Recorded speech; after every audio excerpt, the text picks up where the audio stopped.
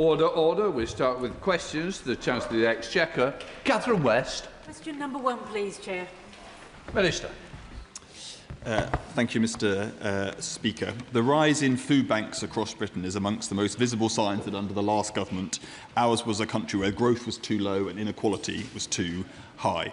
This government is committed to ending the mass dependence on emergency food parcels. We have expanded free school meals to children in all families receiving universal credit and removed the 2-child limit to lift around 500,000 children out of poverty. Britain is now on course for the biggest reduction in child poverty of any parliament on record, and charities such as Trussell believe this will significantly reduce demand for food banks. From West. It is indeed a very exciting development to see the bold and vital steps taken to address child poverty. But runaway rental costs are driving hunger and hardship. Building council homes is obviously the right long-term approach, and Haringey Council are the second biggest builders of council homes in the whole country. But will the team now help struggling families by lifting the freeze on local housing allowance so there's a permanent link between rents and support? Well, my honourable friend is absolutely right. Food bank usage has fallen in recent years, but it is far too high, including in her constituency. And this is part of a wider challenge that the cost of essentials places too much pressure on household finances. On housing, DWP spends around £37 billion a year on housing support, but in the long run, the answer to high housing cost is to build more homes, and that is what we're doing with the £39 billion social and affordable homes programme. But we also need to protect tenants in the here and now, and the Renters' Rights Act comes into force just next week, and among other things, that will allow tenants to appeal excessive above-market rents. Michael Wheeler. Thank you, Mr. Speaker. Question 2, Mr. Speaker. Chancellor. Thank you, Mr. Speaker. The Government is committed to improving living standards for people across the UK. Thanks to decisions that I made in the budget, the price cap for energy reduced by £117 on average in April. We've extended the cuts in fuel duty for 2 times now, and also we have introduced an anti-profiteering framework to protect working people from unfair price rises during the Iran conflict. Thank you, Mr. Speaker. So I strongly welcome the steps that the Government has taken to bring down my constituents' energy bills from the start of this month. However, the effects of the war in Iran are now beginning to feed through into higher food prices. Pressures on oil and fertiliser costs are likely to intensify, and I am concerned about increases in the price of my constituents' weekly shop. At a time when their budgets are already strained. Will the Chancellor outline what steps the Government has taken to protect my constituents in Worsley and Eccles from rising food prices? Thank you, Mr. Speaker, and my honourable friend speaks powerfully on behalf of his constituents. The response of this government during this conflict is, first of all, to try and de-escalate the conflict. This is not a war that we started, it's not a war that we joined, and unlike the Conservatives and Reform, we are working to de-escalate, not ramp up the conflict, and that is the best way to keep prices down. But as long as this conflict persists, we will do everything in our power to be both responsive but also responsible in the national interest, which is why we're keeping energy bills down and why we've provided £53 million of support for people who need heating oil. Question 3, Mr. Speaker. Minister. Mr. Speaker, this Government is backing our brilliant British businesses to trade globally, including with our new trade strategy that expands UK export finance's capacity to £80 billion. And this Government has secured new trade deals with India, South Korea, the EU and the US to back British businesses globally, delivering improved access to key markets and protecting British jobs. Mr. Speaker, I recently joined Cozy Direct for their second King's Award presentation, this time for international trade. Cozy are an award-winning business in early years education resources, exporting globally and continuing to grow. The Chancellor has seen their success firsthand, along with their goats, when she visited with me last year. So will the Minister join me in congratulating Pete, Amanda and all of the team and say what work she is doing to allow businesses like this to expand and export globally? Indeed, warmly congratulate Pete, Amanda and the wider team on their success and in inviting me to, and the goats, and in inviting me to do so my honourable friend is showing that he is indeed a true champion of the businesses in his constituency. The support that this government is giving to businesses will enable more of our fantastic British companies to export globally and to emulate Cosy Direct's success. Thank you, Mr. Speaker. Integrated industrial clusters such as at Saltend in my constituency provide the kind of fundamental chemicals and other inputs into defence and wider industries right across the country. But high energy costs and global events mean they're under unprecedented pressure. So will the Minister and will the Chancellor look at establishing an industrial support fund so that rather than having an ad hoc approach such as we saw in supporting Grangemouth, we have something strategic to ensure that we don't lose the industrial base upon which so much of this country depends? Mr. Speaker, I'm grateful to the honourable member for his question. He mentioned BICS, I believe. That indeed, that scheme is being expanded. But he'll also be aware of the British Industry Supercharger package, which provides additional price relief from April 2026 as well. Thank you very much, Mr. Speaker.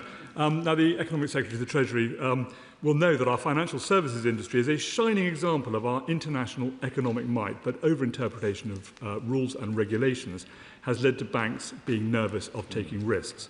This has both slowed the growth in the city and also holds up international trade. Overinterpretation, for example, of anti-money laundering rules means that foreign inward remittances can take up to 2 weeks to clear into a UK bank account. Meanwhile, poor classification of risk-weighted assets starve businesses potentially of growth debt capital. So can the Economic Secretary please assure the House that this ever unnecessary tightening of the rules will be addressed in the Financial Services Bill due to be announced in the King's Speech? Mr. Speaker, he won't expect me to preempt anything which may or may not be announced in the King's Speech. What I can tell him, though, as he already knows, is that this government is backing our financial services sector to the hilt to ensure that it continues to be the world-leading success that it is. John Mill. Question number 4, Mr. Speaker. Minister. Mr. Speaker, the Chancellor and the Defence Secretary meet regularly to discuss defence, including the Defence Industrial Strategy. As part of these discussions, they recently met with leaders from the UK financial sector to discuss how private investment can also be leveraged to accelerate defence readiness, building on the commitments made in the Defence Industrial Strategy. John Mill. Thank you, Mr. Speaker. In my constituency of Horsham, Chess Dynamics, part of Cohort, is a world-leading developer of counter-drone and air defence technology, exactly the capabilities we need. Yet Chess, like much of the defence industry, has been kept on hold since last year, awaiting clarity on the defence investment plan. Without it, they can't commission new air defence systems, leaving the next generation of Royal Navy frigates potentially exposed. Minister, they need to know now. Will the Minister agree to meet with me and Chess Dynamics to provide certainty on the investment which everyone says we need, but which simply isn't happening yet? Mr. Speaker, investment in defence under this government is underway. Just look at the contracts, over 1,000 contracts signed since the general election. And I could point the honourable gentleman and anyone else in the chamber to the £1 billion contract for medium helicopters in Yeovil, the £500 million invested in state-of-the-art radar systems, the £100 million boost to support submarine hunting aircraft. This government is raising defence in the highest sustained level since the Cold War, and it is at the core of making sure that we're protecting our nation's security. Show the Select Committee, Dame Baker. Thank you, Mr. Speaker. I wonder what consideration my right honourable friend has given to joining in with the Defence Security and Resilience Bank in order to make sure that we are really pushing the investment that we need to see in defence in the current world situation. Mr. Speaker, the UK has already signed up with Finland and the Netherlands to the multinational defence budget, with this Chancellor taking a lead on that, because I know that the importance of security to this government is not just something we can achieve on our own, but it is one where we work with allies to make sure that we are safer in the future. And might I add, Mr. Speaker, that on this side of the chamber, we're committed to remaining a core part of NATO, unlike some of the opposition parties. James Welsh, Shadow Minister. Thank you very much, Mr. Speaker. The Chancellor says that national security always comes first, but she delayed that helicopter contract for our industrial base, and we know she is blocking the defence investment plan. Labour's former Defence Secretary and Secretary-General of NATO, Lord Robertson, has said, "We cannot defend Britain with an ever-expanding welfare budget." He's right, so why is the Chancellor failing to grip the benefits bill and invest in our defence? Mr. Speaker, the opposition frontbench have some cheek. He is sat next to the Shadow Chancellor who oversaw the biggest increase in welfare spending on record. £33 billion increase. £33 billion increase in welfare spending in the last year of the Conservative government. This government, Mr. Speaker, is serious about getting people back into work whilst at the same time increasing defence investment to 2.6% of GDP by next April, something the previous government never managed. Joe Franklin. Question number 5, Mr. Speaker. Thank you, Mr. Speaker. And with permission, I would like to answer this question together with questions 8 and 17. We are monitoring the situation and preparing for every eventuality. The IMF expects the UK to be the fastest-growing European G7 economy cumulatively over this year and next. A rapid de-escalation of the conflict remains the best way to protect consumers from rising bills. And we continue to act on the cost of living, with £117 on average off of energy bills from the 1st of April, £53 million to help with the cost of heating oil, and freezing both rail fares and prescription charges. Joe Franklin. I thank the Chancellor for her answer. The tensions in the Middle East are pushing up energy and food prices, adding further pressure to households who are already struggling due to the cost of living. And the Chief Secretary of the Treasury warned this very weekend that families face 8 months plus of difficulty ahead. With the school holidays approaching both the May half-term and the summer, many low-income families in my constituency of Guildford are asking how they will get through the summer. And when I met a school last week, Holy Trinity from my constituency, the children as well raised concerns, which really shows how deep the anxiety about this conflict is. What concrete support will the government provide to protect the most vulnerable households from further cost pressures in the months ahead, especially if this conflict continues into the summer holidays? Thank you, Mr. Speaker, and I welcome the question from the honourable lady. Like her, I also regularly see pupils from my own constituency and local teachers. As the honourable lady knows, from this month we have got rid of the 2-child limit in universal credit, which is lifting 450,000 children out of poverty. We're also expanding free childcare for children aged between 9 months and 5 years, helping parents in work with the costs of balancing family life with work life as well. And in addition, we've taken £117 off energy bills, freezing rail fares, freezing prescription charges, and helping people, particularly in rural areas, with the costs of heating oil. Thank you, Mr. Speaker, and I'm grateful to my right honourable friend, the Chancellor, for her efforts in what are far from ideal circumstances. Attacks on energy infrastructure and the effective closure of the Strait of Hormuz are having real consequences right here at home. Baker Hughes employ over 300 people in Nailsea, in my constituency of North Somerset, and are an essential energy technology provider. They are at the sharp end of this crisis. Can the Chancellor confirm what support the government is providing to expose companies like Baker Hughes to secure the energy supplies on what we plan to rebuild damaged supply chains today and invest in the infrastructure we will need to protect British consumers tomorrow? I thank the my honourable friend for his question, and the example of Baker Hughes, an important employer in his constituency, is a good case in point about how this conflict is affecting businesses and families here at home.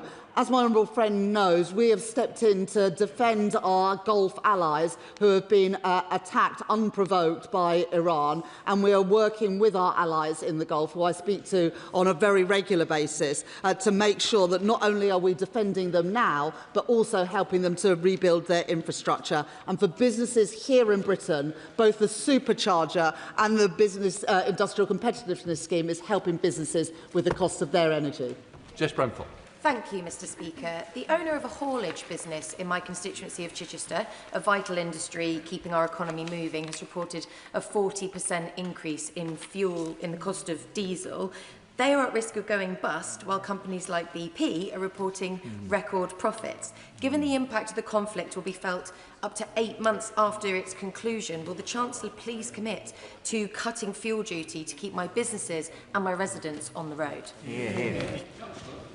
I thank the Honourable Lady for that question.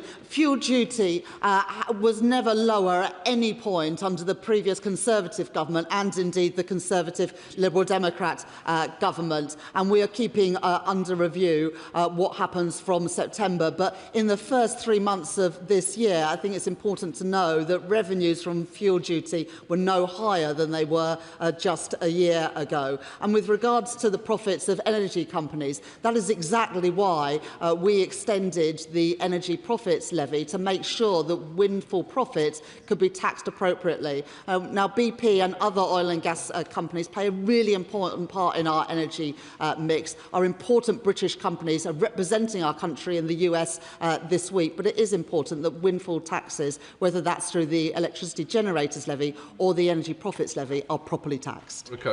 Thank you, Mr. Speaker. I'm grateful to the Chancellor for the work she's doing to protect us from the economic impacts of this war. One of my local farmers has been in touch about the impact on red diesel prices, up by around 70%, and also fertiliser prices. And he's shared his nervousness about the affordability of going ahead and planting next year's crops. So can the Chancellor outline what more she can do to protect our farmers, our food security and our food prices in light of these global challenges?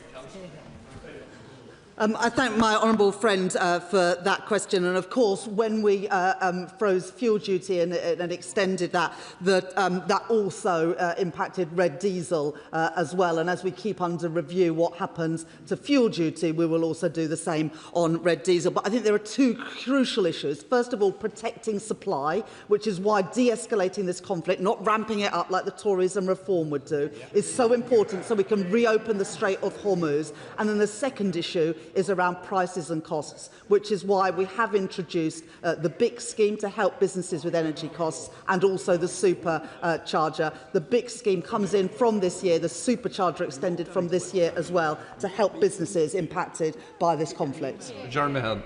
Thank you, Mr. Speaker. Given that national debt is around 95% of GDP and debt interest costs are nearly 4% of GDP, does the Chancellor agree that it would be irresponsible to fund any cost of living support by increasing borrowing, which would further drive up borrowing costs, choke off growth and saddle future generations with totally unfair debt?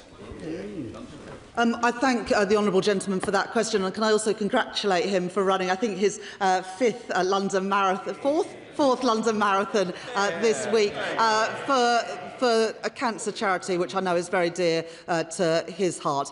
He makes a really important point, because while people are calling for immediate support, and I understand that, the impact of the previous governments, and I understand why the former Chancellor did what he did, but the untargeted support, which cost, I think, over £100 billion in total, meant that interest rates, inflation and taxes has ended up being higher than they needed to be. Now, we managed to reduce government borrowing by £20 billion last year. The budget deficit is below 5% for the first time since 2019. But sticking to fiscal responsibility is not just good for the public purse, it's also good for ordinary families and businesses, because I am determined that we don't go back to the high inflation, the high interest rates and the high taxes, which would be the inevitable result if we had an untargeted response to this conflict. Paul Foster. Thank you very much, Mr. Speaker. Mr. Speaker, cost of living, cost of living, cost of living.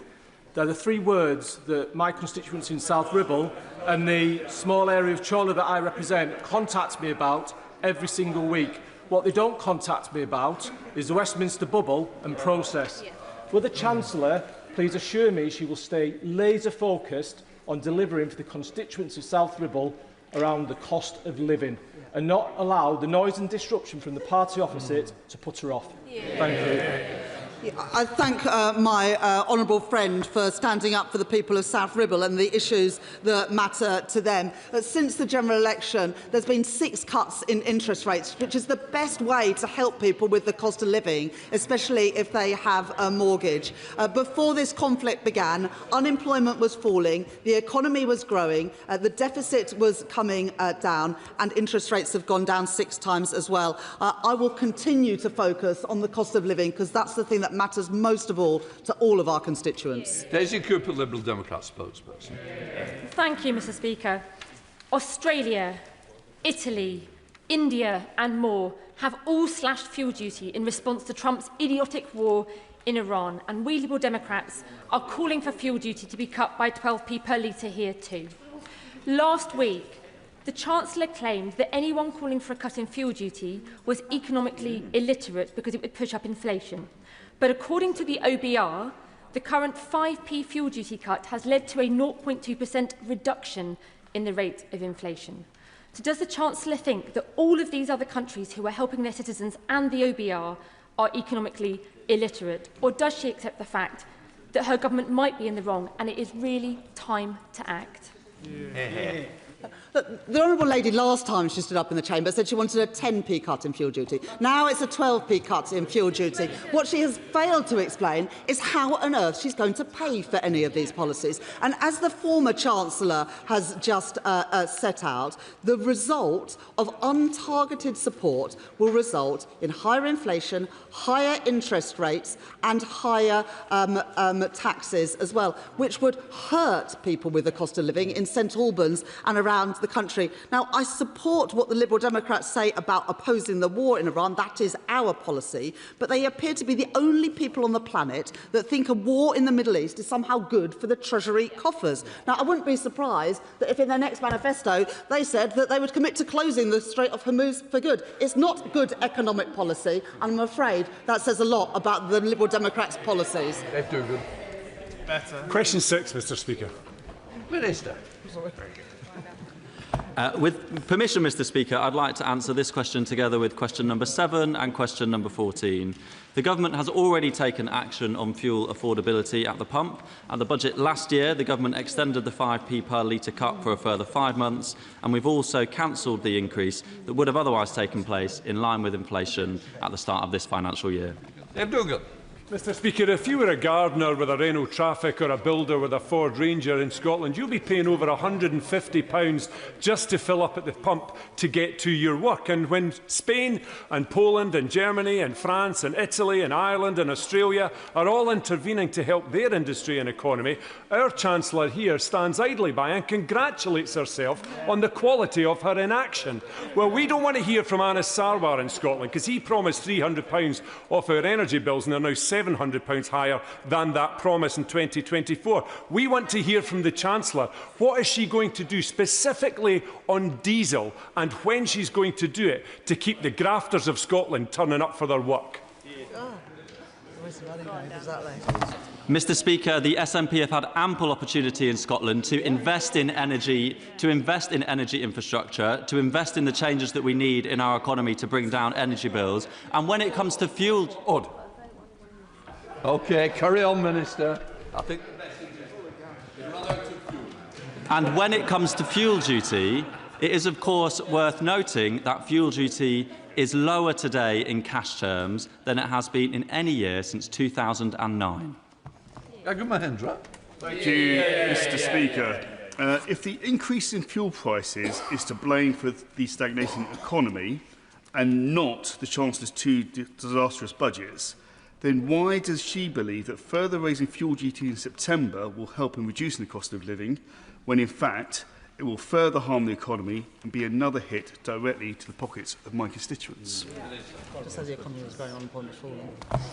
Mr. Speaker, before the conflict in Iran started, we saw inflation falling, we saw unemployment falling, and we saw growth increasing at 0.5% in 1 month at the start of this year. That showed that our economic plan was the right plan for this country, and it's important that we stick to it rather than return to the bad old days of the high borrowing and high interest rates that the Conservative Party brought us when they had a chance to run the economy. Labour are at war with motorists, and Reform's idea, in fact they're not even here today, of protesting about fuel prices was yesterday at their non-event. It's only those of us on these benches who are standing up for our motorists and our constituents. So I'd like to ask the Chancellor today, will she take this opportunity to help our constituents, our businesses and our motorists and adopt our plan to extend the fuel duty relief? Yes or no? Thank you, Mr. Speaker. I do agree with the honourable member that the reform sort of rabble yesterday was deeply underwhelming. On the point of fuel duty, look, at the moment, the rate of fuel duty is lower than it was at any point under the previous government, or it was never lower under the previous government than it is now. And in real terms, the rate of fuel duty is lower than it has been at any point since 1993. Thank you, Mr. Speaker. The fuel duty freeze is, of course, very welcome for drivers of petrol and diesel vehicles, but this is the second time in just over 4 years that petrol and diesel prices have gone through the roof as a result of international oil and gas uncertainty. Isn't it time that we gave as much support as possible to those who want to transition to electric vehicles? Auto Trader says that the average price of electric vehicles is already lower than it is for petrol and diesel. So will the government confirm they are bringing forward the plans for greater ability to charge at home and bringing down the cost of electricity as far and fast as possible so that more drivers can benefit from long-term lower driving costs? I thank my honourable friend for his question. He is right that we are seeing a continued uptake in electric vehicles. We saw that in March of this year. It was the highest ever.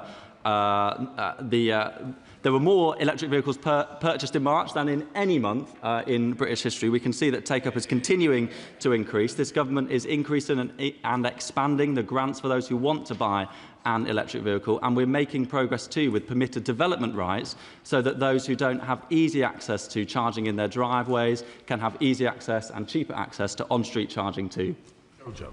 Thank you, Mr. Speaker. Even before the current Middle East conflict, fuel suppliers in Merthyr Tydfil, part of my constituency, were charging on average 10p per litre more than other parts of my constituency and in neighbouring towns. Even London fuel prices were cheaper than Merthyr Tydfil, and the situation has not improved since. I've written to suppliers and met with some with limited success, and also asked the CMA to look at the matter, which they have so far not done. So can I ask the Chancellor to offer whatever assistance she can in urging fuel providers in Merthyr Tydfil to act fairly, and can she also urge the CMA to consider what they can do to ensure fair play for my constituents? Good question. Thank you, Mr. Speaker. I thank my honourable friend for his question and the representation and the work that he is undertaking on behalf of his constituents in a rural part of our country. We are making sure that all garages are on the new Fuel Finder website that the Chancellor has introduced. That should drive up competition to make it easier for the people that he represents to compare the cost at the pump in different garages nearby. It's good to hear that he's been in touch with the CMA. The Chancellor's been in discussion with them too about making sure we have competition in this industry. And if it would help him to get a meeting with the CMA, then I would happily assist with that. James Welsh, Shadow Minister.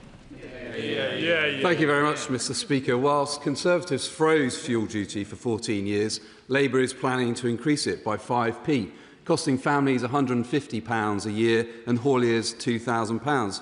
And when she was asked to reverse her hike, the Chancellor said she was loath to spend government money doing so. There's no such thing as government money. There's only taxpayers' money. So rather than increase taxes again, will she actually help households and businesses facing higher prices and scrap this fuel hike? Mr. Speaker, on this side of the House, we are fiscally responsible. We will make sure that we continue to get borrowing down in a sustainable way, as we did over the last financial year with borrowing falling by £20 billion. Whenever they've had the chance, they've borrowed more, which pushes up interest rates for everyday families and means that we have to have higher taxes in the long run. That is not the approach that we will take. And one final quick thing, Mr. Speaker, their plans that were set out in the final budget before they left office would have had fuel duty increase increase every single year. Instead, we have frozen it since we took over. Number 9, please, Mr. Speaker. Chancellor. Thank you, Mr. Speaker. We are reforming government procurement rules so that we can buy more that is made in this country. And we've already changed the rules around steel, shipbuilding, energy infrastructure and AI. But I don't just want big companies to be able to get contracts. I want to help smaller businesses and also charities access government procurement. The government is the biggest buyer of goods and services in the economy, and I want more of that money to be spent here in Britain. Ian. Thank you, Mr. Speaker, and I thank the Chancellor for her answer. In Stafford, we have world-class manufacturers like GE Vernova producing the technology that powers our national grid.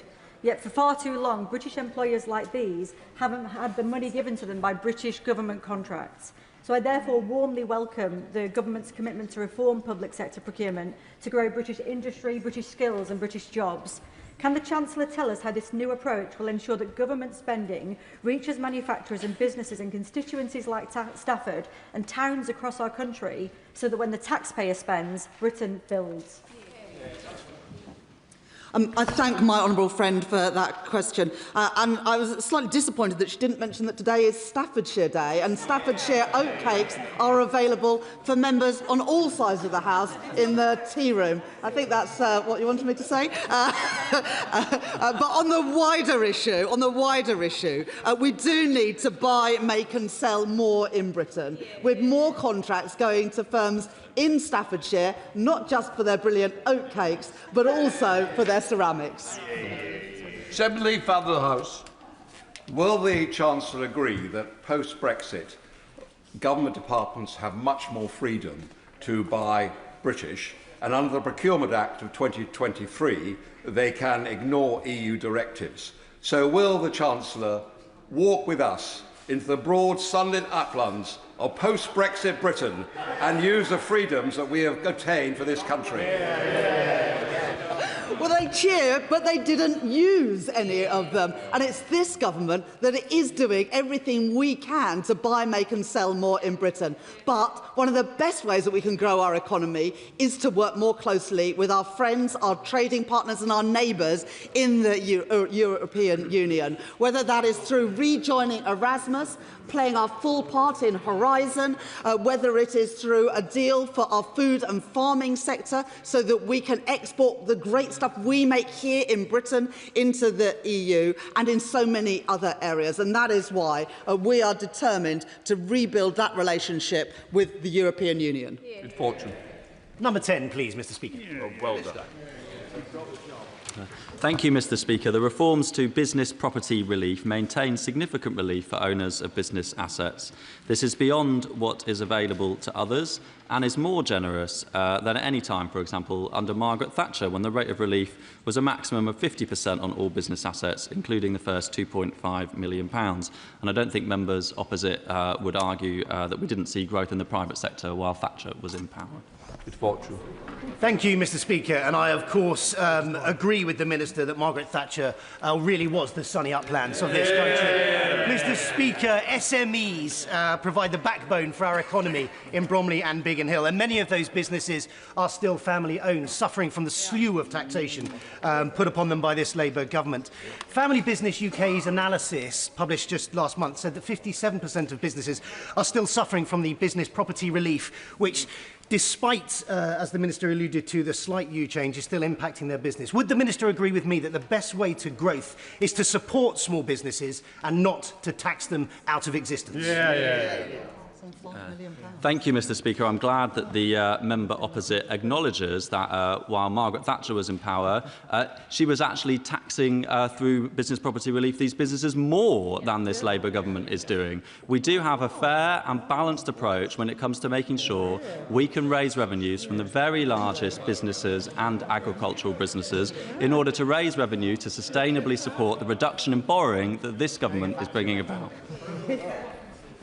Whereas, Mr Speaker, hundreds of small family businesses across Cornwall will soon be subject to a significant increase in their property costs as a result of the VOA's decision to reclassify serviced offices, business centres and co-working spaces. Would the Chancellor arrange for me to meet with Treasury officials and the VOA to discuss how the impacts of this reclassification may be mitigated? I thank my honourable friend for his question, and I am aware of the issue that he raises. I have met with the representatives of the sector in recent weeks to discuss it. It follows from changes to case law that have taken place over recent years, but it is, of course, an important issue that affects many businesses, and I would be very happy to meet with him to discuss it. Mohammed. Question number 11, Mr Speaker. Thank you, Mr Speaker. The Government is taking action to tackle child poverty, including by removing the 2-child limit and expanding free school meals and breakfast clubs, including 7 breakfast clubs already rolled out in the Dewsbury and Batley constituency. As a result of these changes, 550,000 children will be lifted out of poverty in this Parliament. That will be the biggest reduction of child poverty in any Parliament ever. Well, Mohammed. Thank you, Mr Speaker, and I thank the Chancellor for her answer. In my constituency of Dewsbury and Batley, 44.4% of children are living in poverty, according to the latest government figures. Yet Oxfam reports that just 56 billionaires in the UK now hold more wealth than 27 million people combined in our country, with their wealth rising by over £230 million each on average last year. Does the Chancellor accept that child poverty is not inevitable, but the result of political choices about who this government wants to protect? And can the Chancellor explain how the Child Poverty Task Force can succeed without the Treasury being willing to pursue far more fair and equitable wealth distribution through closing tax loopholes, taxing wealth, not just income, and preventing... Order. I think the Chancellor's got the drift. Chancellor, yes. Child poverty is absolutely not inevitable, and that is why we are lifting 550,000 children out of poverty. It is always Labour governments that lift children out of poverty and Tory governments that put children back into poverty. And the numbers that the honourable gentleman used are appalling. 44% of children should not be growing up in Dewsbury and Batley in poverty, and that is why we have made the changes that we have to lift those children out of poverty, to give all of them a decent start in life. Andrew, are you standing? Andrew Page. Thank you, Mr Speaker. One of the worst legacies of the last government was that 43% of children growing up in Peterborough are living in poverty. Nearly 10,000 children will be affected by the lifting of the child cap in Peterborough alone. Can the Chancellor assure me that whilst we've made huge progress on this, that we keep a razor-like focus on child poverty as we deal with the cost of living crisis and the fallout from the war in Iran? I thank my honourable friend for that question. And 10,000 children in one constituency lifted out of poverty by just one of the policy changes that we have made to reduce child poverty, I think shows the difference that this Labour government is making. And when combined with the breakfast clubs, the free school meals, the extension of childcare, the Renters' Rights Act, the building of new homes, that is why this government is set to deliver the biggest ever reduction in child poverty in one Parliament. The Judge. Question number 12, please, Mr Speaker. Sorry. Chancellor. Thank you, Mr Speaker. First of all, I would like to offer my deepest condolences following the tragic death of 2 young children in my honourable friend's constituency. I know that this will be an incredibly distressing time for the whole community, and I think the thoughts of the whole House are with that community. We recognise that everyday living costs remain too high, and that is why we're supporting households with their energy bills, and it's also why we've frozen prescription charges for a second year in a row and frozen rail fares for the first time in 30 years. It's also why we have lifted the national living wage and the national minimum wage, so people on low pay see their money go further. The Judge. Thank the Chancellor for her condolences. I was there at the site of the tragedy on Sunday laying flowers, and it is very upsetting for everyone in my constituency. One of my favourite places for lunch is the Pomegranate Cafe, together with the Central Community Shop within my constituency, which is a community-based social enterprise founded in partnership between the Good Shepherd Charity, Wolves Foundation and the Labour-controlled City of Wolverhampton Council to provide affordable food, with all profits from the cafe donated back to the Good Shepherd's free-to-access services, supporting their work to end homelessness, assist recovery, provide access to services around training and employability, and providing meaningful pathways out of poverty in Wolverhampton. Will the Chancellor please join me in congratulating everyone involved with the Pomegranate Cafe? Once again, I think the Chancellor's got the question. Chancellor. I thank my honourable friend for raising the excellent work that the City of Wolverhampton Council is doing to help people with the cost of living, and particularly to help the most vulnerable people in our society. And it's why, combined with the measures that we are taking to reduce child poverty, to increase the basic state pension and the new state pension, but also what we're doing with Pride in Place, including in Whitmore, Reens and Dunstall Hill in his own constituency, to improve outcomes for people in Wolverhampton West and around the country. Thank you, Mr. Speaker. Question number 13. Minister. Mr. Speaker, this government is investing in Wales's industrial future and unlocking economic growth, including by providing £2.5 billion for the UK's first small modular reactor in Anglesey to support up to 3,000 jobs and power 3 million homes. We've also recently agreed a new £50 million defence growth deal for Wales. We're backing Welsh free ports and investment zones, and we are connecting people and businesses with at least £445 million worth of rail infrastructure investment right across Wales. Thank you. The people of Mega and Undy have been celebrating the fact that they're getting a new train station thanks to two Labour governments working together to deliver it. So it's unbelievable that Reform's leader in Wales recently said, nobody wants or needs these new stations. So does the Minister agree with me that new railway stations are, of course, essential for economic growth? And does he think Reform just don't listen to what people in Wales want, or they just don't care? Mr. Speaker, I completely agree with my honourable friend that the UK and Welsh Labour government's generational commitment to the future of rail in Wales is fantastic for her constituents right across Monmouthshire. It is frankly, Mr. Speaker, outrageous to hear Reform's leader in Wales trying to tell people what they want, and even more shocking that they promise to rip up our plan. New railway stations, Mr. Speaker, are indeed critical for economic growth, and only Labour will build the rail network that people in Wales need and deserve. Becky Cooper. 15, please, Mr. Speaker. Minister. Mr. Speaker, I thank my honourable friend for her question. The government is acting to ease the cost of living for commuters, including by extending the £3 national bus fare cap to March 2027. We have also frozen regulated rail fares for the first time in 30 years, and that will save the average commuter travelling from Worthing to London using an annual season ticket £360 a year. Becky Cooper. Thank you, Mr. Speaker, and I thank my right honourable friend for freezing rail fares. This will indeed help ease the cost of living for many commuters, like my constituents in Worthing West, many of whom do have jobs here in London or Brighton. Southern Rail have been rated as the worst value-for-money rail operator in a national passenger survey. So, will the Minister please ensure that as we move to nationalisation of our service and finally see the back of Southern Rail next month, that there is investment available for key issues such as reducing overcrowding and improving reliability and punctuality of our vital South Coast services? Hear, hear. Mr. Speaker, my honourable friend is absolutely right to make clear that improving services for passengers is our absolute priority as rail operations come into public ownership. And when Southern Rail is brought into public ownership, they will be expected to focus relentlessly on improving passenger experience, improving reliability, improving punctuality, and they will be held to account for doing so. Thank you, Mr. Speaker. In rural areas like Rutland and Stamford, we are reliant on our cars, so fuel costs are hitting us hard. So I have a simple ask to the Chancellor she could deliver on now. Will she expand the 5p per litre rural fuel duty relief to more areas as soon as possible, particularly Leicestershire, Rutland and Lincolnshire, who desperately need it?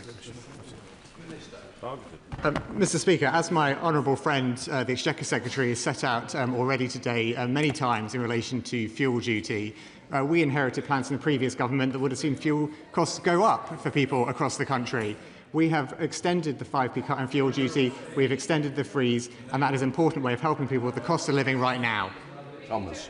Thank you, Mr Speaker. Number 16. Minister. Thank you, Mr Speaker. The Government has introduced a support package worth £4.3 billion to protect ratepayers across the country against the impact of the independently set new property values, valued for the first time since the pandemic. We've also introduced permanently lower multipliers for eligible retail, hospitality and leisure properties. These are worth nearly £1 billion a year and will benefit over 750,000 high street businesses. Mr Speaker, I recently met Chris, the owner of Chapters Hair in Bromsgrove, who told me that after 25 years of trading, current conditions are the most difficult that he has faced, and he directly attributes this to the decisions taken by the Chancellor. Why is it that the Chancellor of the Exchequer and the government across the board is riding roughshod over what businesses think, the people who know best how to run their businesses, and when will the government get off their backs and get on their side?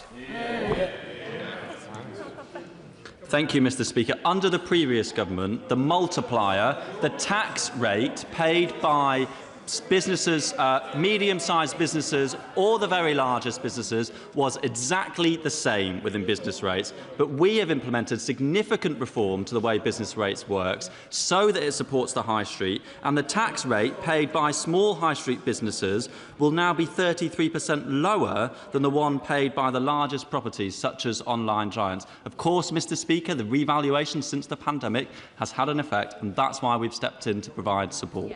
Richard Fuller, Minister. Mr Speaker, a comprehensive survey this month by Hospitality UK shows that 1 in 7 of our hotels, pubs and restaurants will close as a direct result of the Chancellor's policies. Many of those businesses represent the hopes and dreams, the hard work and savings of the people who set them up. So, Mr Speaker, as I am permitted, rather than the Minister coming to the dispatch box, could I ask the Chancellor to come to the dispatch box and answer this?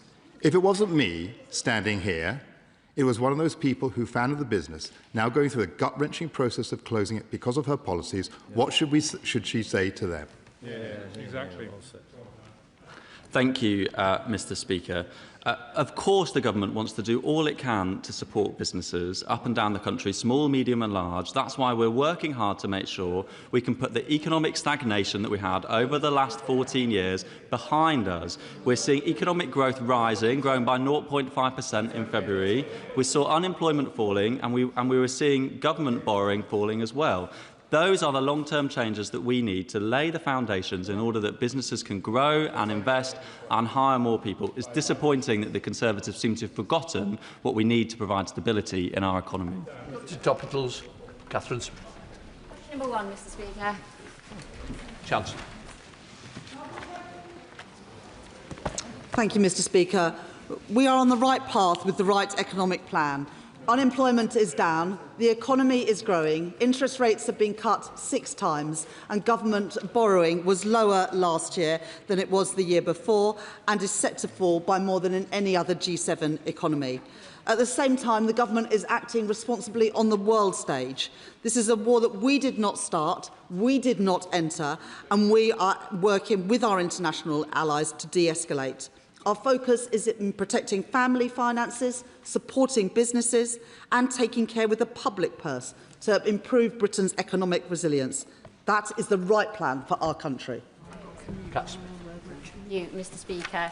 I'd like to thank the Chancellor for her work to lift the 2-child benefit cap, which was cruelly brought in by the Conservative government. And would she agree with me that not only is this morally the right thing to do, but it is economically good news for the 1,690 families in Lancaster and Wyre who will have more money in their pocket to spend in our local economy in Lancashire, unlike the super rich who would have just taken it to offshore tax havens? I thank my honourable friend for that question, and I hosted an event in Downing Street just a couple of weeks ago where I met with people who benefited from the change in the 2-child limit and people who had campaigned for that change as well. And mums told me that they were going to use the money to pay for their kids to go to after-school club with their friends, swimming lessons that they weren't able to afford before, or a new school coat rather than a second-hand one. That is the difference that this money is making to families up and down the country, and I'm proud to be the Chancellor that has scrapped the two-child limit. Shall the Chancellor of the Exchequer, Sir Mel Stride? Thank you, Mr. Speaker. Mr. Speaker, in response to the question from my right honourable friend, the member for Godalming and Ash, on borrowing, the right honourable lady suggested that she was following a strict deficit reduction plan. I think she made reference to a reduction in the deficit of £20 billion year on year. But of course, it's easy to reduce something if you pump it up recklessly in the first place. So could the right honourable lady tell the House how much more borrowing this government will undertake across this Parliament compared with the plans that she inherited from the last government? Well, let's remember to start with that the plans we inherited from the past government would have seen fuel duties go up straight away. The plans that we inherited from the last government wouldn't have seen £29 billion investment a year into our NHS. And the plans that we inherited from the last government would have seen business rates for our high street businesses, our retail, hospitality and leisure businesses go up straight away. We did make the decision to change that inheritance because we thought that was the right thing to do, and we still do. But the IMF confirmed that we have the fastest rate of fiscal consolidation of any country in the G7, and our borrowing as a share of GDP fell to 4.3% in the last financial year and is due to fall in every single year of this Parliament. It's the first time our deficit has been lower than 5% since 2019. Mr. Speaker, doesn't seem to know how much additional borrowing this government is undertaking compared to the plans of the last government. So I will tell her it is £250 billion of additional borrowing across this Parliament.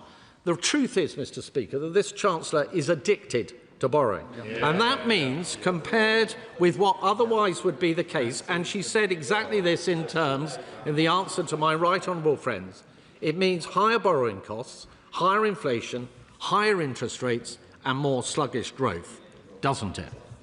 Yeah.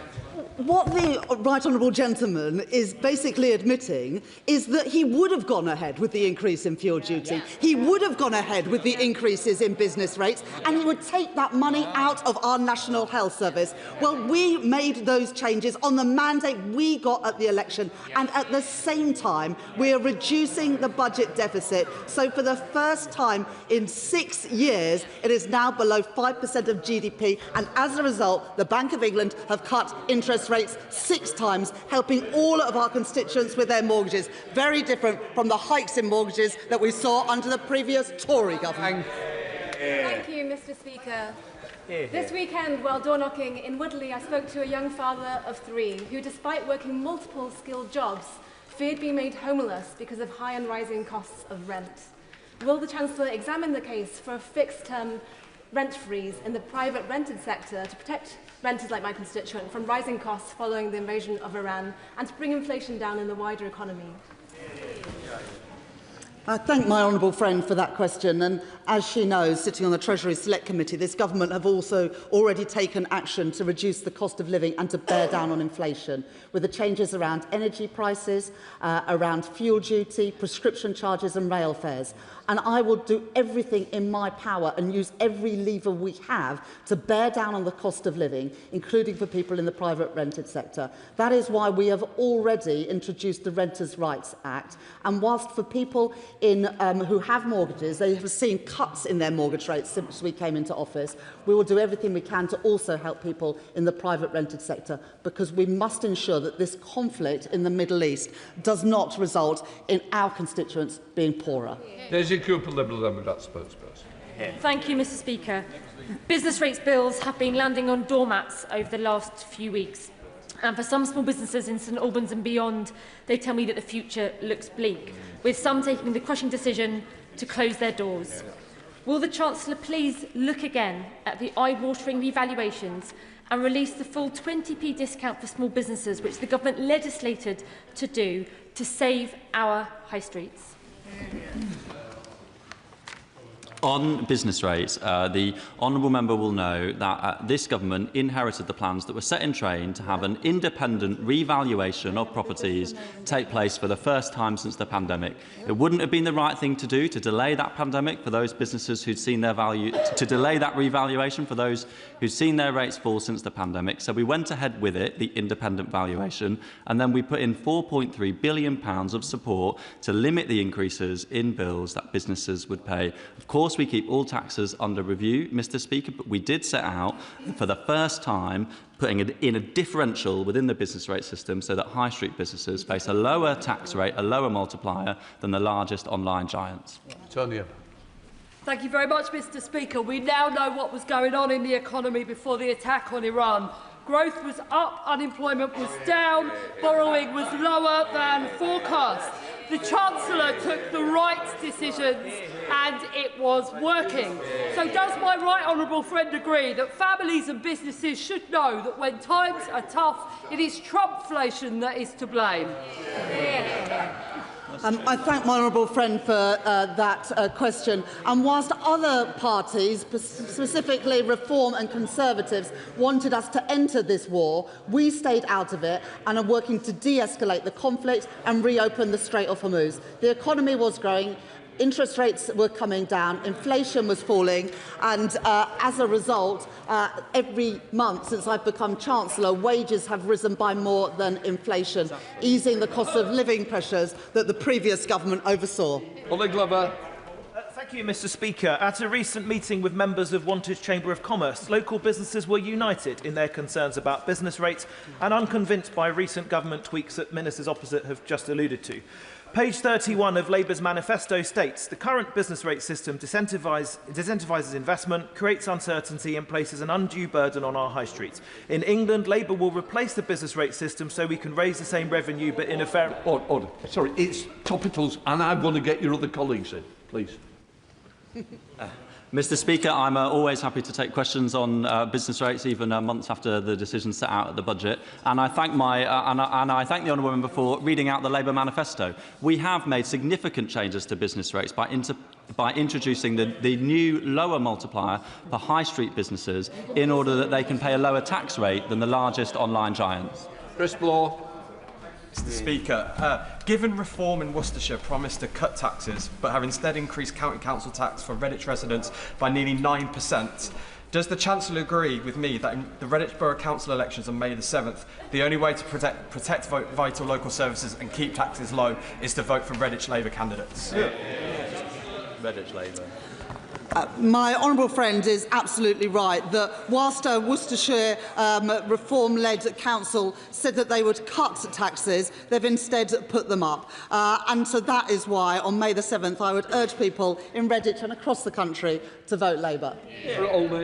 Thank you, Mr. Speaker. More than 1.3 million people use lifetime ISAs to save for their first home. The property cap of £450,000 has been frozen since 2017, despite rising house prices, but those buying their first home over this threshold face a 25% penalty. First-time buyers across London are disproportionately affected. Data from February this year showed the average price paid for a first-time buyer in London was £463,000. So can the Chancellor tell us how is she ensuring first-time buyers in London are not unfairly disadvantaged by using this saving scheme? Mr. Speaker, the government is committed to making the aspiration of home ownership a reality for as many people as possible. And we recognise that the LISA isn't working for everyone. That's exactly why we've launched a short consultation into the implementation of a new ISA product that's going to support more first-time buyers. And that new product will include the government bonus being paid at the point the individual makes a withdrawal for a home purchase, therefore removing the need for a withdrawal charge. Tom Rutland. Thank you, Mr. Speaker. The Chancellor will have seen the news this morning that BP profits have more than doubled, undoubtedly driven by the conflict in the Middle East. Does she agree that this shows the value of having a windfall tax at this point in time? Thank my honourable friend for that question. The oil and gas sector will play an important part in our energy mix for many years to come, and we need to support them as we are, for example, through tiebacks. But it is important that the energy profits levy remains in place for now, because during this conflict we will be able to capture the profits made in the UK through the windfall tax. And the Conservatives and Reform, they oppose this tax, and that would just mean even higher profits for the oil and gas companies. We are also, as my honourable friend knows, delinking gas and electricity prices by increasing the electricity generators levy so that no energy company can make excess profits because of this conflict. Chris Cottle. Mr. Speaker, it has been widely reported in the press that the Chancellor is rightly considering issuing defence bonds. I know the Chancellor agrees with me on the value of defence R&D. So does the Chancellor or the Minister agree with me that these defence bonds could be a powerful way to increase R&D and raise economic growth? Mr. Speaker, whatever the purpose, spending funded from bonds issued by the government adds to the national debt and so must be considered within the fiscal rules. But the honourable gentleman is right to point to the importance of research and development within the defence industry to support economic growth. And I'm proud that last year we allocated £400 million for UK defence innovation to foster a world-leading UK defence tech sector. Thank you, Mr. Speaker. This Labour government has ensured that as of this month, workers in Worsley and Eccles and across the country get sick pay from day one, including low-paid workers. As chair of the Usdaw Parliamentary Group and someone who's campaigned for this, I welcome this so much. Does the Chancellor agree with me that it is only Labour, with its trade union link, that's on the side of working people? I would like to start by thanking my honourable friend for all the campaigning work that he has done in this area, and also pay tribute to the trade union Usdaw, their former General Secretary Paddy Lillis and their current General Secretary Joanne Thomas for all the work that they have done in this area. Strengthening statutory sick pay is part of our commitment to implement our plan to make work pay, ensuring that the safety net of sick pay is available to those who need it from day one. Final question, Shocker Adam. Mr. Speaker, Leicester South has a home ownership rate of just over 40%, which is nearly 23 points below the national average in a city where an average house is 8.5 times their local earnings. My young constituents are working very hard, doing everything responsibly, saving, etc., to get onto this ladder, yet the tax system offers them absolutely nothing, whilst incorporated landlords deduct full mortgage interest through a company structure. Canada and Nordic countries are offering targeted tax relief for first-time buyers. Can I ask the Chancellor, has she assessed introducing a similar relief here to ensure young people are supported by this tax system and not left behind? Mr. Speaker, this Labour government is committed to enabling more people to realise the dream of home ownership. And mortgages have become more affordable under this government thanks to increased economic stability and 6 interest rate cuts. Right, that completes questions.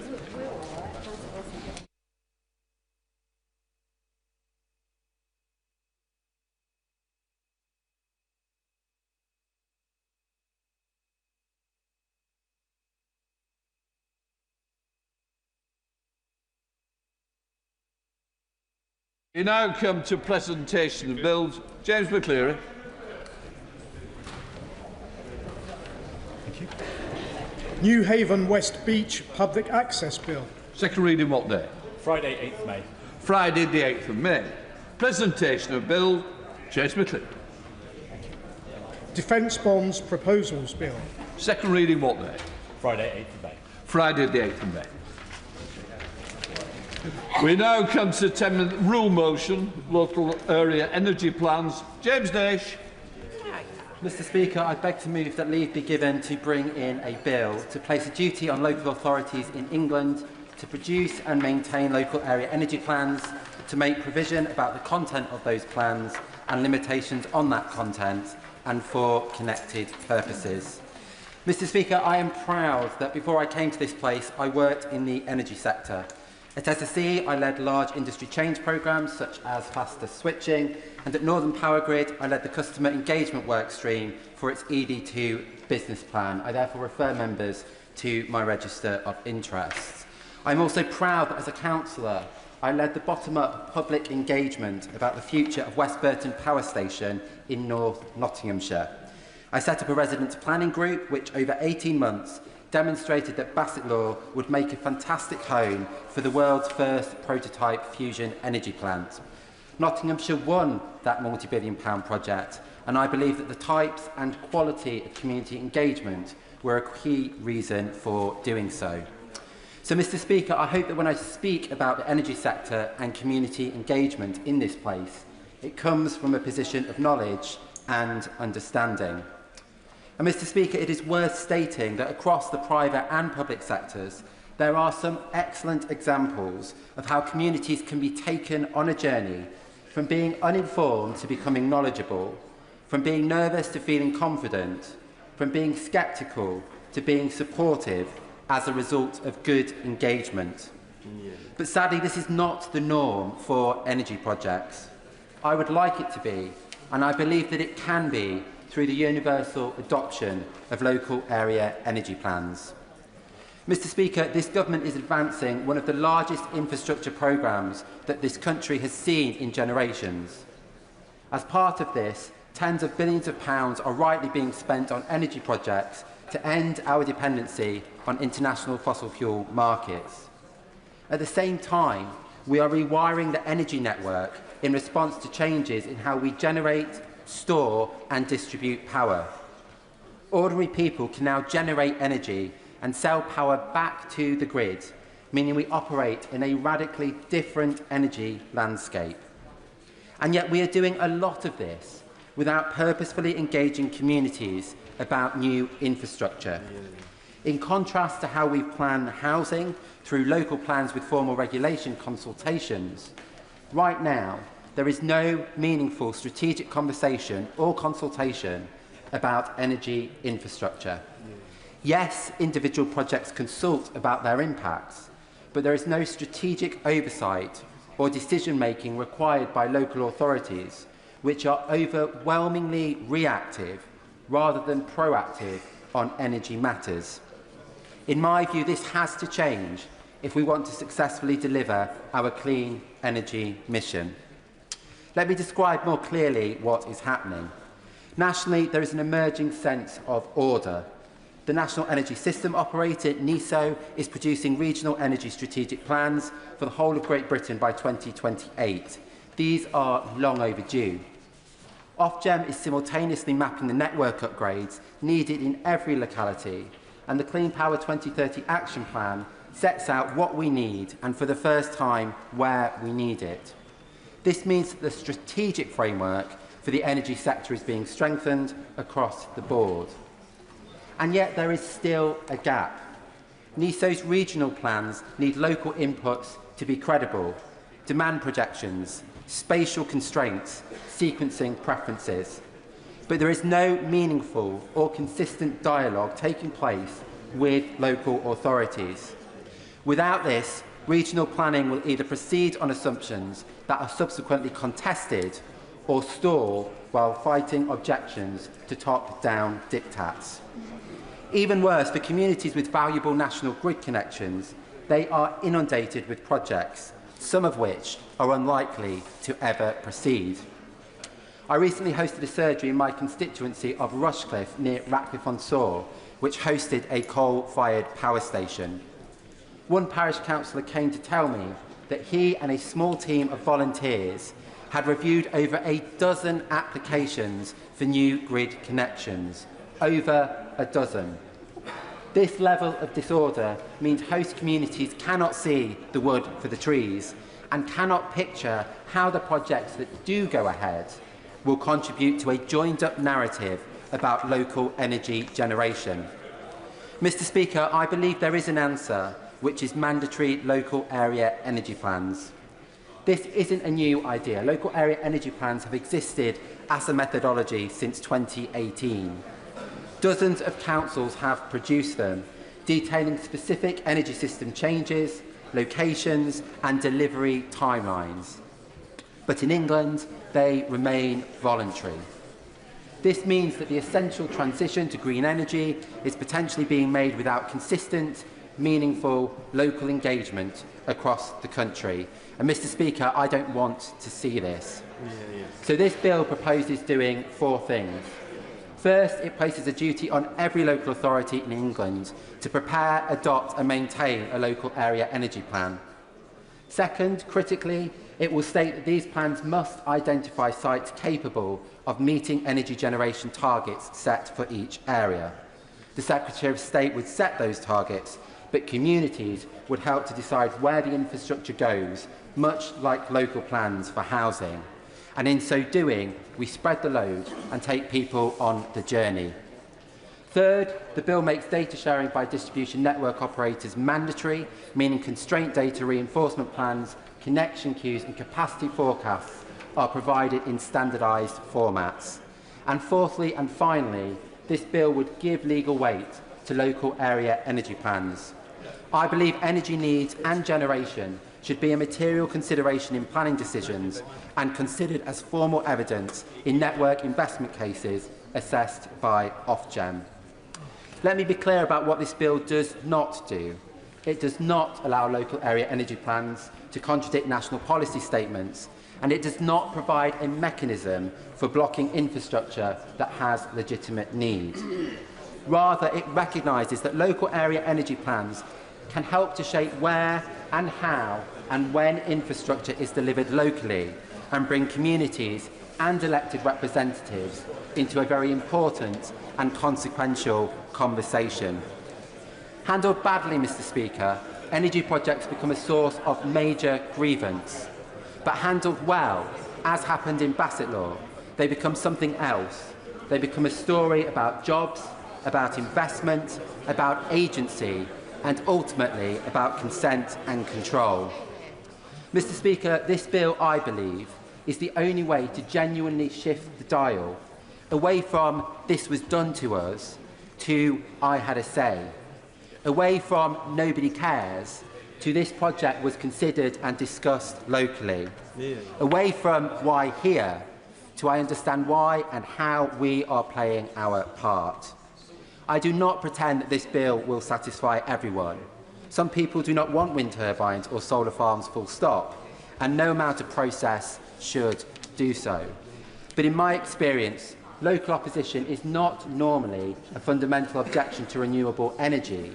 Rather, it is about feeling blindsided, lacking control, and not having a local narrative about which energy projects have been consented to and why, and understanding how this contributes to a better, cleaner local future. Mr Speaker, it's estimated that £40 billion could be spent annually on new energy infrastructure between now and 2030. The question is not whether that money should be spent. It must be. The question is what evidence and what voices inform how and where it is spent. The window of opportunity is narrow because business plans for the next price control period and the regional energy strategic plans will both be finalised by 2028. Getting that local layer right now is therefore essential. It will reduce conflict, prevent delays and limit expensive changes down the line. So I hope that the government will take this matter seriously. Mr Speaker, this bill gives communities a genuine stake in where and how energy infrastructure is delivered. It connects local planning to real investment decisions and ensures that transition will happen with people, not to them, while still making the essential shift to cleaner, greener energy eminently deliverable. I therefore commend this bill to the House. The honourable member have leave to bring in the bill. The question is that the honourable member have leave to bring in the bill. As many of that opinion say aye. The contrary, no. I think the ayes have it. The ayes have it. Who will prepare to bring in the bill? Chris Bloor, Mayor Ellis, Alison Gardner, Josie Gosling, Chris Hinchliffe, Julie Minns, Karen Moon, Samantha Nibbler and myself.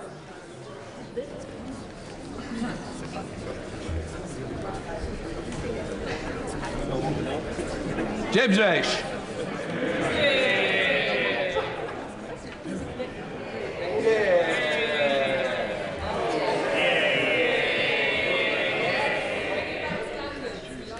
Aye.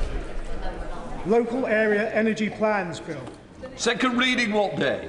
Friday the 8th of May. Friday the 8th of May. Well done, James. Before we begin the next item of business, I think it will be helpful to the House if I remind members of the decision in question and the procedures to today's debate. The decision before the House today is not about whether or not a contempt has been committed. It is about whether or not to refer the matter to Committee of Privileges. If such a referral is made, it will be for the committee in due course to report back to this House and make any necessary recommendations. The debate today may continue till 7 o'clock at the latest, at which time there will be either a need to a successful closure motion or a debate will be adjourned to a future date. In recent years, the length of time taken for debates on similar motions has ranged between 7 minutes and 5 hours. Any members who wish to speak need to stand to ensure that they catch my eye at the beginning of the debate. I would say to members that if the debate becomes very repetitive, we may have to consider whether it would be appropriate to accept an early closure motion. Finally, members may well be aware of the rules relating to good temper, moderation in parliamentary language. Today's proceedings are on a substantive motion relating to the specific responses by the Prime Minister to this House. It is perfectly in order for honourable members to question the veracity of those responses cited in the motion, or whether or not they were misleading. However, it is not in order to challenge in more general terms of truthfulness of the Prime Minister. Right. The Right Honourable Member for North West Essex has tabled the motion to debate on the matter of privilege, which I've agreed should take precedence today. I now call the Leader of the Opposition, Kevin Maynock, to move the motion. Thank you, Mr. Speaker. I beg to move the motion standing in my name on the order paper. Mr. Speaker, shall we pick up where we left off last Tuesday, when we had an emergency debate about the government's accountability to Parliament over Peter Mandelson's appointment as our ambassador to the United States. The very next day, at Prime Minister's questions, the Prime Minister read out selective quotes from Sir Ollie Robbins' evidence to the Foreign Affairs Select Committee and deliberately left out critical sections to make it seem as if Sir Ollie Robbins' evidence had exonerated him. The Prime Minister told the House, and I quote, "No pressure existed whatsoever in relation to this case." That is not what the record shows. Let me read Sir Ollie Robbins' exact quote. "Throughout January, my office and the Foreign Secretary's office were under constant pressure. There was an atmosphere of constant chasing." So how can the Prime Minister tell us that Sir Ollie Robbins said no pressure existed whatsoever? Everybody heard what Ollie Robbins said. We are not here to test whether members have good hearing. People can go and look in Hansard.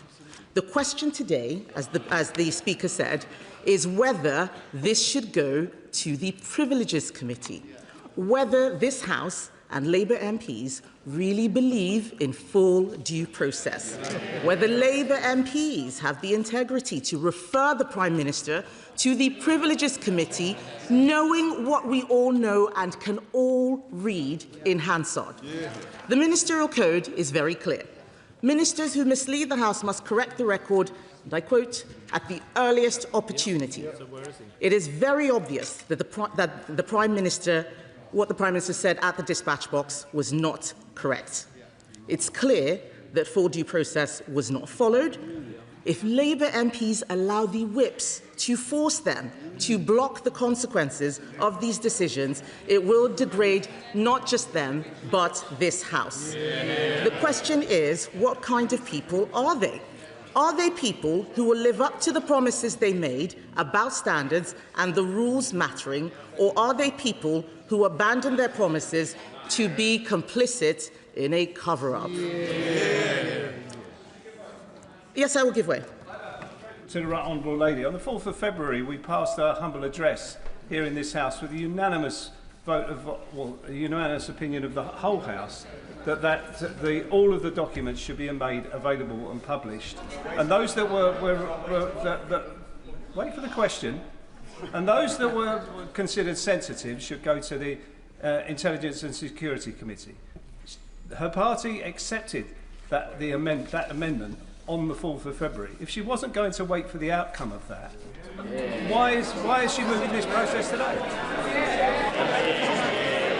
Yes, I think that is an excellent question. We asked for the release of documents, and then when the evidence came showing what the Cabinet Secretary had said in November 24 about what full due process was, it was very clear that those instructions had not been followed. We also know that this latest information about the problems with the security vetting did not come from the humble address, it came from a leak to The Guardian. So why should we wait for a never-never process that is clearly not happening? Even members of the Intelligence and Security Committee in that SA24 debate last week said that there were delays to the release of the documents. So, Mr. Speaker, members opposite want to pretend that this is something that only one party is doing. Can I remind them that this is a cross-party motion supported by independents, the Lib Dems, the DUP, the SNP, members from across this House? Calling this a stunt is disrespecting this House and disrespecting the Speaker. It's very obvious, listening to the media and their tweets, it's very obvious they've all been told to come here today, tell everybody it's a stunt, tell everybody it's a stunt. Why are they acting like sheep? Why are they acting like sheep? They should be better than that. We will be counting, by the way, some people might even be shouting bingo, at how many times people stand up and say that this is a stunt in this debate. We're looking forward to it. Mr. Speaker, there is a... Yes, I will give way. I'm grateful to my right honourable friend. I think she's being a little too harsh to the limited number of Labour MPs opposite. I mean, here we have the entire reputation of the Prime Minister of this country, the leader of their party, and they're not turning out for him because they know that he is now a laughingstock, and having called round them, they found out they had to put a 3-line whip to get them to protect his blushes. So, can my right honourable friend be a little bit kinder to the members opposite, especially the brave ones who are actually prepared to come out and defend the indefensible? I thank my right honourable friend for that intervention. I will do my best to be kind, because he is right. There are more people here today than there were last time, so the whips have really been working hard in the last 7 days. Last week, not a single Labour MP bothered to intervene. Now, we've got a second one. I'm going to take an intervention from the right honourable gentleman, and then I'll come to the Labour MP. Very grateful to the Leader of the Opposition. She's right to highlight the cross-party nature of this motion and also question the applicability of a whip in refusing a motion before the House. Does she not agree, and should Labour MPs not consider that if there's nothing to hide, there's nothing to fear? The honourable gentleman makes an excellent point. I completely agree with him, and in fact I will be making that case in due course, but I will give way to the honourable gentleman. Well, I thank her for giving way. And a moment ago, she talked about selective quoting, and I'm sure that she would not want to selectively quote Sir Ollie Robbins herself. So could she tell us what the rest of that quote was? And when he talked about pressure, was he talking about pressure to deliver a decision in time for President Trump's inauguration, or was he saying that he felt pressure to materially change what that decision would be? Because that is quite an important distinction, is it not?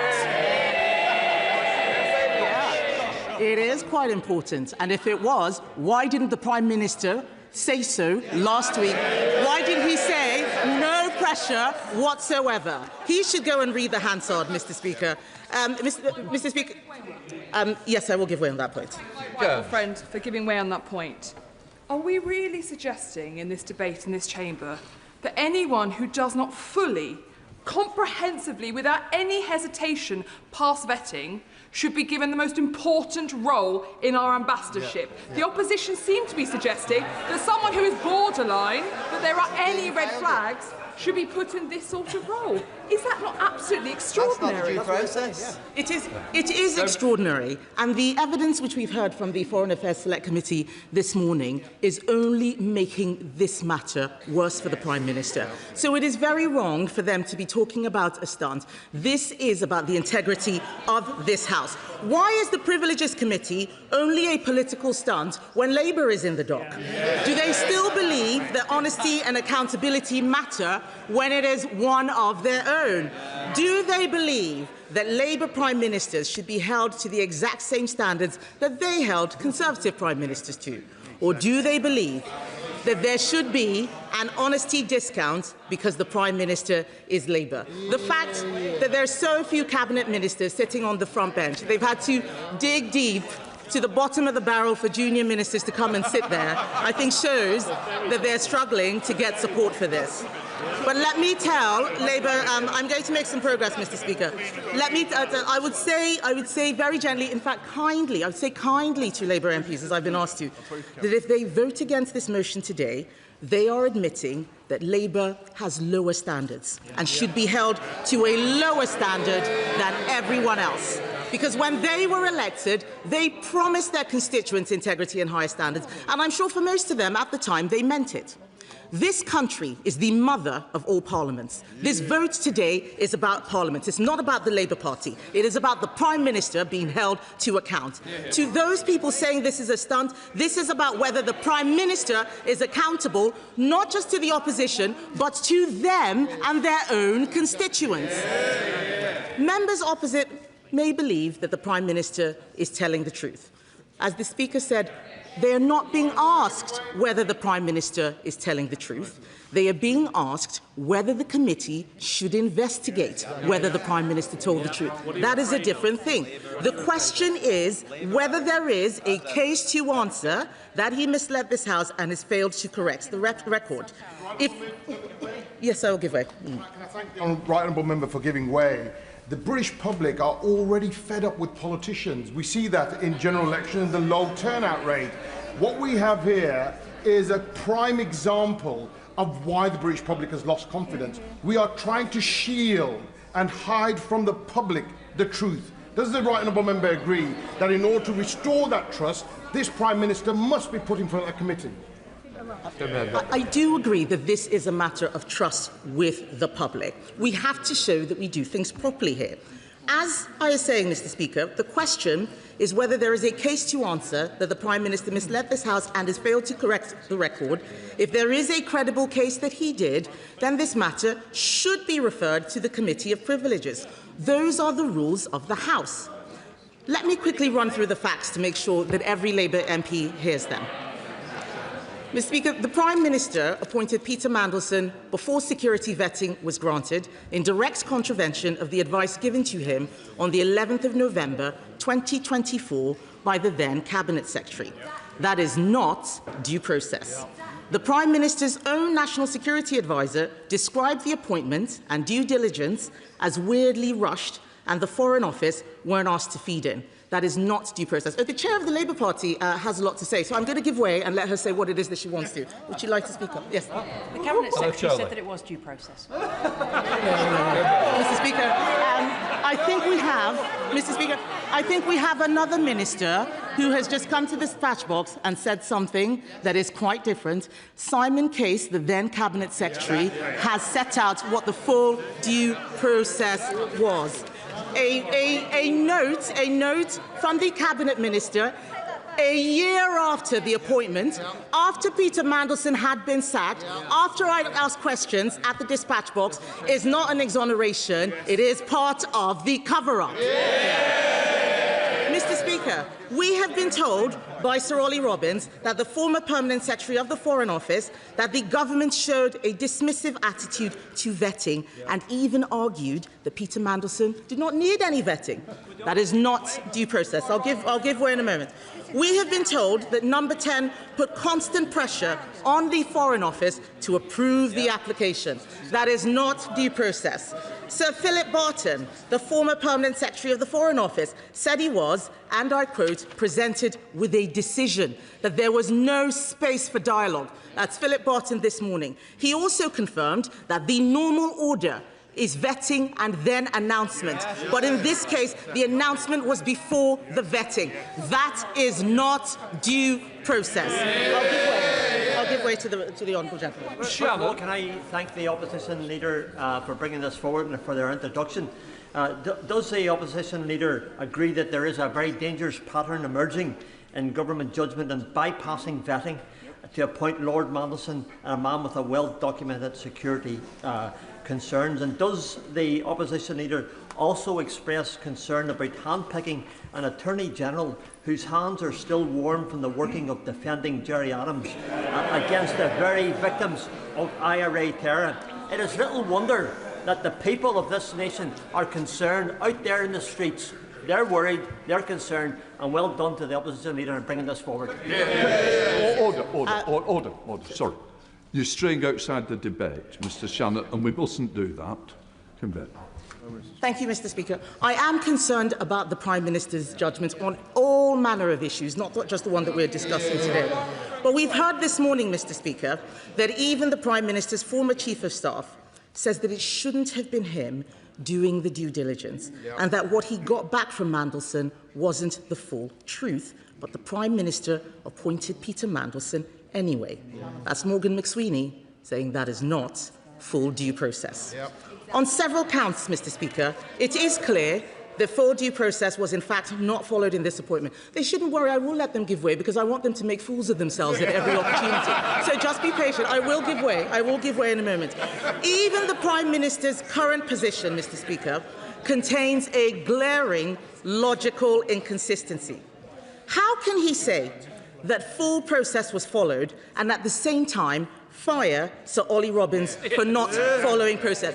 If the honourable gentleman would answer that question, that would be fantastic. I ask the shadow opposition leader the questions. That's how it works on an intervention. And can I also suggest to her that if she wants backbenchers to support her motion, she shouldn't be insulting us and calling us sheep. Now, I think that the critical question that a lot of backbenchers are wanting to know here is why now? Why, when the Foreign Affairs Select Committee has not concluded its investigations, has she brought this motion forward now? Is it because there is local elections next week, or is that a coincidence? I'm sorry. The decision was made on the letter that's been sent to me, not on whether somebody may be meeting somewhere else. It is judged on that merit. I don't need to be questioned again. Mr Speaker, I think the honourable gentleman would like his ministerial job back. That's the only explanation for why he was asking that question. So I did ask, if full due process was followed, why was Sir Ollie Robbins sacked? No answer. The Privileges Committee is clear that misleading intentionally or recklessly, refusing to answer legitimate questions, or failing to correct misleading statements impedes or frustrates the functioning of the House and is a contempt. That's what the Privileges Committee says. The Prime Minister has not answered legitimate questions on this appointment. They were all there at PMQs when I asked him whether he spoke to Peter Mandelson before the appointment about 6 times, and the Prime Minister refused to answer. Contempt. This is no longer just about the appointment of Peter Mandelson or the convicted paedophile Jeffrey Epstein. This is about whether or not the Prime Minister should be referred for contempt of Parliament. The honourable member for Warwick and Leamington said last week, I don't know if he is in the chamber, he said last week that the Prime Minister is a man of the utmost decency who would never, ever lie. If that is the case, they should welcome this chance to prove that. If they really believed that statement, they would not have to be whipped to block an investigation. Yes, I will give way to the right honourable gentleman. I'm grateful for the right honourable lady giving way. She will know that I was never a fan of Boris Johnson. No. You did it so well. But when there was a similar motion before the House to refer Mr Johnson to the Privileges Committee, his side was not whipped. Can she confirm that? And can she question why the government is whipping its side on this matter? That is an excellent question from the right honourable gentleman. I can confirm that this side was not whipped. I can also confirm that the leader of the head of the Privileges Committee was a former acting leader of the Labour Party. We trusted this House to do the right thing. Why can they not do the same? Why? Mr. Speaker, the Privileges Committee is made up mostly of Labour MPs.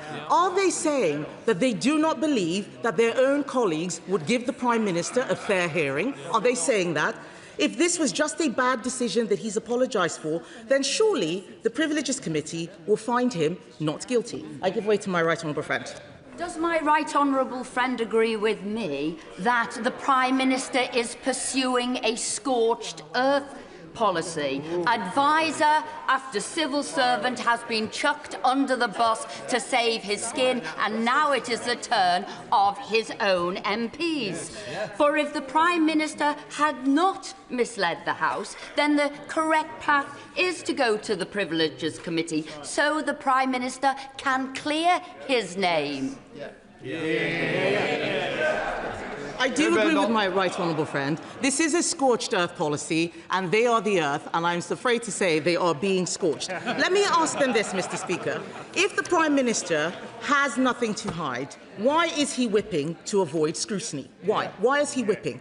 They are being whipped today to exonerate him before the facts have even been tested.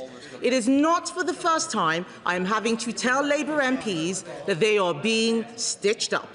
This is a man who has led them up and down so many hills. Our Education Secretary wants to intervene. Would she like to talk about the U-turn yesterday on social media? No, she doesn't want to. Shame. We got our U-turn, Mr. Speaker. We got our U-turn. They have to sit there looking embarrassed at every decision that they have to row back on. This is a man who has led them up and down so many hills. He sends them out to defend the indefensible even this afternoon, and it's a great effort by the whips, I must say. I know someone else wants to intervene. Please go on. Scott Arthur.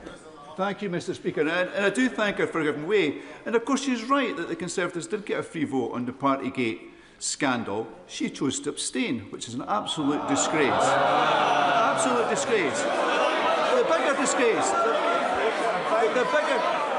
The bigger disgrace was voting against Action on... Thank you, Mr. Speaker. The bigger disgrace was voting against Action on Owen Parson, and she voted against her. Another disgrace, whipped. Mr. Speaker, I actually feel bad at having to make this explanation. And I say to my right honourable friend, I am trying to be kind, but there was no vote, so no abstention, because not a single one of us voted to block the investigation. This is a clear example of the Mr. Speaker, I'm not giving way. He's had his chance, Mr. Speaker. This just goes... If the Honourable Lady, right Honourable Lady, gives way, that's fine. You've had one crack at the whip. I wouldn't try too many cracks. Mr. Speaker, this is why I am telling... I know a lot of Labour MPs have not been in this situation before. They are being stitched up. I am trying to be helpful. This man has led them up so many hills and down again. U-turn after U-turn. I talked about banning social media for children. There was also a U-turn on the pensions mandation. This is a government that does not know what it is doing. This is a government that does not know what it is doing. And I think it's very valiant of them to come out to defend the Prime Minister. This is despite the fact that he took the whip away from MPs who wanted to lift the two-child benefit cap. And then he did it anyway. The member for Hayes and Harlington had the whip removed for opposing the two-child benefit cap. Then the Prime Minister U-turned. The member for York Central had the whip removed for voting against the Prime Minister's welfare reforms. Then he ditched the reforms. And then the member for Penrith, who had the whip removed for opposing the family farm tax. The Prime Minister's ditched that, but the member for Penrith still doesn't have the whip back. And this matters, Mr. Speaker. I know. It is about the privilege motion. I know you're developing a theme, but I think we've run out of theme. Thank you, Mr. Speaker. You're absolutely right. I'm just pointing out the question, why is this a whip vote? It will still happen anyway. This man has ruined the reputation of the Labour Party, has not been loyal to his own MPs, and I don't think that they are united. Morgan... Yes, I will give way. When the Prime Minister came in, he said he wanted to do things differently. He's had not one but two opportunities to, in an emergency debate tabled by this side of the House, to come to the House and answer all these questions, so he wouldn't need to go to a Privileges Committee. Can she espouse on why he may not have come to the House to answer on both two occasions? I think it is an excellent question from my honourable friend. Why not come to the House to correct the record at the earliest opportunity on multiple occasions? What is there to hide? We are hearing evidence in the select committees that is conflicting what is being said on the floor of the House. I would be very interested, by the way, if the Minister, when he is responding, is happy to repeat the Prime Minister's words at the dispatch box that there was no pressure whatsoever. Would he repeat that question? Would he repeat that statement? Let's see how brave he is. Mr. Speaker, this is absolutely critical. This cannot just be a debate about the Labour Party or a division between those who are on the inner circle and those who are on the outside. Again and again, we have seen the children of the chosen ones, people who had never been in Parliament before, getting all the best jobs. We now have the sacked Chief of Staff, Morgan McSweeney. His wife is a whip, telling people to vote for a cover-up. That is not right. That is not right. They are hanging... She has been notified. She has been notified. I know they don't like it. Have I said something that is not true? No. I'm speaking the truth. I know it hurts, but someone has to point it out. They are hanging everyone else out to dry, and I cannot believe that Labour MPs are letting this happen again. I know that a lot of them are expecting a reshuffle after the May election. Let me tell them, it is not worth it. I say directly to those Labour MPs hoping to be ministers after May the 7th, you will condemn yourself to being sent out on the morning round to repeat things that you know are not true, that you don't believe in, and that you know will end in disaster. And they will end in disaster, Mr. Speaker, as everything the Prime Minister touches does. This vote should not be about loyalty to the Prime Minister, but about standards. Why should Labour MPs ruin their reputations to save a man who has never shown loyalty to them?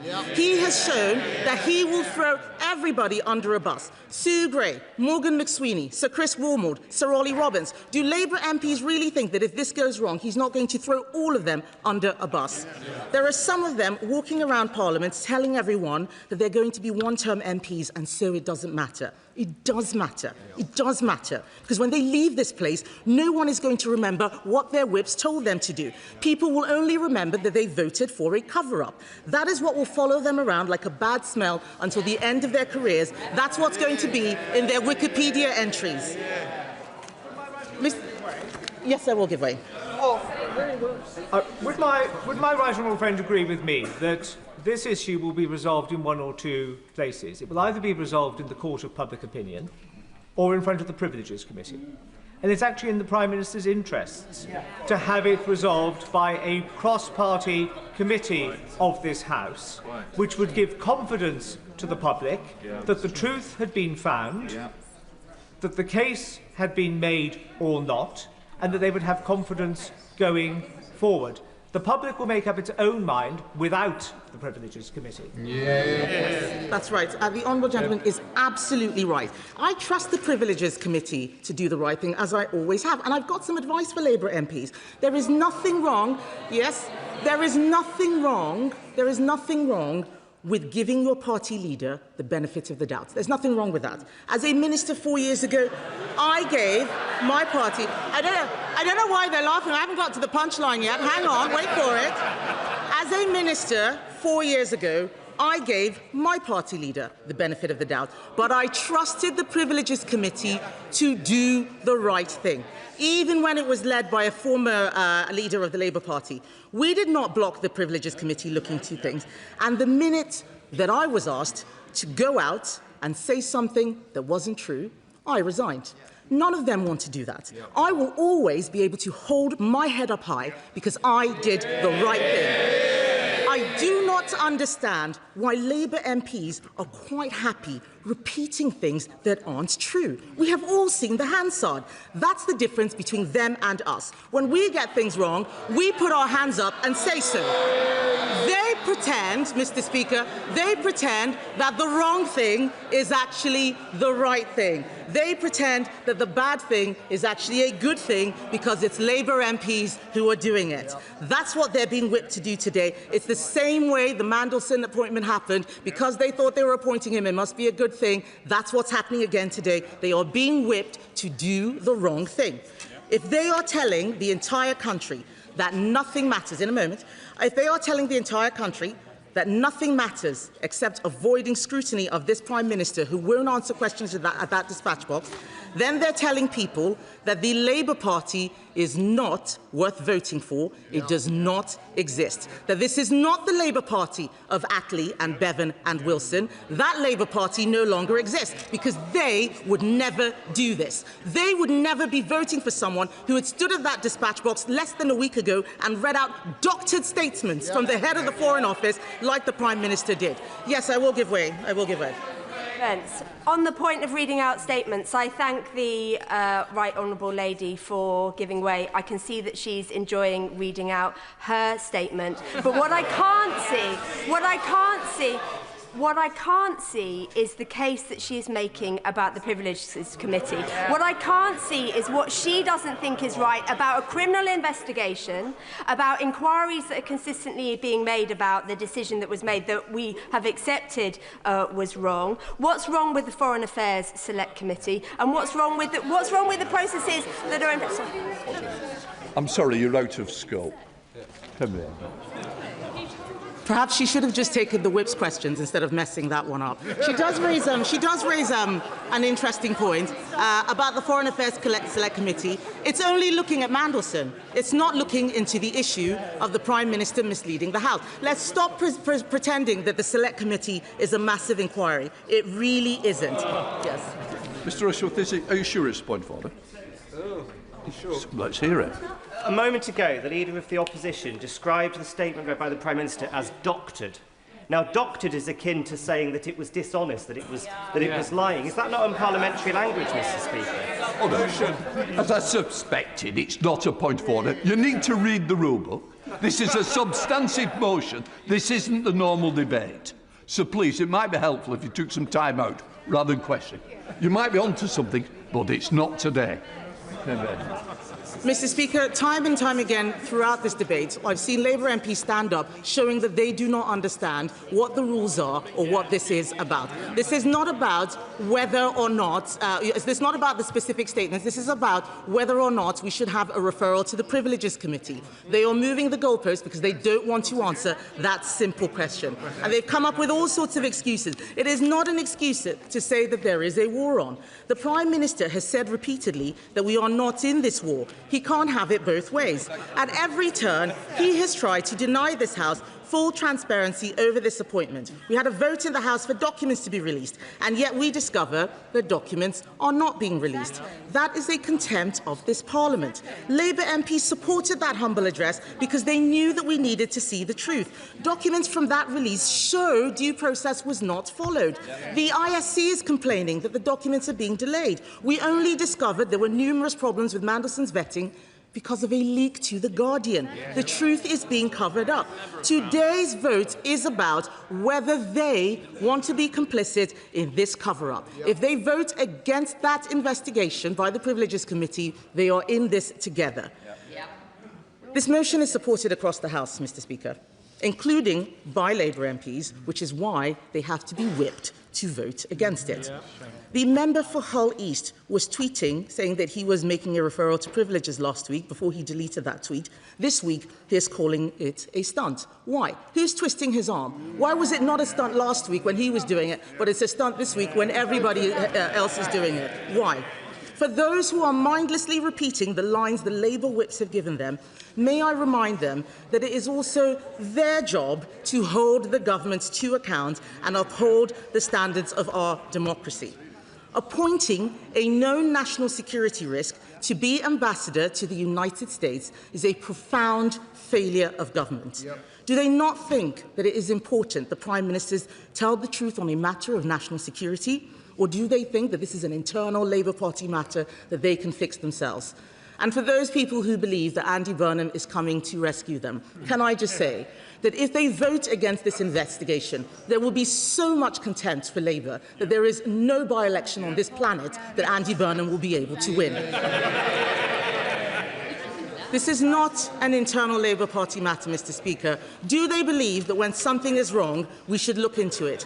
This is about whether they believe that Prime Ministers should not destroy the careers of civil servants to cover up for their own failures. I know it is very difficult for Labour MPs to walk through the lobby with other parties. But let me be clear what they are saying if they vote against this motion. Would they rather be on the side of Peter Mandelson, of convicted paedophile Jeffrey Epstein, of Morgan McSweeney and Matthew Doyle, on the side of the man who sacked Sir Chris Wormald, sacked Sir Ollie Robbins, Sue Gray? Is that what they came to Parliament for? Yesterday, we read that the honourable member for Stoke-on-Trent South said we should do this so she could pay off her new kitchen. Do they really want to tell their constituents that they voted against this inquiry because they are more concerned about their own personal finances than probity in public life? Because that is a shocking statement. Every MP voting on this motion today will need to examine their conscience on all sides of the House, Mr. Speaker. This is not a matter of party loyalty.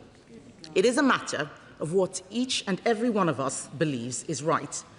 They are being asked to defend a man who has let the country down, he has let Parliament down, and let's be honest, he has let the Labour Party down. So I say to Labour MPs today, you can defend the Prime Minister today, and there are enough of you to get through the vote, but you will be complicit in a shameful abandoning of promises made to the electorate, promises every Labour MP stood on. It is up to them what kind of MP they choose to be. They can choose to live up to their promises on standards to ensure proper scrutiny takes place and allow the Privileges Committee to get to the bottom of this, or they can choose to put party before country. Their vote will define them, and the public is watching. They say it's a stunt, then let the inquiry expose it. They say there's no evidence of misleading the House, then let the committee test it. They say the Prime Minister has nothing to hide, then they shouldn't vote to stop the Prime Minister being scrutinised. They don't have to defend this. They can still do the right thing. They can show that Parliament matters. It matters more than any party or any faction. They can vote to enhance Parliament, or they can vote and prove the worst fears of people who think there is one rule for Labour and another rule for everyone else. Mr. Speaker, I commend this motion to the House. The question is, as on the order paper. Emma Lowell. Thank you very much, Mr. Speaker. I have watched this whole sorry saga play out for weeks now. Like the public, I feel let down, disappointed, and I am angry. Peter Mandelson should never have been appointed. This was a fundamental failure of judgment. Matthew Doyle should never have been given a peerage. This was also a failure of judgment. I feel the way that today's vote has been handled by the government smacks once again of being out of touch and disconnected from the public mood. The fact that MPs like me are being whipped into voting against this motion is, in my view, wrong, Mr. Speaker. It has played into the terrible narrative that there is something to hide, and good, decent colleagues will be accused of being complicit in a cover-up. A number of weeks ago, at a private meeting with my right honourable friend, the Prime Minister, I spoke about how, after a career of working so closely with victims of child sexual abuse, that I could not even begin to express how much it hurts me when people are screaming at me in the street that I am a member of the Pedo Protectors Party. I also said that prior to this scandal, people criticised the government's policies and at times lack of political narrative. But to me, they are now questioning the government's moral compass. My comments were leaked almost immediately by colleagues who were present. My words were then used later by the Leader of the Opposition. Recent weeks have since seen such abuse intensify and ongoing abuse and threats to mine and my staff's safety continue. Privilege motions, ISC investigations, committee hearings and process don't come up on the doorstep. What does come up time and time again is a general feeling that there is something just not right, that politicians are failing to deliver on their promises. Trust has gone and it's been replaced by anger, and the already fragile fabric of our democracy is eroding further every day this continues. This Prime Minister is very careful with his words and does have respect for the office he holds. He does want to change this country for the better, and he truly believes in public service, something which in recent years may have been sorely lacking from previous Prime Ministers. So I can't understand, Mr Speaker, why the Prime Minister doesn't refer himself to the committee with a clear statement that he is doing so to clear his name. One quick session of the committee could surely see this matter concluded. Instead, it will now drag on and dominate every headline and interview. It will overshadow and undermine every good policy we make and continue to drag every single one of us down. Whether any Prime Minister misled the House or not is not a matter for the Foreign Affairs Select Committee, nor is it a matter for the Intelligence and Security Committee. It is a matter for privileges. That's why such a committee exists.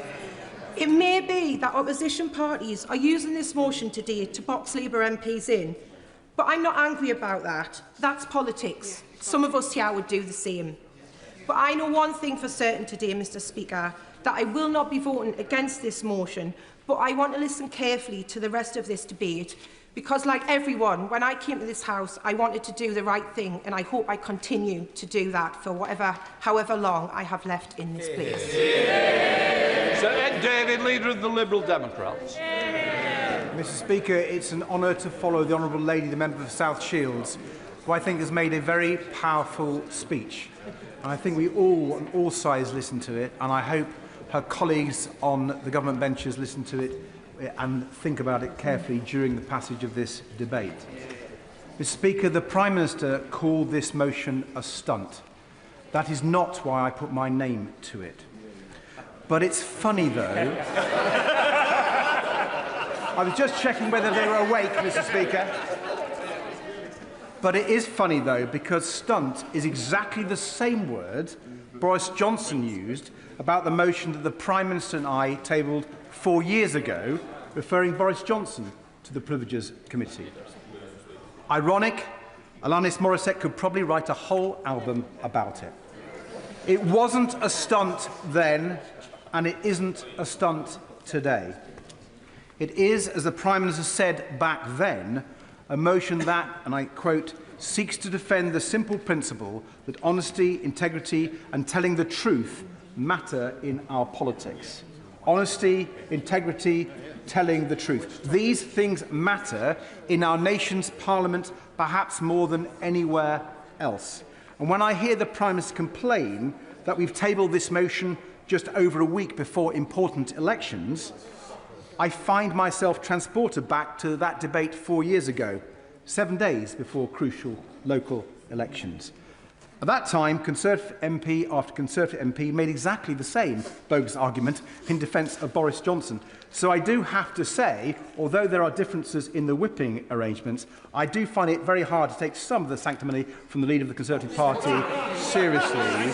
She and her Conservative colleagues propped up Boris Johnson back then. She called him a great Prime Minister, and even after the game was up and Johnson was gone, she dismissed the Partygate scandal and called it overblown.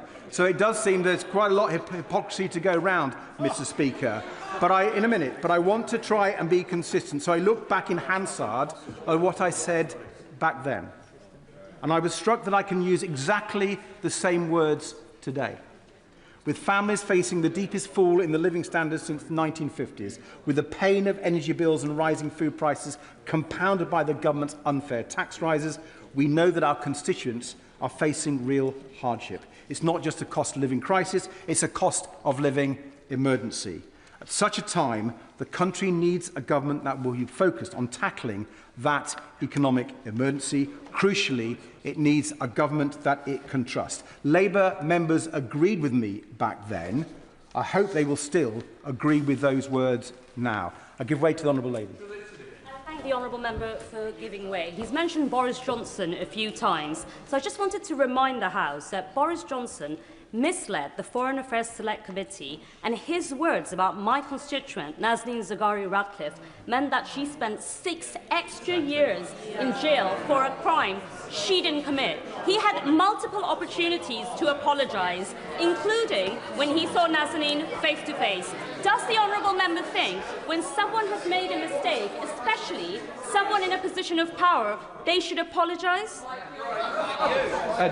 Well, Mr. Speaker, I can see from your letters in the chair that you don't necessarily want me to go down that particular avenue, but I hope I speak for others that we can reflect on how incredibly depressing it is that nothing has really changed. The British people are facing a cost of living emergency. They need a government focused on tackling it. They need a government they can trust. But instead, this is what we've got. A Prime Minister who promised to be different, who promised to turn the page, who promised above everything else change, but who has now mired this government in the same endless cycle of chaos and scandal as the last one. A Prime Minister who appointed Peter Mandelson as ambassador to the United States, even though his links to Jeffrey Epstein had been widely reported, even though those reports had been brought directly to the Prime Minister's attention, even though the Cabinet Secretary had advised him that security clearance should be acquired before the choice was confirmed. A Prime Minister who, despite all that, still told the House repeatedly that full due process was followed. A Prime Minister who says no pressure existed whatsoever to appoint Mandelson, even despite all the evidence we've heard to the contrary, as the Right Honourable Lady set out in her speech. And now a Prime Minister who desperately claims that he wouldn't have appointed Mandelson if he had known about UK security vetting's recommendation. Mr. Speaker, the Prime Minister said we would find what he told us to be incredible, and we do. But I think it's that last part that is the most incredible of all. Does he really expect us to believe that after all of that, ignoring the clear warnings from the Propriety and Ethics team, ignoring the advice of his then Cabinet Secretary to get the security vetting done first, ignoring everything we already knew about Peter Mandelson, and announcing his appointment to the world before the vetting had been done, does the Prime Minister really expect us to believe that if he'd been given the same recommendation as Ollie Robbins, that it was a borderline case, that he'd have cancelled the appointment? Do honourable members opposite really believe that's what would have happened? Because that claim is now all that's left of the Prime Minister's case for the defence, and I'm afraid it just doesn't stand up. So, Mr. Speaker, I will finish not with my own words, but with the words of another honourable member 4 years ago, the now Right Honourable Member for Ashton-under-Lyne. I know her words carry a lot of weight on Labour benches. She said, and I quote, "The only way to get to the bottom of this issue and regain public confidence in our democracy is by respecting the processes that have been created to enshrine the rules of our Parliament." I point out that process we are following today is in place only because the Prime Minister has failed to do the decent thing and resign. I repeat, honesty, integrity and the truth matter in our politics. Today, MPs across the House have the opportunity to defend those principles and to vote to support our democracy. Mr. Speaker, the Right Honourable Lady was right back then. That is the opportunity before MPs today. and I urge us all to take it. Brenda Singh Joseph. Thank you, Mr. Speaker. Last week I spoke in the emergency motion debate, and I spoke about the appointment of Peter Mandelson in the first instance, the approach taken by the Prime Minister as details have become available, and finally the vetting process overall. Today I want to address the motion and why I feel it's premature. And in doing so, I believe there are three principles of this House that are key to our consideration today, and that is transparency, due process and proportionality. A privileged motion is a serious matter and a tool available for Parliament to use in such circumstances. And whilst the motion is there to address such matters, it is also the case that use of a privileged motion impacts on the integrity of the House and its procedures. And deploying a privileged motion prematurely or in the absence of full and proper grounds has the ability to impact negatively on the integrity of the House. And I am clear that any allegations or concerns must be addressed. Refer the member to the words of the Speaker earlier. It's the Speaker that decides whether or not a privilege motion goes ahead. So he's criticising the Speaker for having allowed it. He received a... So my point is about what our consideration of it, the fact that the Speaker has decided we are here discussing it, and I'm putting a case forward about why I think it's premature to vote for it today. Just because the Leader of the Opposition and others have decided to put it does not make it right. It's clearly a political and partisan process. And I'm very clear that any allegations or concerns must be addressed, and it's quite clear that the Prime Minister is clearly of this view as well, and which is why we have the humble address, why we've got ongoing inquiries by the Foreign Affairs Select Committee, and even an ongoing police investigation. It is right and proper that all allegations should be examined thoroughly, and that these processes should be allowed to run their course.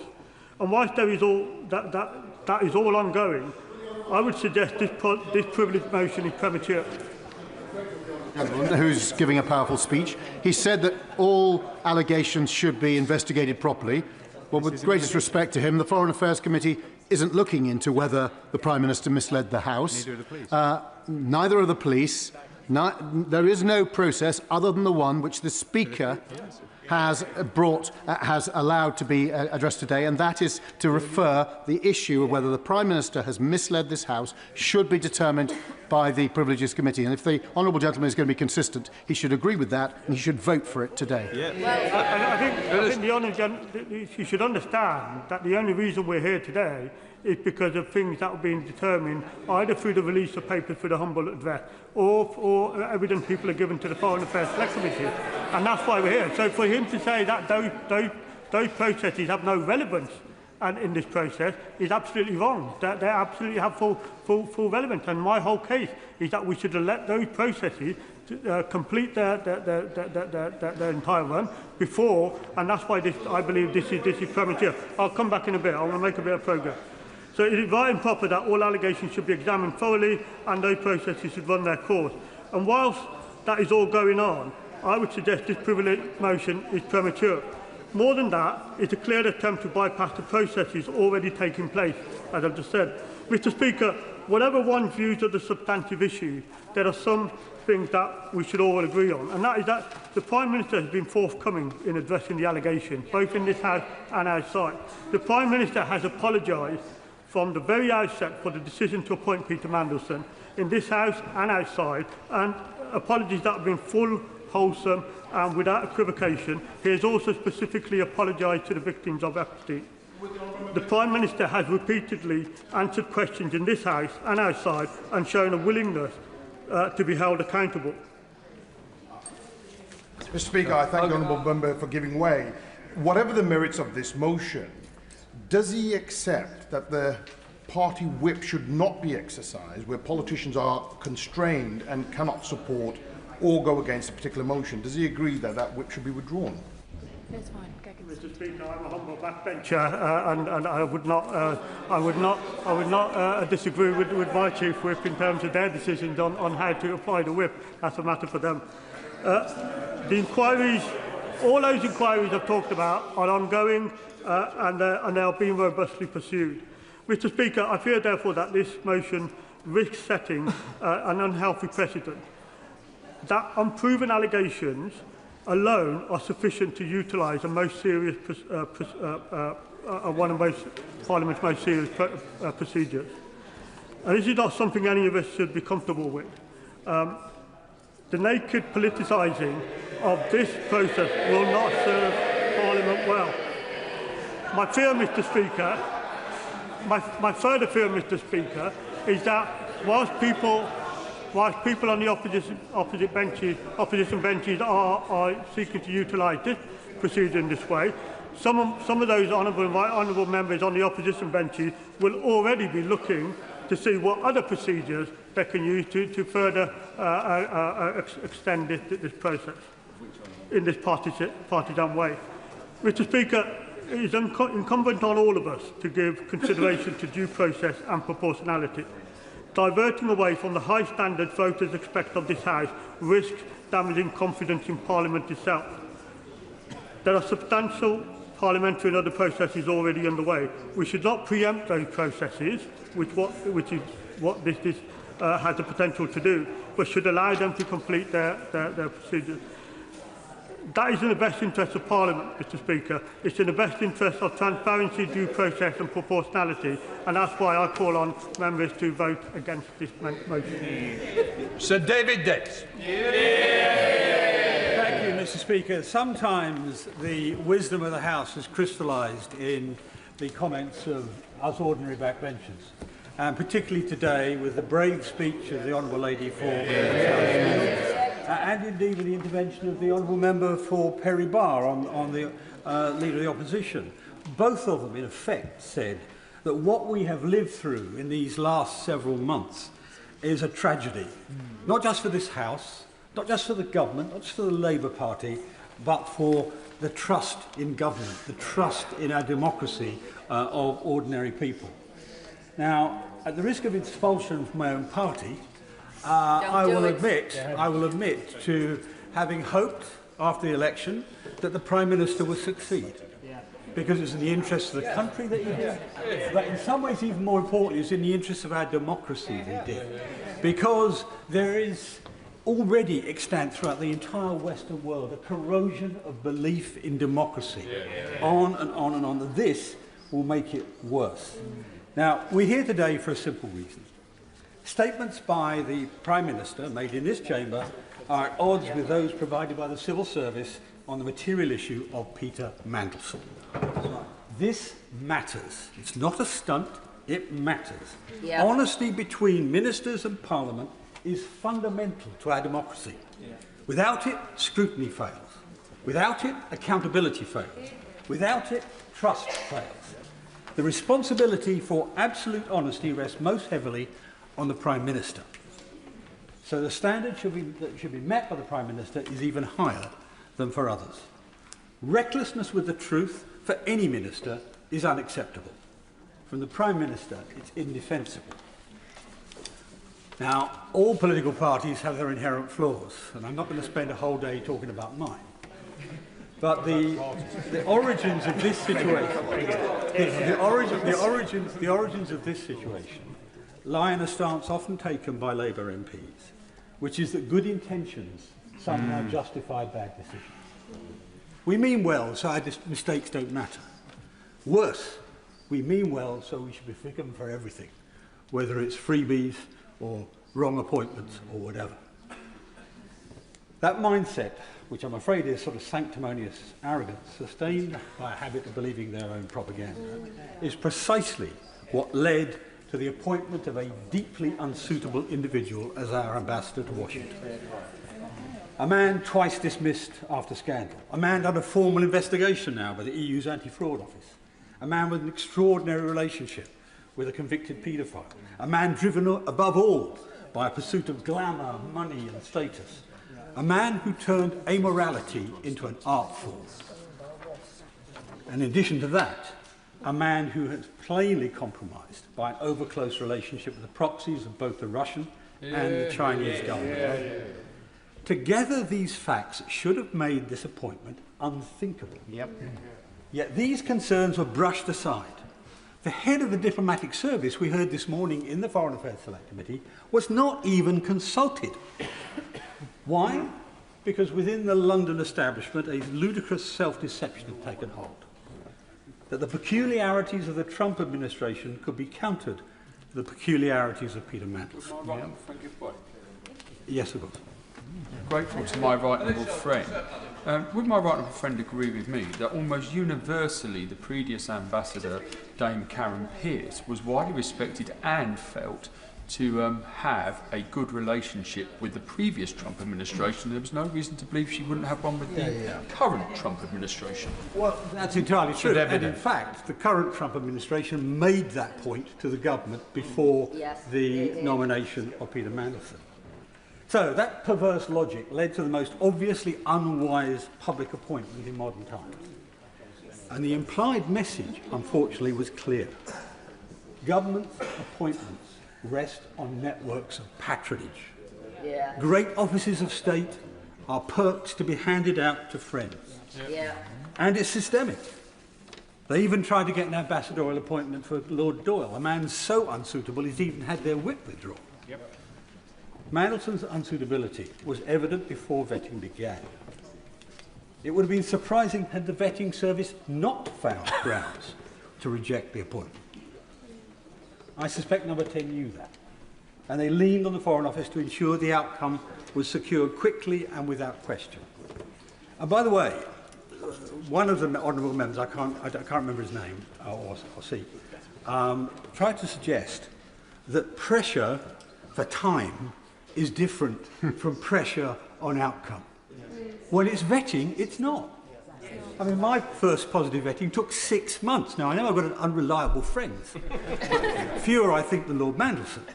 It would have taken quite a long time to get to the bottom of all the issues related to Lord Mandelson. So saying you've got to do it quickly is the same as you've got to do it shoddily. So let's not lose sight of it. I'll give way. Francois. He's making an excellent speech.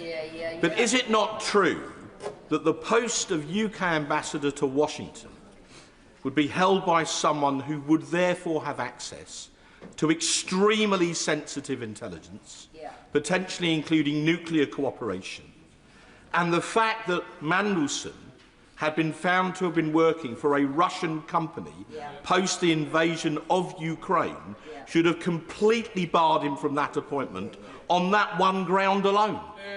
My honourable friend is exactly right, and indeed it's worse than that, because it is the nexus, that post is the nexus of the entire Five Eyes intelligence cooperation. And in our service, it's not like the Americans. In the American embassies, the CIA is freestanding. The ambassador doesn't matter. In our service, the ambassador runs the local Secret Service element, if you like. And so he is or she is entirely responsible, has entire access. And it's particularly an issue with the Americans, because the Americans are incredibly sensitive about the corruption or in any way undermining the security of that arrangement. So we could actually put at risk the whole Five Eyes cooperation arrangement, but the honourable friend leads me off on a completely different tangent. So when asked this morning, to come back to the general point, when asked this morning about delay and attitude and pressure, so when asked this morning at the Foreign Affairs Select Committee if he recalled any dismissiveness in Number 10 about the importance of Mandelson's vetting, Sir Philip Barton, that's Ollie Robbins' predecessor, described Number 10 as uninterested in his security clearance.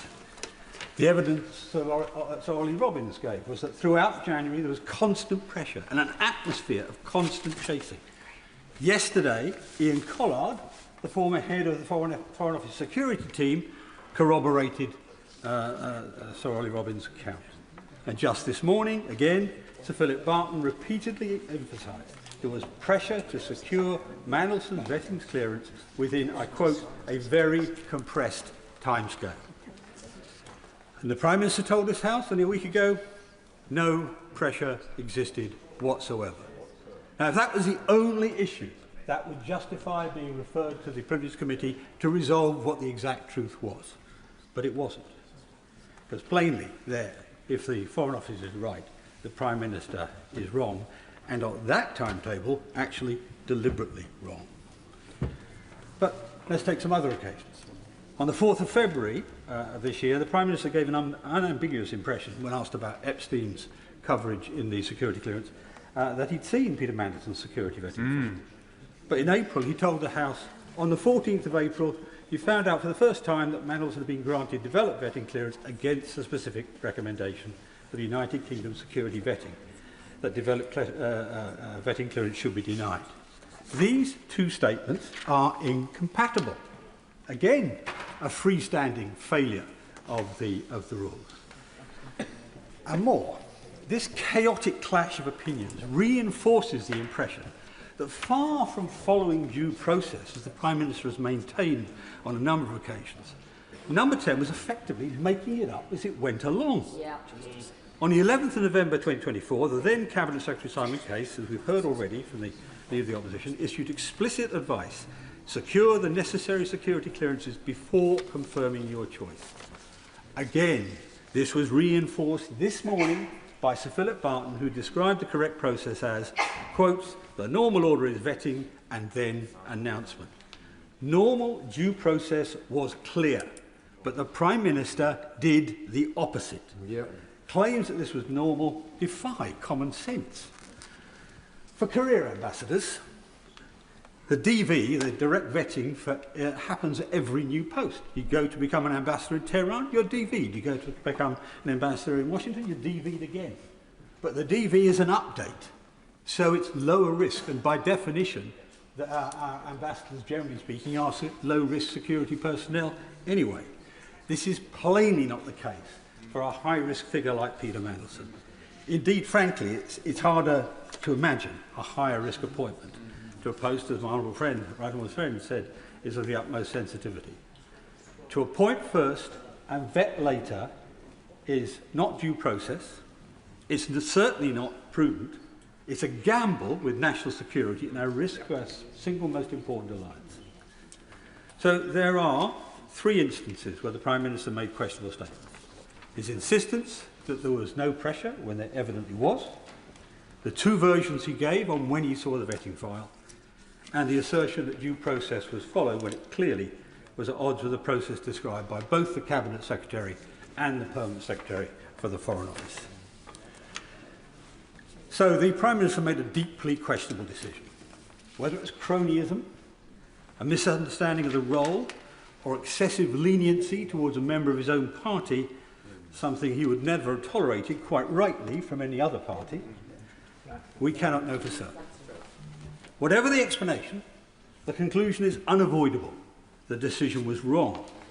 And to implement it, established procedures were bent out of shape. The civil service was placed under extreme pressure to deliver outcomes that sat on the margins of propriety. When concerns were raised, they were not confronted but sidestepped. As usual in number 10, an attempt was made to place the blame on somebody else. Even in this week's New Statesman, traditionally a banner carrier for the Prime Minister, even in this week's New Statesman, I think it was Tom McTague's article, there is a quote from a senior government official who goes on at length against the Prime Minister, but he ends by saying, ask Chris, ask Sue, ask Morgan, ask Ollie. He will say he takes responsibility, but then he makes everyone else pay. That's what we're looking at. So rather than addressing concerns directly, the Prime Minister proceeded regardless, and only later sought to justify his decision with answers that were, I'm afraid, frequently misleading. As a former DPP, he should have known better. What began as a mistake evolved into something more serious. A failure turned into a defence, a problem became a pattern, and ultimately the situation now looks like a cover-up. But today, as we've already heard from the front bench and a number of other speakers, is not about determining guilt, it's about determining whether there is a case to answer. Finding the truth and adjudicating guilt is the task of the Committee of Privileges, which has both the time and the access required to examine the evidence in full. Now, much has been made of Boris Johnson's appearance, as it were, before the Privileges Committee. and I am famously a fan of Boris Johnson. When it was brought to this House, that question, whether it should go, it was clearly recognised at the time that this was not delivering a verdict, but was deciding whether there was a case to be answered. Now, I, at the time, with our own Whip's office, made it very plain that I would not countenance any attempt to block a proper investigation on a House of Commons matter. But I was by no means alone. There are a number of other colleagues who made the same argument. And as a result, the government of the day accepted this is a House of Commons matter. Exactly. It is improper for the government to intervene in such a matter to try to guide the House. Accordingly, the motion passed without a whip and without division. Interestingly, the honourable gentleman thought. Mr. Speaker, you know, in a debate which is about misleading the House, I do wonder when members of this House accuse others of not voting in a measure without a vote. So I will not be taking intervention. I will certainly not be taking intervention from him. As the honourable gentleman is a noisemaker, not a truth teller. On the evidence before us today, contradictions, procedural failures and an emerging pattern of conduct, there is plainly a case for referral. Where doubt exists, it should be resolved through proper scrutiny. Where a case exists, it should be tested. This case should go to the Committee of Privileges and go today. Cole Turner. Thank you very much indeed, Mr. Speaker. It's a pleasure to follow the Right Honourable Gentleman for Goole and Pocklington. We rarely agree politically, him and I, but we do work together, I think, constructively in the constituency for the betterment of the region. Mr. Speaker, I start by way of an apology, because I think it was mentioned by the Leader of the Opposition. I did accidentally publish correspondence between me and you, Mr. Speaker, last week. That was my mistake. I respect you, Mr. Speaker, and I respect your office. So I apologise sincerely for that mistake. But it was my mistake. Now, do I believe that the Prime Minister deliberately misled this House? No, frankly. I've known him a long time. I know him, I think, very well. I think it's fair to say I describe him as a friend, and I think he's described me as a friend as well. Both him and I are lawyers by trade. There is no way, in my honest opinion, that the Prime Minister would come to this House and deliberately mislead the House. However, there was a very significant difference, in my view, between what the Prime Minister said in answer to the Right Honourable Lady, the Leader of the Opposition, last week in Prime Minister's questions, and what the evidence was of Ollie Robbins the previous day. I think I'm right in saying that the Prime Minister said there was no pressure whatsoever, intimating at very least that that was the evidence that Ollie Robbins had given to the committee. I watched every minute of it. That's definitely not, and I've looked back, I've checked Hansard, the evidence that was given by Ollie Robbins. So I do think there is a prima facie case for this matter to be investigated and an inquiry to be had by the appropriate committee of this House. And I think, Mr. Speaker, that if that happened, I suspect it's not going to, because this is whipped, and I don't blame the government for that. I find it unfortunate, to be honest, but they're not setting any new precedent. There's been precedent for whip scenarios in this situation in the past. But, Mr. Speaker, I do think the Prime Minister would be vindicated. Yes. For giving way. He is right that there are some precedents for House business being whipped, but the lesson learnt from that is that it is a fool's errand. It is normally the start of the end. So does he agree that whilst he is making a fair point to his front bench and being kind to them, that the lesson is there may be precedent, but you learn from precedent, you don't repeat it? Very grateful to the honourable lady. She's spot on, and it leads me to the point that was raised by the Leader of the Opposition. I did make a statement on social media that this was a stunt. I think a stunt is defined as an action designed to capture attention. I think it's worse than that, actually, if I want to be cynical. I think the problem is this. This is an action designed to capture Labour MPs. And that's my concern.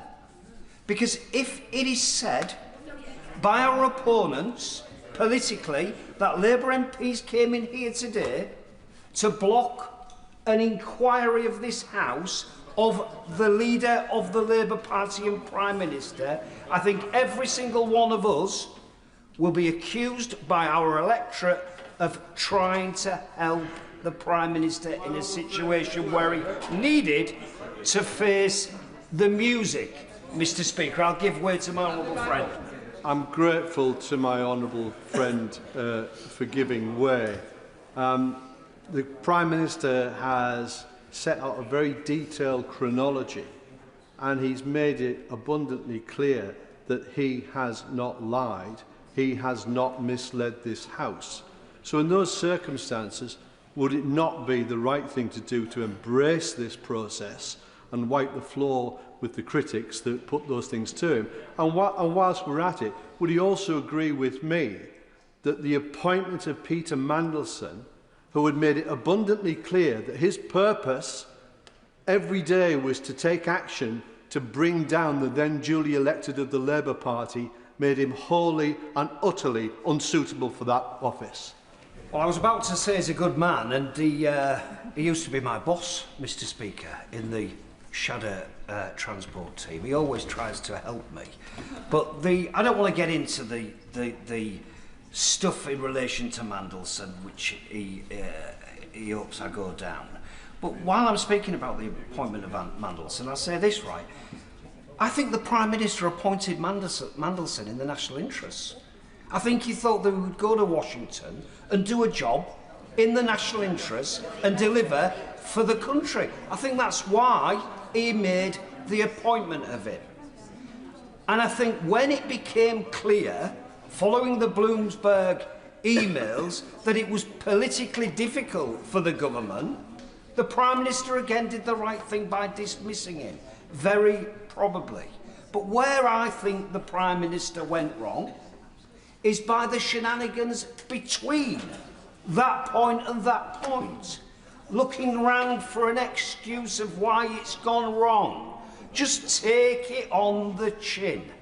Deal with it.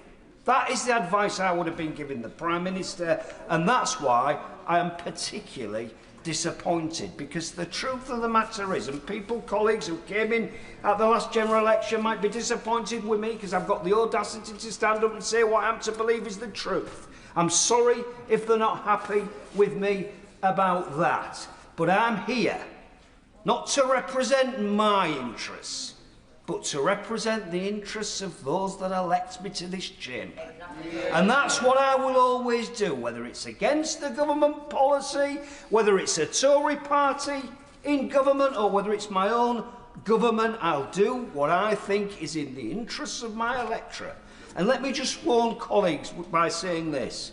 I promise you now, if we are seen to go through the lobby to defend this process, which is a reasonable process, Mr. Speaker, this isn't the shenanigans that the government has suggested in relation to jury trials.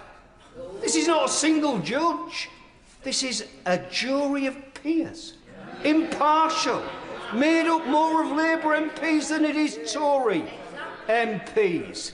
The Prime Minister has nothing to fear.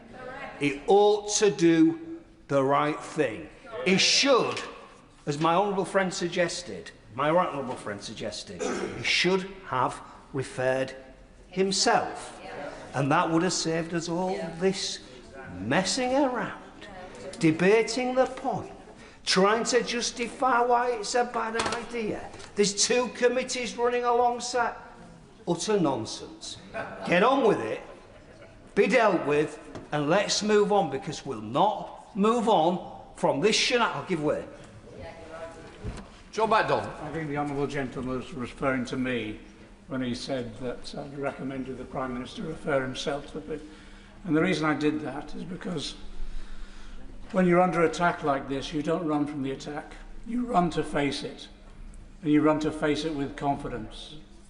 And you argue if there's an attack and people want to criticise the individual, then produce the evidence. And he knows as well as I do that the Privilege Committee will deal with this matter fairly, and I believe as a result of that, this party will come out of it stronger. Completely agree with my right honourable friend. I think I said on Twitter, he rarely gets it wrong. I was accused of being wrong for suggesting the very thing that he rarely gets wrong. But I think, in my experience of knowing him for the time that I've known him, he rarely, in my opinion, gets it wrong. So I think he's absolutely spot on. I'm confident, I'm convinced. I know the Prime Minister, I know he's not a liar. I know he wouldn't deliberately mislead. I know that for a fact. And I think he would be exonerated. And I think the trouble we now face is the accusations from the electorate that we stopped it happening in the first place, and for that reason the Prime Minister is guilty by the fact that we avoided the inquiry in the first place. And once we're in that position, once we are in that position, we have a big problem, because you cannot prove something that never happened. Thank you. Father House, Edward Lee. I want to speak very briefly, Mr. Speaker, because I'm not particularly party political, and I don't like making personal attacks, and I'm not calling for the Prime Minister to resign. I'm not questioning the appointment of Mr. Mansell. This debate is not about whether that was a good decision. I'm sure that at the time there was some logic in appointing him, in that obviously the incoming president was a very political, very difficult character, and it was felt that Mansell had the political skills to deal with him. I understand all that. So I'm not making a big issue about Mr. Mandelson or about whether it was right to appoint him or not. And I wasn't really going to speak in this debate until I heard the speech from the Honourable Lady for South Shields, which I think was a very powerful speech, because it came from somebody who was obviously a loyal member of the Labour Party, as is the member for Hull East who's just spoken, that they were not trying to damage their own government.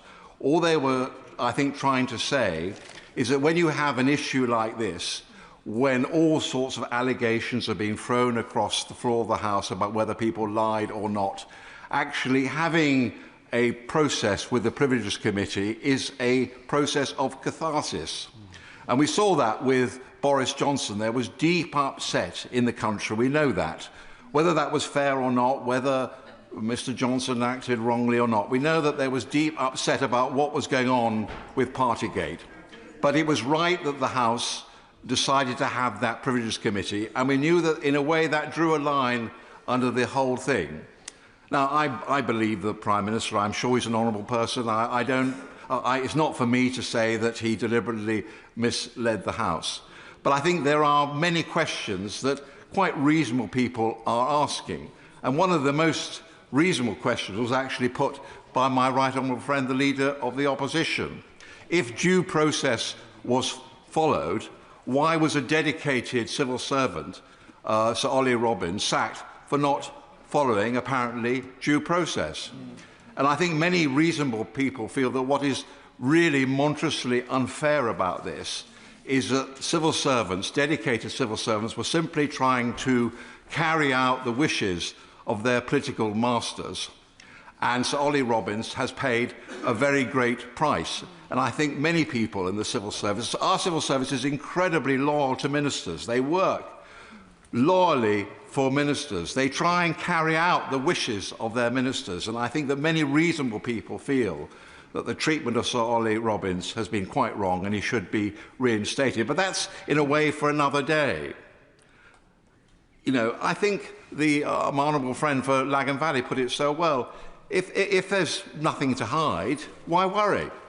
You know, in these scandals, it's such a war of words, we almost lose track of what was originally true. It's not the original scandal, if there is indeed a scandal, which is at fault. It's the cover-up, or the perceived cover-up. And the best way to restore public trust in Parliament, in the system, in what the Prime Minister said or didn't say, and the public are not that interested in all the details of all this, and they're probably, like me, quite confused about actually whether the process was followed, who said what, whether the Chief of Staff bullied the head of the Foreign Office. These are all just party political words, Westminster bubble. What's important is the reputation of this place.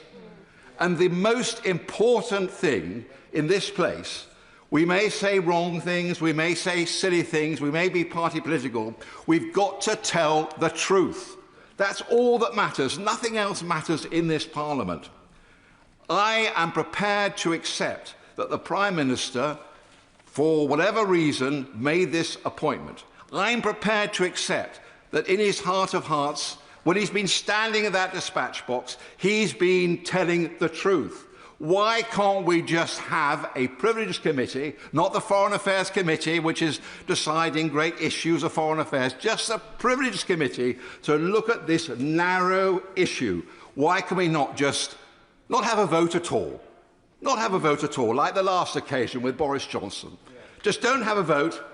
Let us all express our point of view and let it go through. Let us have an impartial committee. Let us listen to the testimony and let the committee and the House of Commons make up its own mind on the truth. Nadia Wood. Thank you, Mr. Speaker. Firstly, it's important that in all of this we're centring Epstein's victims, who have so often been forgotten. Their courageous campaign for justice and accountability continues, and we must all do all that we can to support it. I've heard the argument that this is all a distraction from the real issues that we should be discussing. Now, I would like nothing more than for us to be focusing on what this government has delivered, like bringing NHS waiting lists down, raising the minimum wage and lifting children out of poverty, and pushing for even greater ambition. But unfortunately, it's because of the serious mistakes made by Number 10, like appointing Peter Mandelson, that these achievements are being overshadowed. Now, I also don't doubt that the Conservatives are attempting to use this issue for their own gain ahead of the local elections. As my honourable friend said, that is politics. Of course, our political opponents will try to exploit our weaknesses.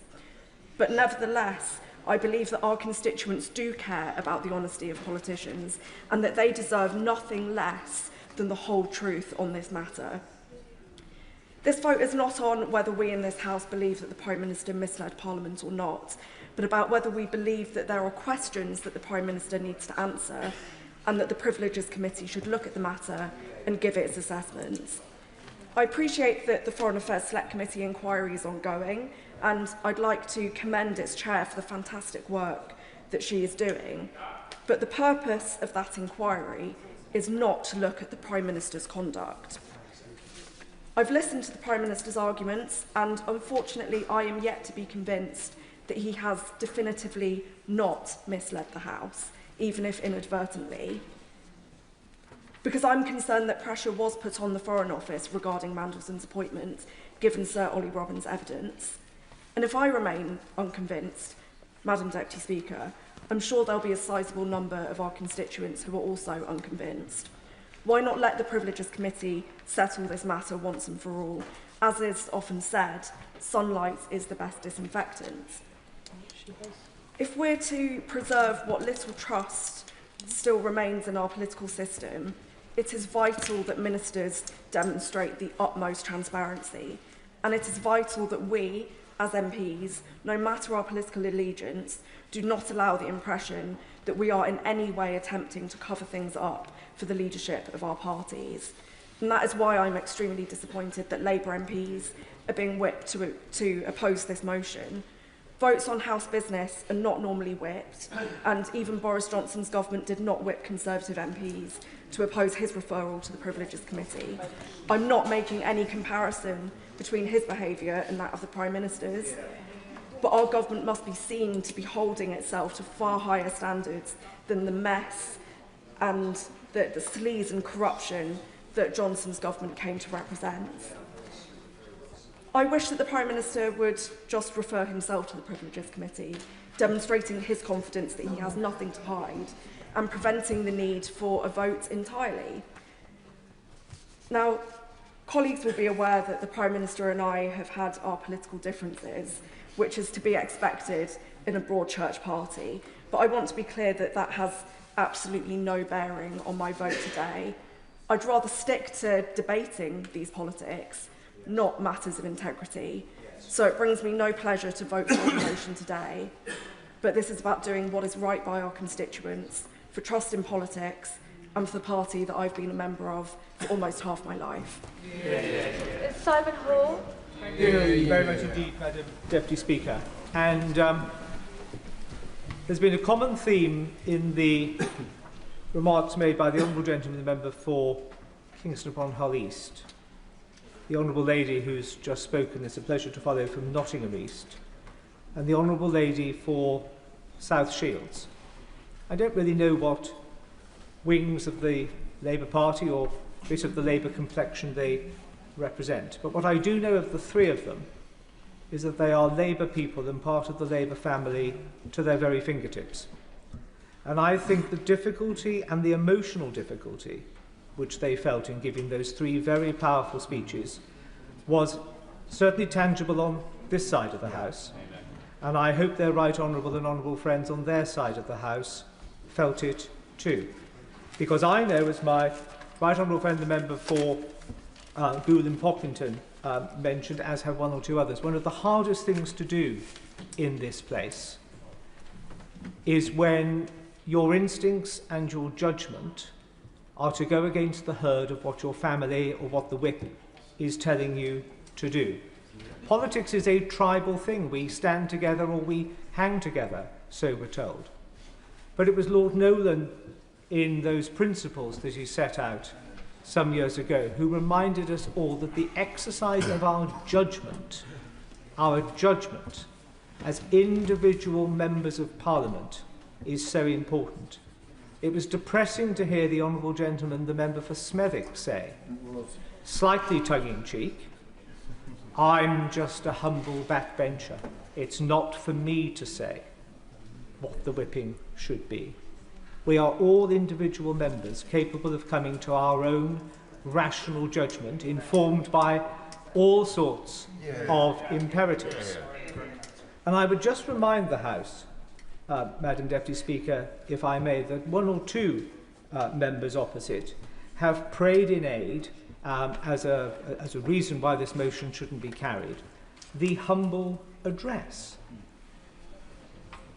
But I would just remind colleagues across the House, but particularly colleagues opposite, that we started that debate on the humble address with the whip being to vote it down from the government side. It was only when the government chief whip and the leader of the House, two right honourable gentlemen with whom I have the highest esteem and regard, listened to the debate, when the right honourable gentleman, the member for Torvine, as the Paymaster General, read the mood of not the House, but their own benches, and realised that the whip was wrong, and they needed to find a way of meeting something in the middle. Now, all of this could go away, of course, were the Prime Minister to refer himself. Now, the honourable I will be fine. I'm grateful to my honourable friend, and Madam Deputy Speaker, my honourable friend and I could never have been described as the greatest fans of Boris Johnson. But this party decided that when it came forward to go to the Privilege Committee, that committee was the right place to decide whether he had misled Parliament. Nobody was calling for his resignation until that report came out. Now, after that report, this party moved and he went. Now, isn't the flip side of the coin, I say to my honourable friend, that once the Privilege Committee, as many Labour MPs believe, will clear the Prime Minister, that actually his strength will grow? Is it not true, Madam Deputy Speaker, that he has nothing to fear? My right honourable friend has many skills, one of which I've just learned, is that he is able to read the left-handed scrawl of my hand on my notes, even when he's sitting next to me, because that is a point I am literally just about to come to, because the Honourable Lady for South Shields wondered, as have one or two, is this a trap set by my right honourable friend, the Leader of the Opposition, and many on these opposition benches laying this motion? I don't think it is. But even if it were, which I do not believe it is, as I say, the whipping operation from the government benches today has baited that trap. It is the wrong thing to do. It makes, as my right honourable friend suggests, the Prime Minister look uncertain. It makes the Prime Minister look weak. He's not using a large parliamentary majority in this place to deliver change for the country, but turning you all into a human shield for him. And I agree with the Right Honourable Member for Hull East. I think the Prime Minister takes his training and experience as a lawyer very seriously. I think the Prime Minister takes the integrity of politics very seriously. I sometimes think the Prime Minister can be naive in presuming that everybody else takes a sort of similar, sort of elevated view of these things, and I think that can sometimes be really feeding in to some of his problems. So one has to ask, what would the Prime Minister, who is an experienced lawyer, fear from having his name cleared and his reputation strengthened by going through a cross-party informal process of this House? He wouldn't. He would feel stronger. But we do understand that Labour whips and loyal ministers have been picking up the telephones or whatever, accidentally on purpose, bumping into people in the lobby or elsewhere, asking them to vote this motion down. May I give, for what it's worth, just some thoughts on how I would have responded were a whip on my side to have asked me to do the same. Keep it clean. Keep it clean. And don't worry, Madam Deputy Speaker, I have checked what is parliamentary language and what is not. The first point I would make is one which has already been made. Not even Boris Johnson. I was never a fan. We first met in the late 1990s. I never got him then, he never got me, and nothing ever changed. But not even Boris Johnson thought to apply a whip on a privileges motion. So the question I would be asking if I was the honourable gentleman, the member for Smethwick, or anybody else to the whips is, do we, as Labour, really want to be letting him look like the good guy when it comes to referrals to the Privileges Committee? Bad politics, as far as the Labour Party is concerned. The second point I would make is that the Privileges Committee can be the fulcrum for lancing this particular boil. It will do it dispassionately, it will do it well, it will do it without fear or favour. That is what the Privileges Committee is taught to do. They have done it in the past, they could do it now. I am doubtless that they will do it in the future. There is nothing to be afraid of. This is not a kangaroo court. This is not a committee comprised just of people who really can't stand the Prime Minister. It is a committee of this House. I will. honourable friend is making an excellent speech as usual. He's talking about the composition of the Privileges Committee. Is it right to say that that is actually comprised of the majority of Labour members? He's actually asking his own colleagues, amongst others, to judge on him. My honourable friend is right. Just in the way, of course, that when the Privileges Committee looked at Boris Johnson's behaviour, there was a majority of Tory MPs on it. And it was still able to come to a judgment on the facts, on the evidence. Would you forgive me if I don't? I know a lot of members want to speak, and I just want to make a little bit of progress. The third thing, the third compelling reason that Labour whip or Labour minister has deployed, well, you know, the local elections, Wales, Scotland. National elections. This isn't going to do us any good at all. Well, I'll tell you what would give a whole lot more confidence to party canvassers, I would suggest, if this was raised on the doorstep. My leader has nothing to fear.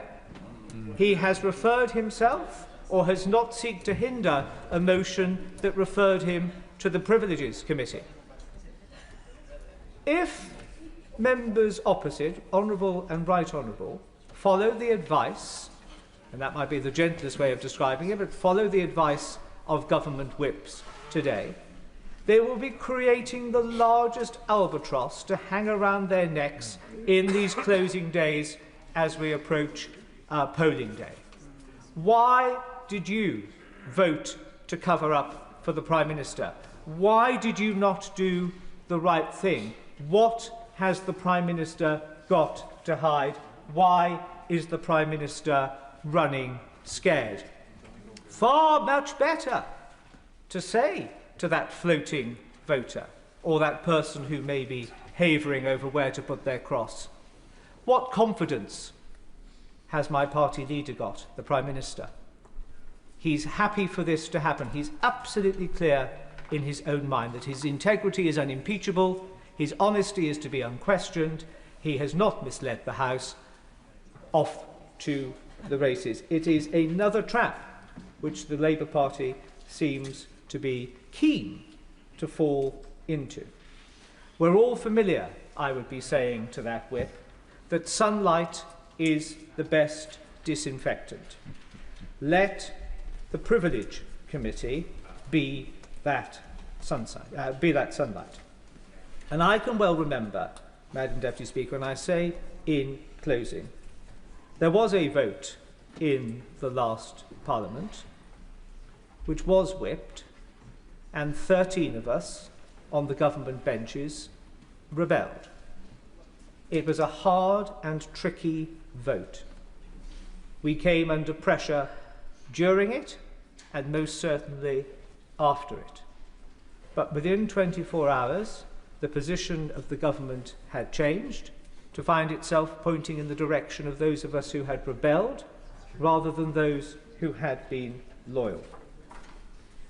This may sound a slightly old-fashioned question to ask ourselves.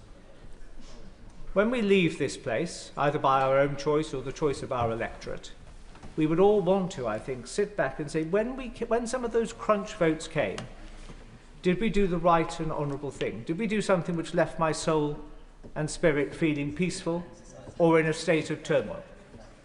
But possibly more importantly for today and tomorrow, could we, without blushing or without crossing our fingers or without trying to find some weasel word, answer truthfully why anybody would vote against this motion if we were asked it in the supermarket queue this weekend, or at the butcher's or the fishmonger's or wherever?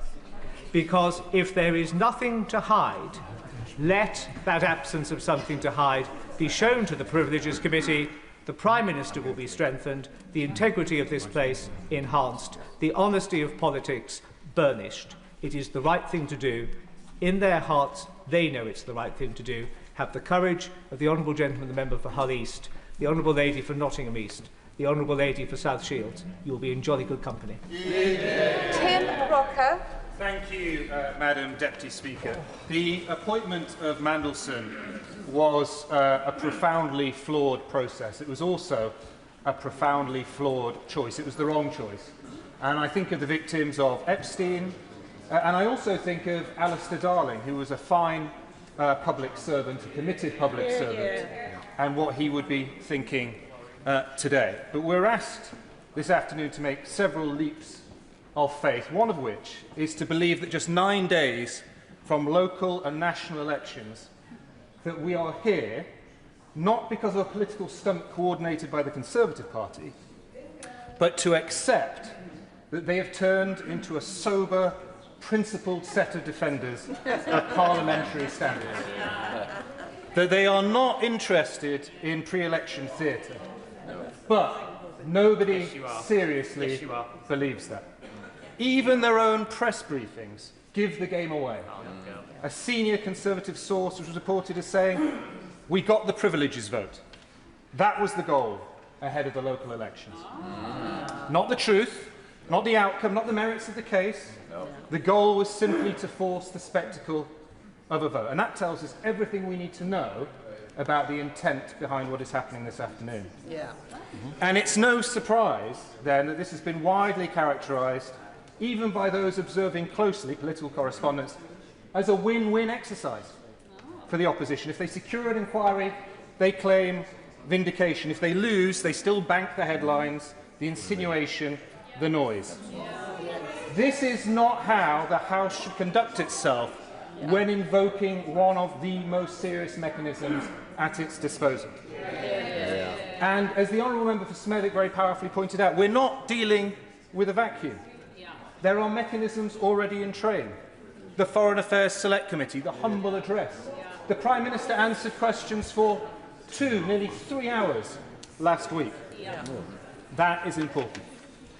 And, Madam Deputy Speaker, referral to the Privileges Committee is not a partisan tool. It is not a device to be deployed because one side sees a political opportunity. It exists for a clear, prima facie, serious and evidenced case of misleading the House, cases that go to the heart of ministerial integrity. Very happy to give way to the Honourable Member. Because it's so evident that what you're doing this afternoon, that the Honourable Member is participating this afternoon, is party political. In fact, I would say to the Honourable Member that he's partaking in a particularly dishonourable act in doing this in such a partisan way. So, to carry on with the case that I was making, I do not believe that what has been presented meets the bar that I just mentioned. At most, what we are dealing with now, I'm going to make some progress, thank you. At most, what we are dealing with here is an argument about a deeply flawed appointment, as I've said, a deeply flawed process and the judgments around it. But those are matters for political debate, for scrutiny, for challenge, across this chamber, but they are not, in themselves, grounds for alleging contempt of Parliament. If they were, Madam Deputy Speaker, the Privileges Committee would be constantly in session. And that brings me to the question of consistency, because the House in recent years has had to confront genuinely serious breaches, cases where standards weren't just questioned, but plainly and repeatedly violated. Findings of bullying at the highest levels of government in the last government. Of ministers in the last government falling short of the standards expected of them. And most notably, we saw a former Conservative Prime Minister investigated and found to repeatedly have misled the House. Conduct so grave, I'll finish this point and then I might give way if I'm feeling generous. Conduct so grave that it resulted in a damning report, which I think the Leader of the Opposition abstained on voting in favour of, I think. And, of course, that's quite aside from the fact that it also involved a criminal conviction. Exactly. There is no equivalence, none. Between those cases and what is before us today. Because if there was, there would have been a genuine attempt at a cross-party piece of persuasion. And instead what we got from the Leader of the Opposition was a rambling rollercoaster. Iran, the 2-child benefits cap, U-turns, etc. So, to attempt to draw that comparison is not just wrong, it diminishes the seriousness of those findings in the past. It risks turning the Privileges Committee from a guardian of standards into a weapon of convenience. Madam Deputy Speaker, the motion today speaks the language of contempt of Parliament, but actually it reveals something else. It reveals the contempt the opposition hold for the British people.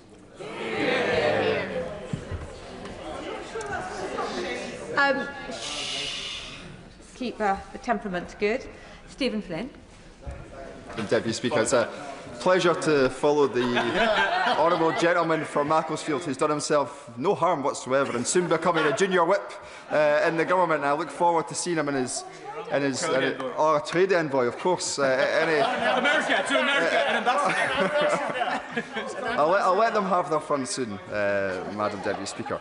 But I wish to start on a much more important note, which is not to dwell upon what the Prime Minister said, where he is, of course, accused of misleading the House. I will come to that. It's something that he said at the dispatch box a few months beforehand, when he stood up just there and in response to the Leader of the Opposition said that he knew that Peter Mandelson had maintained a relationship with the world's most notorious paedophile and child trafficker, Jeffrey Epstein. And when he stood up at that dispatch box and said he knew, he finally admitted that he knew. That should have been it. That should have been curtains for him. And the members opposite at that time, at that moment, should have made a moral decision that he was not fit to hold the office of Prime Minister of the United Kingdom and the First Lord of the Treasury. He was not fit because his judgment was flawed and it was wrong. But they proactively chose to ignore that and to defend him. And in the weeks that have passed, all we have seen is even greater scandal engulf this Prime Minister and the members opposite, whether they realise it or not. Some appear not to. And as Parliament returns after the prorogation which is to come, we've now received confirmation from the Prime Minister's chief bag carrier that the second tranche of the Mandelson files will become apparent. And each and every one of these members opposite will be wedded to him as their leader and their Prime Minister, despite everything that the public knows and everything that the public is going to come to learn. And let me tell them something. As someone who has sat in this House and watched a little bit of chaos up close, it will come back to haunt them, and it will come back to bite them far sooner than they realise. And all of us, in all of our political parties, go through these moments. I've seen it in my own party in recent years, just as members opposite have said they have seen it in theirs. But what you do in politics, or what you should seek to do, is learn from those mistakes, not to repeat them. I remember sitting outside this chamber during a very contentious vote to which the right honourable member behind me referred earlier, where Conservative members were whipped to support the indefensible, and all chaos broke loose. That was the legacy that they built for themselves, and it's why they got hammered at the last election. This is what is going to befall the members opposite. They cannot outrun Peter Mandelson. They cannot outrun their own Prime Minister and his record. And what the House is being asked to do today is, of course, very simple. If they believe that the Prime Minister is innocent of the accusations that are being put to him, then all they need to do is accept the premise of taking it to a committee of the peers in this House, ourselves, to decide whether that is accurate or not. A confident Prime Minister, a confident Labour Party, a confident government would believe their Prime Minister, would have courage in their conviction and go to that committee post-haste to clear his name. But they will not do that because they are not acting from a position of strength. They are acting from a position of profound weakness. And the public see that, and the public smell it. And all they are going to believe is that there is a cover-up on behalf of each and every one of the members opposite who traipses through the lobby behind this front bench. Of course I will. I thank the honourable member for giving way. Referring to the whiff that the public may pick up, do you think that some of the Prime Minister's concern may be that the Privilege Committee delivers a result that he may not like? It's hard at this stage to come to any other conclusion. And if they had confidence in their Prime Minister, then they would already be going to the Privileges Committee, irrespective of the views of any of us in this here House. But notwithstanding the arguments that have been made regarding Ollie Robbins and Simon Case and others, and the Prime Minister's decisions to throw everyone under the bus bar himself, I do wonder what the public make of all this. At a time when they are profoundly, and I'm sure all of us can agree on this point, profoundly anxious about the very basics in their life, of being able to afford things in the supermarket, of being able to fill up the car because the price of diesel is near £2. And they turn on their TV and see a Labour Party that should be acting in their best interest, looking to protect and save their jobs, to give them hope and opportunity for the future, simply seeking to defend the indefensible. And that breach of trust, with the public can't simply be renewed. When the Prime Minister first came to that dispatch box following the general election, I did as many others did, and I congratulated him and I wished him well. And the phrase that sits most acutely in my mind at that moment was his attempt to convey to the people of these isles that he would tread lightly on their lives. He has done the opposite. He promised to be change, and I'm afraid to say he has delivered more of the same. The public deserve better. The government can do better. But that will only happen if the members who are sitting behind that front bench find the courage that the front bench so badly lacks. Sam Rushworth. Madam Deputy Speaker, and as others have said, I think it is important that when we speak in this place that we reflect the feelings of those that we represent. And I think that if they see anything in all of this at all, they'll be thinking about Epstein's victims. And as someone who knows more about sexual abuse than I'd like to, I want to make sure that I'm absolutely clear before I make any other remarks that I think that it was wrong to appoint Peter Mandelson, even knowing what the Prime Minister knew at the time. But I will also say this, the Prime Minister has acknowledged as much. He's acknowledged it at this dispatch box, he's acknowledged it to the PLP, and he's acknowledged it to Epstein's victims, who he has apologised to on multiple occasions. As I speak with ordinary people like an auntie that voted for Brexit and didn't vote Labour at the last election, she told me that she thinks the public are sick and tired of hearing about this because we're not addressing the bread and butter issues of their lives. Nonetheless, this is the motion before the House today. I also want to say a word about pressure. And many people have alluded to this being a whipped vote. In many ways, I wish it wasn't, because it would not change the way that I would vote. I intend to vote against the motion before us today, and I would do based on my conscience of how I read this situation. I'm a backbencher with really nothing to lose and nothing to gain greatly from loyalty to the government. I've looked at this in terms of the merits of the case. And what I think is also really important is that we do have a robust system of standards in this place and that we don't make a mockery of it. And I think when we have politically motivated charges such as been brought today, it does risk making a mockery of the Privileges Committee and that process. I will gladly give way to you. Time. What does he say to his colleague, the honourable member from South Shields, the member behind him, Hull East, Nottingham East. I don't see it as some politically motivated thing. This is something where it's a serious issue. It's a House issue. He already says he regrets it's whipped. Surely he needs to see beyond whatever the whips have told him.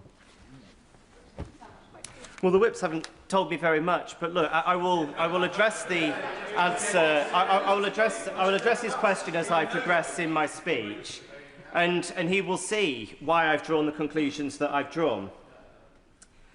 The question is this: has the Prime Minister deliberately or recklessly misled the House sufficient to make a referral to the Privileges Committee? And as I said a moment ago, I think it's important that we treat that properly, because we should not treat lightly this committee. We should not mock it.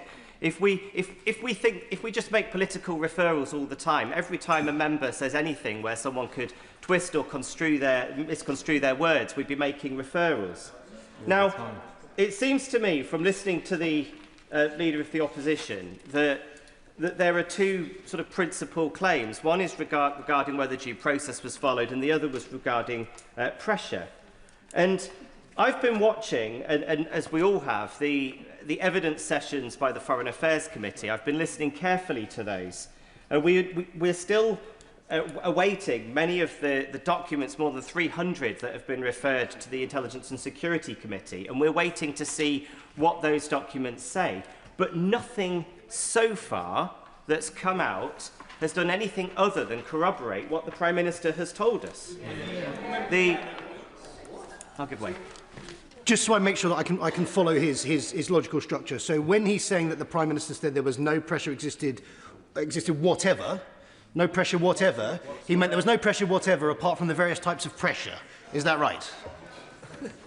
I will come on to address that point in just a moment. First of all, let's address the point about process.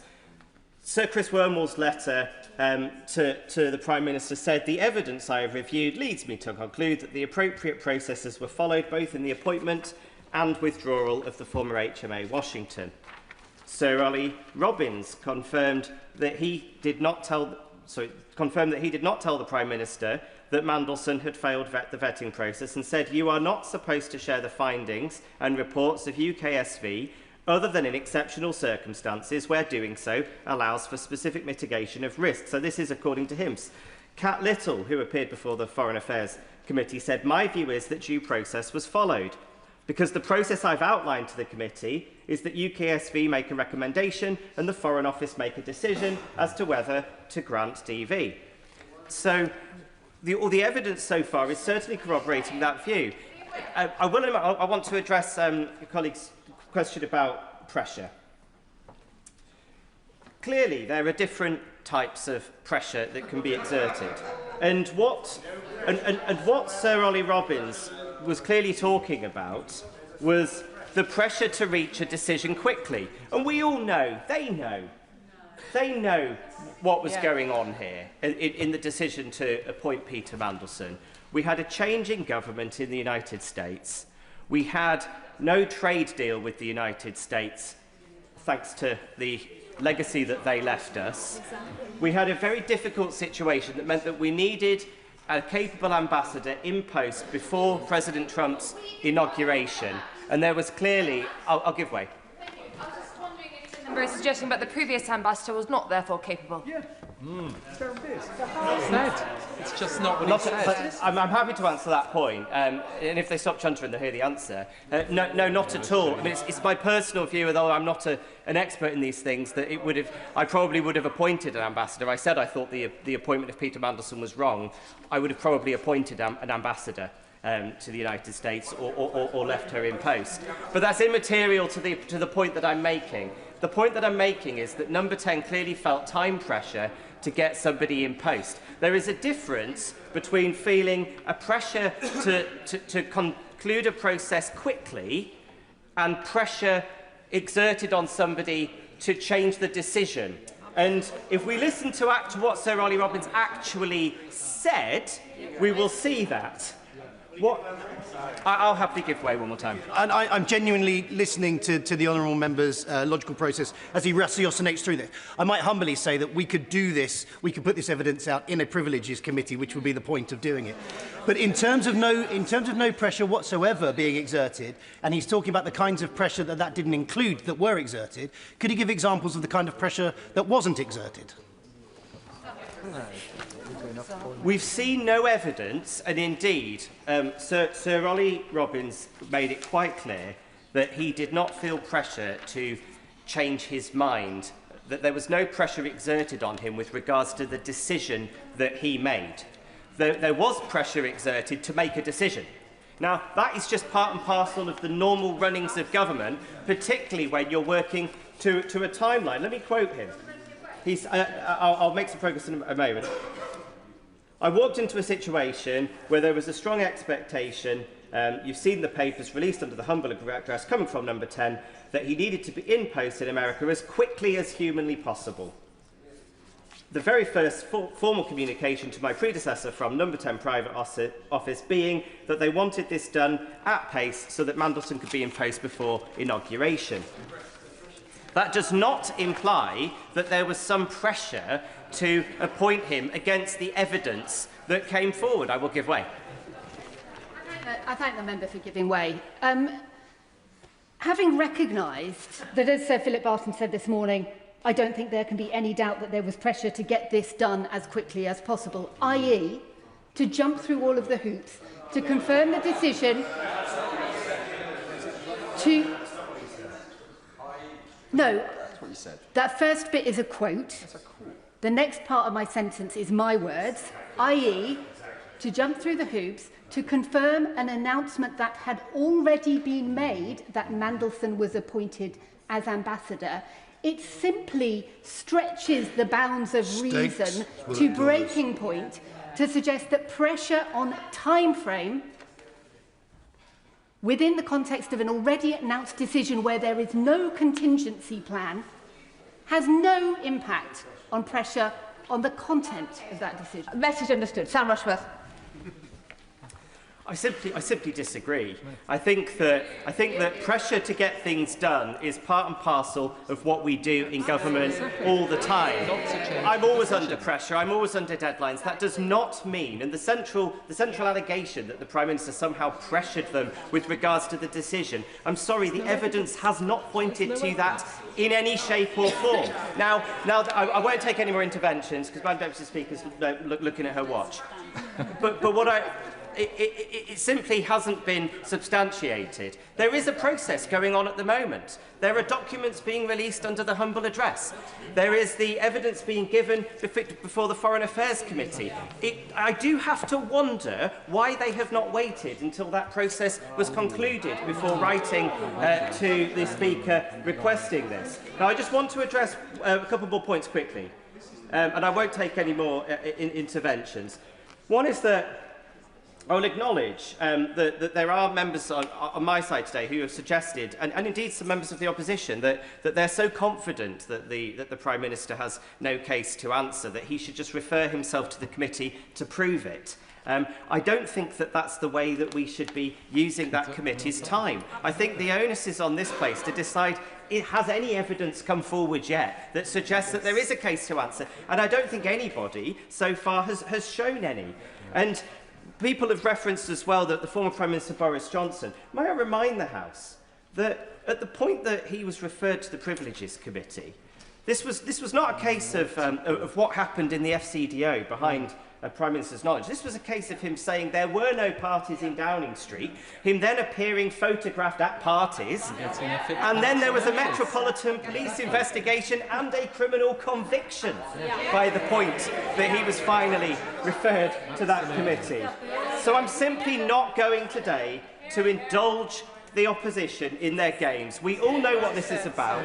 We all know that somewhere in Conservative headquarters right now are graphics being prepared with our faces on it to try to play some narrative to our voters that we're all part of some big cover-up. I think that when we behave like this, frankly, it does a disservice to all of us, and it does a disservice to this place, and I'm simply not going to play their games today. Well said. Kern. Thank you. The motion today does not attribute wrongdoing. It represents a simple choice. Do we as a House support transparency? And a decision. Do we think that truth in this place still matters? Now, Peter Mandelson's CV reads like an indictment, and we all know that, and I don't need to rehearse the litany of appalling and heinous decisions and acts that he has taken. And for me, there leaves no question as a result that Prime Minister's judgment was absolutely found wanting in this situation. But given the seriousness of Mandelson's actions and the seriousness of this appointment, surely every member of this House wants to know why he was appointed, how he was appointed, and whether or not we and the British people have been given the full story of what happened. Now, I worked at the Foreign Office as a civil servant, and if I, listening in detail, reading every single detail bit, feel that something doesn't sit quite right, if I have former colleagues ringing me and saying that's not how the process works, it just doesn't make sense, that's not right, if we then have the Prime Minister saying that he'd seen the vetting. Oh, no, I meant I'd seen something else. Sorry, I hadn't seen the security vetting. I'd seen the due diligence. Oh, there wasn't any pressure put on. Well, others most clearly think there was pressure put on. And if the honourable gentleman who just spoke is genuinely suggesting that there is no such thing as abuse from those who have more power against those who have lesser, that politicians do not sometimes behave appalling to civil services, and that pressure, oh, we're all busy, it's the same pressure. No, and that's why we have specific law. Let me finish the point and then I'll happily take this intervention. We have specific laws that represent that when someone senior to you puts you under undue pressure or treats you in a certain way, they have to take far more responsibility because they have the ability to exercise that responsibility and authority over you that you cannot challenge. And if the gentleman wants to come back and argue that he does not believe that in hierarchies, particularly number 10, political appointments versus civil servants, there is such an imbalance in power, I will happily have him make that case. So I'm disappointed in the way that she just made that point. But no, what I saw in Sir Ollie Robbins' testimony was that he said that number 10 was repeatedly asking, has the vetting been completed? And that is inconsistent with the idea that number 10 regarded the vetting as immaterial to their decision. Quite the opposite. It demonstrates to me a number 10 that felt that actually this was an important process that had to be followed, and there was of course pressure to complete it quickly. That does not mean that there was pressure to change the outcome, and I'm sorry, but until somebody shows otherwise through evidence, there's no reason why we should believe that. I'm sorry, but the idea that somebody just chasing an update is always done, and can I just check where we are with that? We really would like to get it done. And that there's no concept there could have been any bullying because anyone is just asking for something done a bit quicker. I'm sorry, but that is a foolhardy suggestion by the honourable gentleman. Now, the Prime Minister has come to the House many times, as honourable members would like to suggest, but he hasn't answered the questions. And the Prime Minister himself set the terms. Either he misled the House or he was reckless with the truth, and those are the terms that he set. Multiple people have lost their jobs over this Prime Minister's decision to appoint Mandelson. 2 civil servants and 2 political appointments. For a man who said he would never sack his staff for his own appointments, that's quite something. His judgment has also shown that he was happy to appoint people to Cabinet who had lied to the police, where he knew full well that they had done that. So there is a pattern. Now, Ollie Robbins lost his job for implementing the wishes of the Prime Minister by the book. Now, either he followed due process and was sacked for doing so, or there was no due process and he was sacked because there wasn't. The Prime Minister's position so far is that the former is true. It cannot be both, in which case Ollie Robbins should never have been sacked. He did his job under immense pressure and was stripped of the agency to say no. Mr. Speaker set out at the start of the debate. This motion does not attribute guilt onto anyone. The vote today is for an investigation by the Privileges Committee, and that is a committee chaired by my friend and neighbour, the Honourable Member for South Leicestershire. And I want to place on record my total faith in his probity and professionalism, because unfortunately we have seen in previous approaches and previous investigations that some may seek in future to undermine individuals. Now, I appreciate there are a range of views across the Labour benches, and some seem to genuinely believe the Prime Minister's version of events. Others share concerns on this side of the House, even if they're reticent to express those. I do want to point out that in the entirety of this debate, At no point has there been more than 9 Labour MPs sat on the backbenches who were elected before 2024. Now, I would say to those members, having been a new MP and having been through this process and watched it, having once voted, as I've said previously in this House, in a way that I deeply regret on the Owen Paterson vote, I had planned to vote against him. The reason for that was because I sat on those benches and I watched the debate and I was horrified by what I saw. And despite the enormous pressure from people around me, I went, right, okay, I've got to do what's right, and I'm going to vote with those brave 13 who did the right thing. I then went downstairs to breastfeed my daughter, who was very young at the point. I think she was just turning 6 months. And when I came back up, there was only 1 minute left of the bell. And when I looked into the 2 voting lobbies, I couldn't see those 13 friends who'd gone the right way on the vote. So I was stood there on my own, absolutely terrified, not knowing what to do, seeing everyone else going through the other votes. And I never, ever, ever accept feeling that way ever again. And I say to the new intake, there is a reason why none of the other previous intakes are on these benches.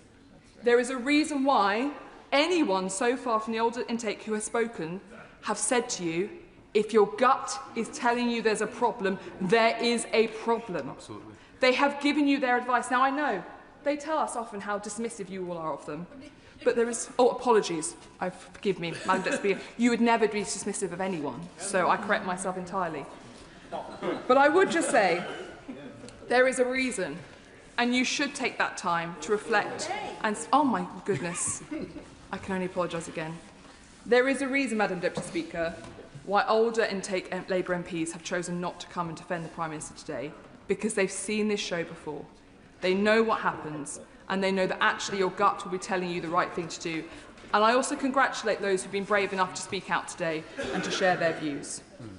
The House will recall the government did attempt to whip Labour MPs against giving the Intelligence and Security Committee a role in assessing and releasing the Mandelson files, as per the humble address. Parliament asserted itself on that day, and we must do so again. A vote against this motion will show loud and clear that you followed the party line and that you forgave and ignored your conscience. No, that you... Oh. There is precedent here. In 2022, the House unanimously passed a motion to allow the inquiry into whether the Prime Minister had misled Parliament. We Conservatives supported that motion and not a single MP blocked it. So I do know how hard these are, because we've been there. And I supported the committee's findings that Boris Johnson had misled the House. So my advice to Labour MPs is to listen to your conscience and do what you know is right. Members will thank themselves as years pass by to be free from the weight of regret. But also, I would also point out that matters of standards should never be whipped. And I'd be interested to know if any Labour MP is willing to stand up today and say that the threat of having the whip removed has not been made, because so far none of them have said that. And I would also say to the front bench that there is indeed, well, pressure seems to be an issue we need to debate more. I would also say to Labour MPs considering speaking in this debate, you may find that even before the vote, the government changes. The members may find that before the vote this evening, your party has changed its mind and you are no longer being whipped.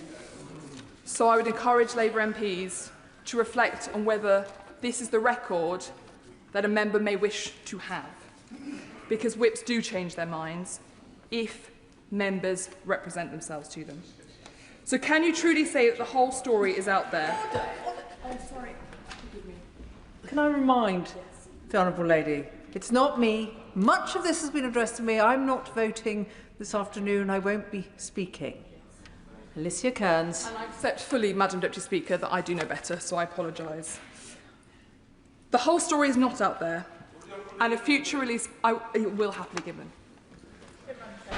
I'm very grateful to the Honourable Lady, and she makes a wise and experienced speech today to this House, reflecting on her personal experience in previous votes.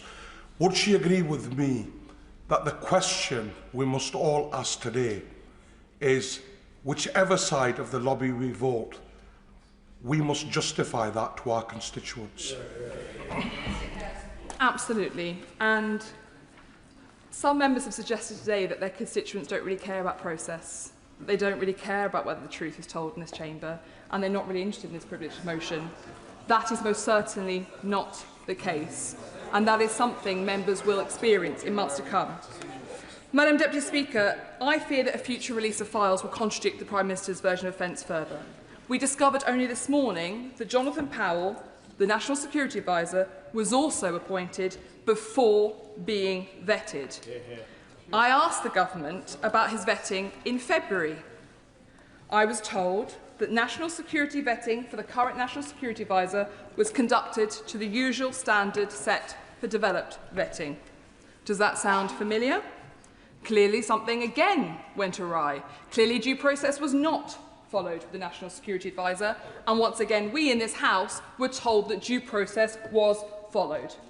Judgment is revealed not in the exception but in the pattern, and there is a very clear pattern in this situation.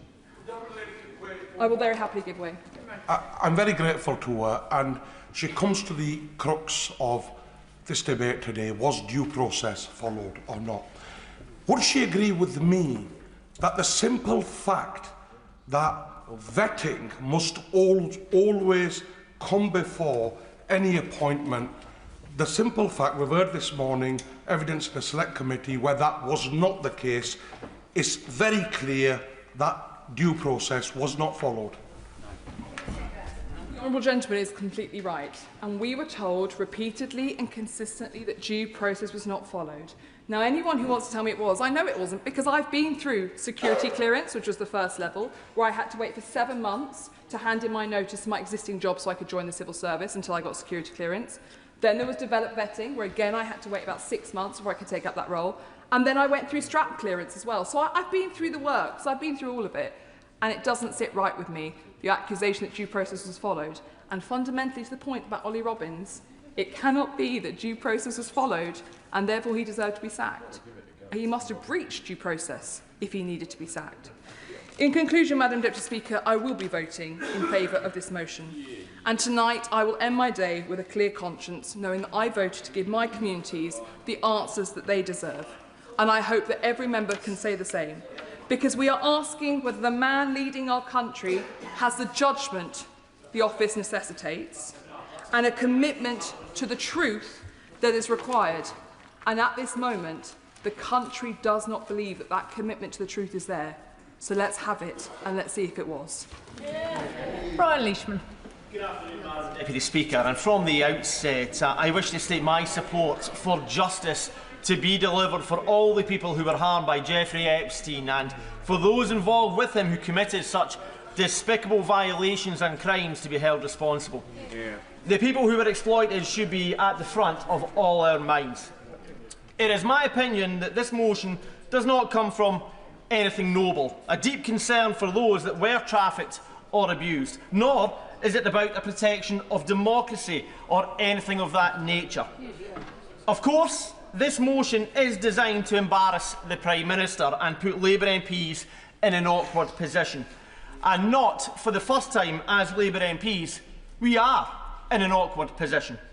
And not for the first time is because of the Prime Minister's actions and not that of the opposition.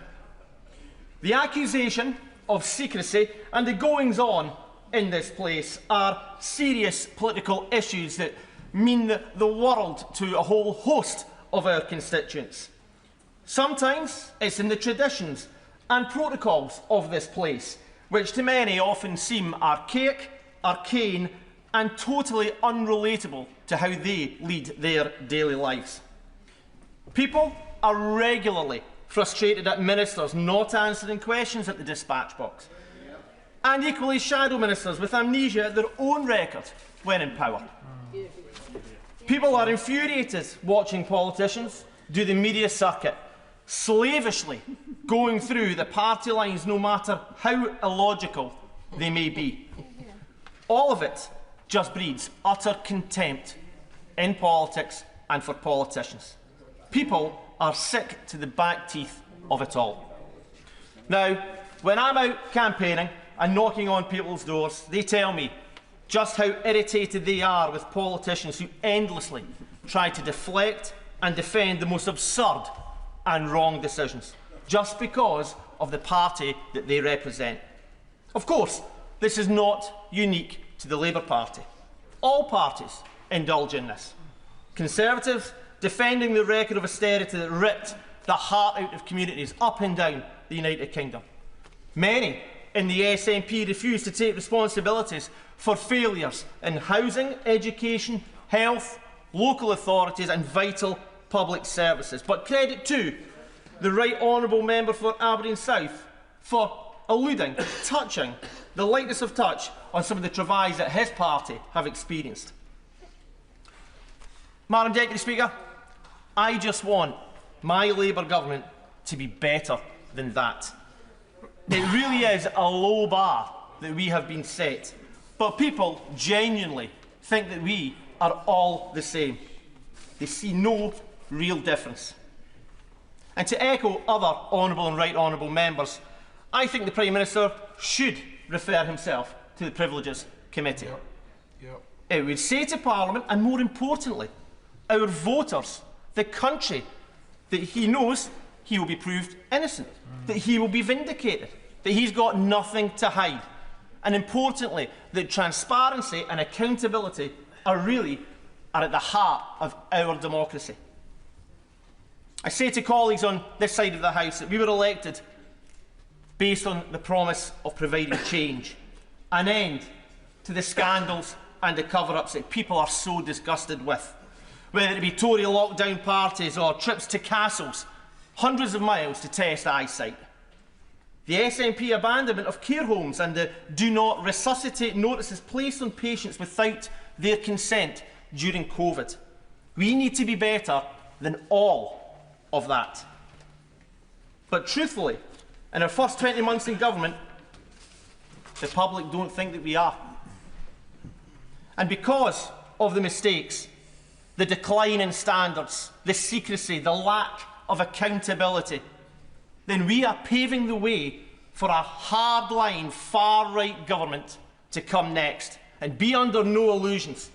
That government would set the country back to the days of mass unemployment, dire poverty and inequality. They want to create a society that is as intolerant as it is unfair. And it absolutely terrifies me. In finishing, I say to any colleague that if you think I'm wrong, then please do have a look at the polls. Look at the by-election results we have had. The Prime Minister said we would put country before party. Today, with his vote, he has the perfect opportunity to do just that. The Prime Minister needs to stop putting Labour MPs in awkward situations. The open and honest thing would be to refer himself to the committee. But if he won't, then I'm afraid he has left me with no choice. I will have to vote for this motion this afternoon. Sir Roger Gale. Thank you, Madam Deputy Speaker. At the start of this debate, when Mr. Speaker was in the chair, he reminded the House that this debate was not a trial of the Prime Minister. This was a debate about whether or not an issue should be put to the Privileges Committee. I do think we all need to remember that. And he also said, for the record, that when the debate became repetitive, he might consider taking a closure motion. I'm sorely tempted to move one, Madam Deputy Speaker, but not yet. It saddens me deeply that we are where we are today. It saddens me that this has been presented by some members of the government benches as a ruse before the local government elections. This is about something very fundamental to many of us. It's about the truth, the probity, the integrity of this House and every man and woman that sits in it. I've heard some very courageous speeches from the government benches this afternoon. And I applaud each and every one of those people who made them, because I know just how difficult, Madam Deputy Speaker, this is. Mr. Johnson has been referred to frequently. I was one of the first, possibly the first, to call publicly for the resignation of Johnson as Prime Minister. That was not a happy circumstance. I did not enjoy it. I do not like taking on my own side. But I believed then, as indeed I believe now, that man was not fit to be Prime Minister. But I also know that what I did and said was right, as I believe that those honourable members on the other side of the House who've spoken this afternoon in support of the motion are doing what they believe to be right. I'm horrified, Madam Deputy Speaker, to have to believe that House business is whipped. It should not be. It's been said repetitively that actually the sensible thing to have happened would be for the Prime Minister to refer himself to the Privileges Committee, but if that's not going to happen, then I think we all need to understand that out there are people waiting to see what we do. Can we be trusted? Never mind, can the Prime Minister be trusted? Can we be trusted? Yeah. Can we be trusted to take the proper decision tonight? Every single one of us in the morning is going to get up and look in the mirror to either put on makeup or shave. Or both. And we have to look.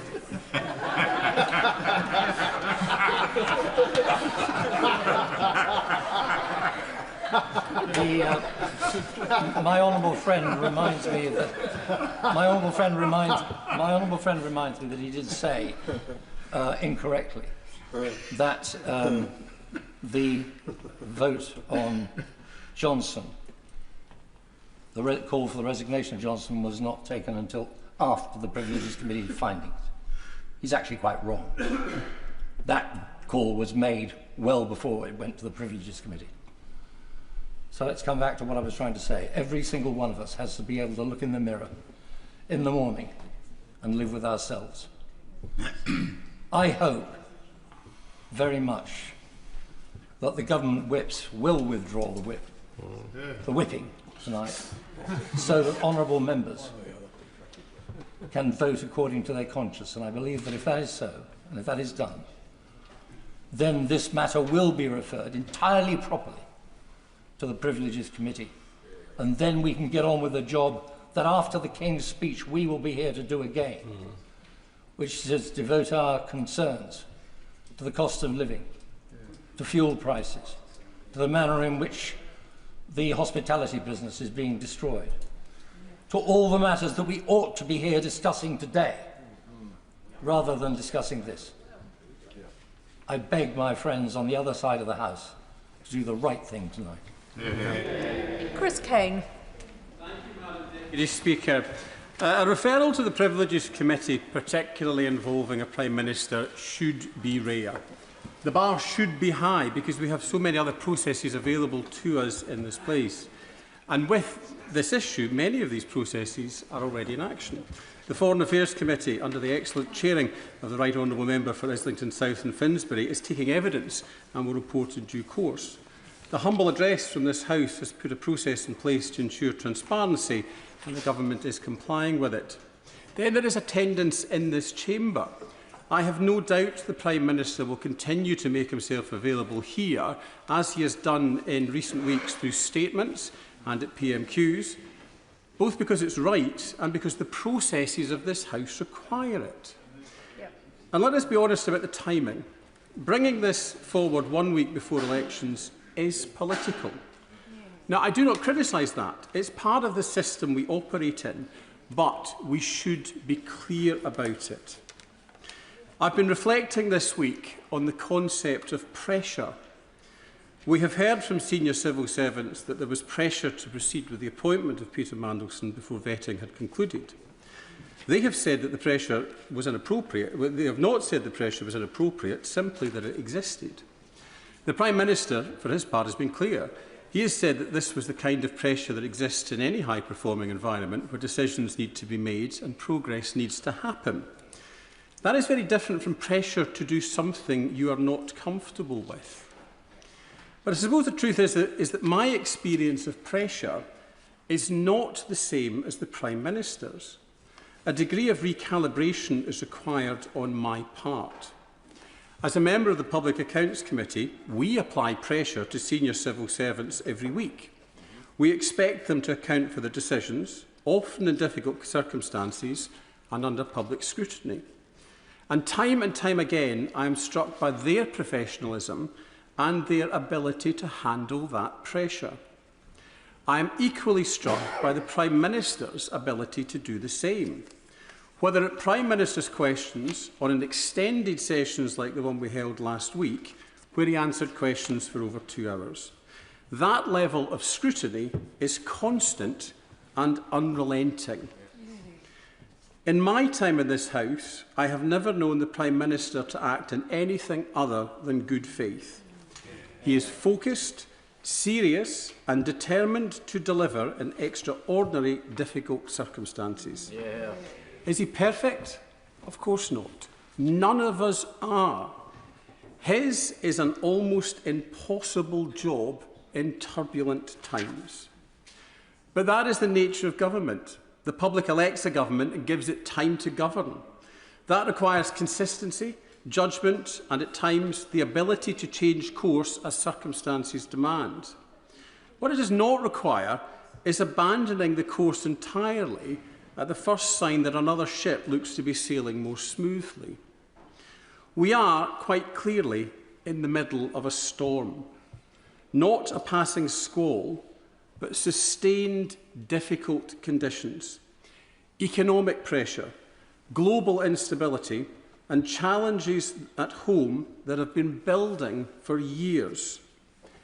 In those circumstances, what matters is not whether the sea is calm, but is whether the vessel is seaworthy and whether the person at the helm knows how to navigate. Now, no ship is perfect. There will always be repairs to make, adjustments to take, and decisions that with hindsight might have been handled differently.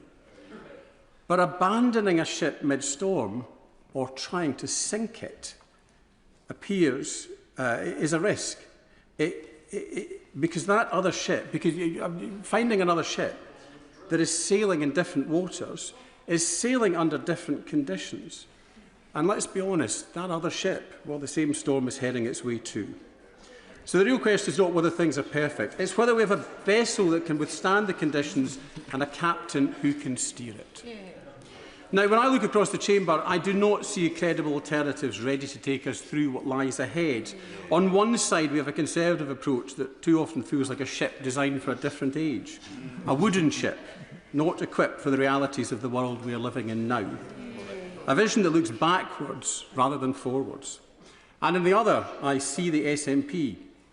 If you cannot reliably build and run the ferries that connect your own communities, it does raise serious questions about the readiness to navigate a much bigger journey. Theirs is less of a fully equipped vessel and more like something assembled for the appearance of movement rather than the reality of it. So we give way in that point? Of course I will. Dr. Scott Arthur. Does he agree that it appears the SNP don't have a ship right now? They must have a submarine. Order. I think honourable members will find this is not a debate about the SNP, and perhaps we all ought to confine remarks to the subject that we're actually debating. Chris Kane. Thank you, Madam Deputy Speaker. To finish my metaphor, but not about the SNP, you hold steady. You make the adjustments that are needed and you focus on getting safely to better conditions. That is the task that's in front of us. And that is why I will be supporting the Prime Minister to continue doing the job he was elected to do, to keep a steady hand on the tiller and guide the country through challenging times. And I would urge colleagues to do the same, because in the end, this is about stability, seriousness and leadership. And that is what this country needs. Today's motion feels to me like a distraction from that mission, and so I urge colleagues across the chamber to vote against the motion today. Anne Davis. Madam Dirprwy. The Prime Minister has called this motion a stunt and pure politics. But the Prime Minister and Labour MPs rallying around him forget the seriousness of the allegations against him. That is, misleading the House of Commons over statements relating to the appointment of Peter Mandelson as ambassador to the United States, an individual with well-documented links to the convicted sex offender and human trafficker. To swat away these allegations as a desperate political stunt, refusing them to be investigated properly by the Committee of Privileges, is an insult to us all. An insult to the public who were promised transparency and openness by the Prime Minister's Labour government, and an insult to victims and survivors of violence and abuse who deserve so much better from those who claim to represent them. What Parliament is being asked today is a straightforward question about whether serious concerns regarding the Prime Minister should be examined properly and independently. If the Prime Minister insists that he has done nothing wrong, then surely the Privilege Committee will come to that same conclusion. And if Labour believe that everything is in order, why have they forced their MPs to vote against the motion today? It begs the question, what does the Prime Minister have to hide? The Prime Minister promised change, and people across Wales gave him a mandate for that change. But what did the public get instead? Misjudgments, incompetence, a lack of transparency at the heart of government, and no real accountability. I put myself forward to become a Member of Parliament because, to be frank, I was fed up of Partygate, the betting scandal, the 200,000 that Vaughan Gethin had accepted in order to fund his own leadership campaign. I thought we're better than this. As residents, as constituents, we are better than this. And people deserve a government which is honest and transparent, and we certainly haven't had that in the 2 years that I've been sitting here on these benches. The Prime Minister's tried to wash his hands of Mandelson's appointment, hiding behind processes, procedure and the actions of civil servants, destroying decent people's lives, only to hobble on for another few weeks. And even if the Prime Minister's loyalists vote this motion down today, Labour and the Prime Minister himself will have shown their true colours. In just over a week, people of Wales have a chance to give their verdict, and they will. Alex Barros-Curtis. Thank you, Madam Deputy Speaker. And I rise in this debate, first and foremost, to reiterate, as other colleagues have said, my fullest solidarity with the victims of Epstein. And we should always maintain them at the forefront of our mind. Notwithstanding the absence of them from the motion, it is something I know many colleagues across both ends of the House have referenced, and I'm sure will continue to do so. In respect of this motion before us, I want to be clear that I will vote against it, not because I have to be told to, but because the case is absolutely not made out. And given some of the contributions made about shaving in the makeup or shaving in the morning or putting makeup on in the morning, in considering and reflecting on the vote that will be cast tonight, I will have no compunction whatsoever and have absolutely no doubt in my mind when I go through the lobbies today that I will have made the right decision for the reasons, and I do not need to have insinuations to impugn my integrity to the opposite. And before I explain why I am making that case and that decision, I will happily give way. Grateful for the honourable member giving way, and of course every member is entitled to make their decision in either the lobby. They have to justify it to the electorate. For that reason, does the honourable member believe that having a 3-line whip is necessary? Alex Barros-Curtis. It's an irrelevant point, and the point that I would make, I've already said that regardless of the position of the party, I don't need to be told how I will vote on this for the reason that the case is not made out. And he says, if people will stop chuntering, the individuals who have said that they have to look in the mirror tomorrow, every decision we make in this place, regardless on this motion or on amendments, on legislation, we do, I have no doubt, with integrity and with our best motivations of our constituents in mind.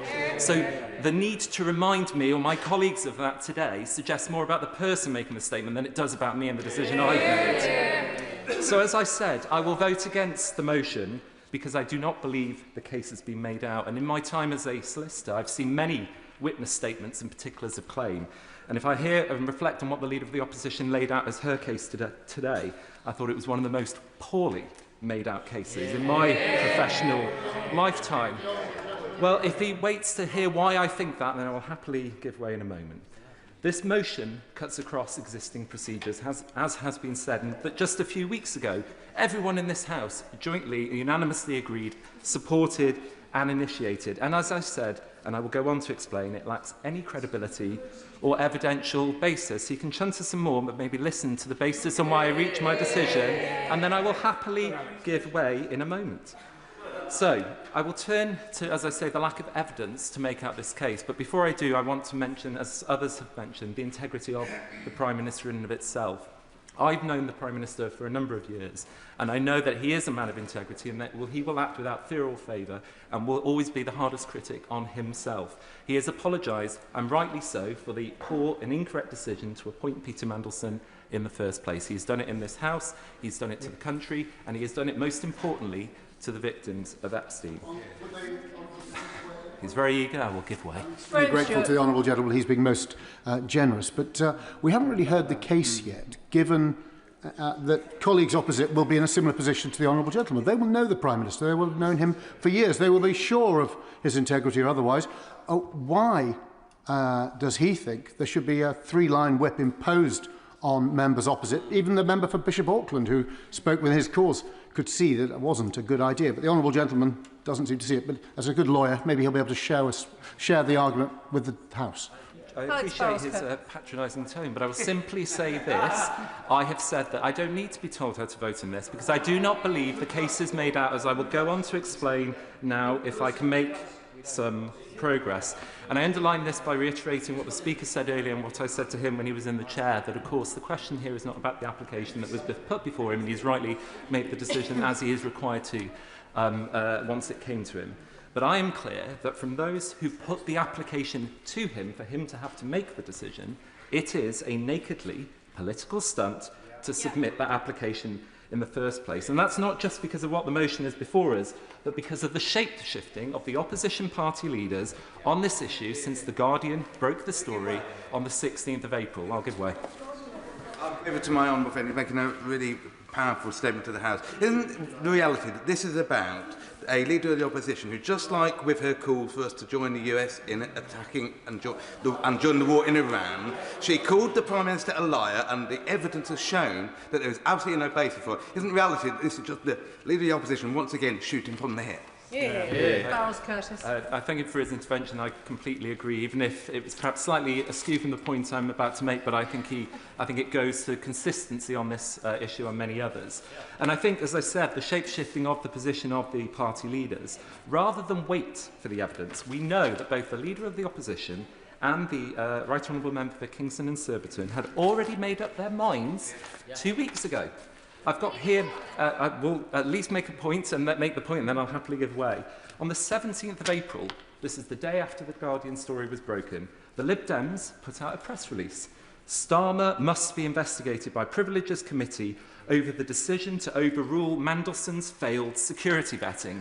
But that was found wanting because the evidence was showed otherwise, as was proven when the Prime Minister came here at the earliest opportunity on that Monday, the 20th of April, and laid before this House the evidence, and Sir Ollie Robbins backed that up in his evidence to the Foreign Affairs Select Committee on the 21st of April. I'll give way. Member for giving way. He mentioned the Guardian story on the 16th of April. The Prime Minister found out on the 14th of April, so the earliest opportunity would have been the 15th of April at Prime Minister's questions, wouldn't it? Yeah. The Prime Minister already addressed this when that was put to him in this House a number of times in the following days, whereby he said he was trying to secure the answers to the questions which he put on that evening, and the officials were not able to answer, so that he could then, as he said, and as other colleagues and Cabinet colleagues have made clear, at the earliest opportunity, then come back in order to update this House, as is rightly the case. I go back to the timeline of the shape-shifting of the opposition. On that same Friday, the 17th of April, the Leader of the Opposition went on national radio and television, saying it is completely preposterous for us to believe that civil servants would have cleared a political appointee who had failed security vetting. The Prime Minister is taking us for fools, and she called for him to go. A standard that, as other colleagues have elaborated on and I won't dwell on, has not previously and consistently been applied to the proven lawyer before Boris Johnson. So we've got the shape-shifting of the opposition parties on this point, and therefore the motion before us today dwells on two aspects: due process and, of course, the question of pressure. In respect of due process, Madam Deputy Speaker, now explain why I do not think the motion and the evidence is made out. I note the motion itself doesn't critique the process itself, which, as this debate has played out over recent weeks, has shown to be seriously deficient and lacking. That has necessitated the necessary reviews and changes at the Prime Minister's order, as some of this debate today has elaborated on. Indeed, this motion asserts, without actual evidence, that has been that has withstood further testimony from key officials to the Foreign Affairs Select Committee.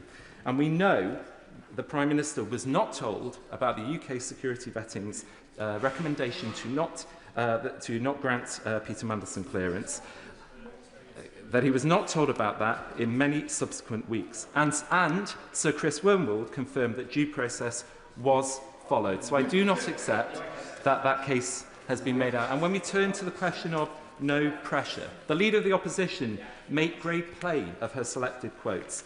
And I have Hansard before me from Prime Minister's questions of the 22nd of April. And it is quite clear, as the Prime Minister starts his answer to her question, that he will deal directly with the question of pressure in relation to the decision to appoint Prime Minister Peter Mandelson and to put him in place. The Prime Minister, is clearly referring to the parts of Sir Ollie's evidence of the 21st of April to the Foreign Affairs Select Committee on the specific point about whether or not pressure was brought to bear on the outcome of the vetting process. This was also the gist of the Leader of the Opposition's preceding question, actually, to the Prime Minister, to the question that the Prime Minister was answering. It is also notable that just today, Sir Philip Barton substantiated the position that there are two different types of pressure, and whilst there was pressure to get on with making a decision, which the honourable member earlier alluded to, he then went on to say he was very clear, quote, that he was not aware of any pressure on the substance of the vetting decision, which is what this motion goes to. I'm conscious of time, Madam Deputy Speaker, and so I want to conclude by expressing solidarity to my honourable friend, for South Shields, who spoke with great power earlier. And her and I have spoken about some of these issues before I have the privilege of being in this place, and of course I offer my support. But as my honourable friend for Bishop Auckland referred to in his excellent speech, I want to be clear that from the tone from some in this debate, it is clear that this is not about the substance of the issue, but it is about trying to exploit political partisan gain. And it is, I have no doubt in my mind, that certain political opponents will seek to make the lives of my honourable friend and others difficult, just like they have when it comes to other serious issues, such as impugning our decisions on, for example, grooming gangs, and putting out social media targeting us, which then means we have become the subject of death threats, and as my honourable friend for South Shields elaborated on, much worse for her and her constituency. Indeed, the Tory front bench were nodding at this when my honourable friend for Bishop Auckland talked to this earlier. They probably, as I said, have already got those digital media attacks ready to define us as voting to cover up. But I have no doubt, there we go, I see they've confirmed it already again, which I think belies exactly their intent behind this. There is no doubt in my mind that it was a mistake to appoint Peter Mandelson, and the Prime Minister has taken responsibility for that. But as the quality of certain contributions today have pointed to, and as I've explained my reasoning for why I will not support this today, it is clear to me that rather than seeking to uphold standards, this risks undermining them. We should get on with the business of government. We should get on with some of the issues the right honourable member mentioned earlier about the issues that our constituents are most concerned about. We should focus on the job in hand, and it's for all of those reasons why I will not be supporting this motion today. Charlie Dewhurst. Thank you, Madam Deputy Speaker, and I'm mindful of Mr Speaker's earlier advice about repetition. I will keep my remarks short and to the point. We've had a number of speeches where other members on the other side have debated whether there is a sufficient threshold to refer this matter to the Privileges Committee.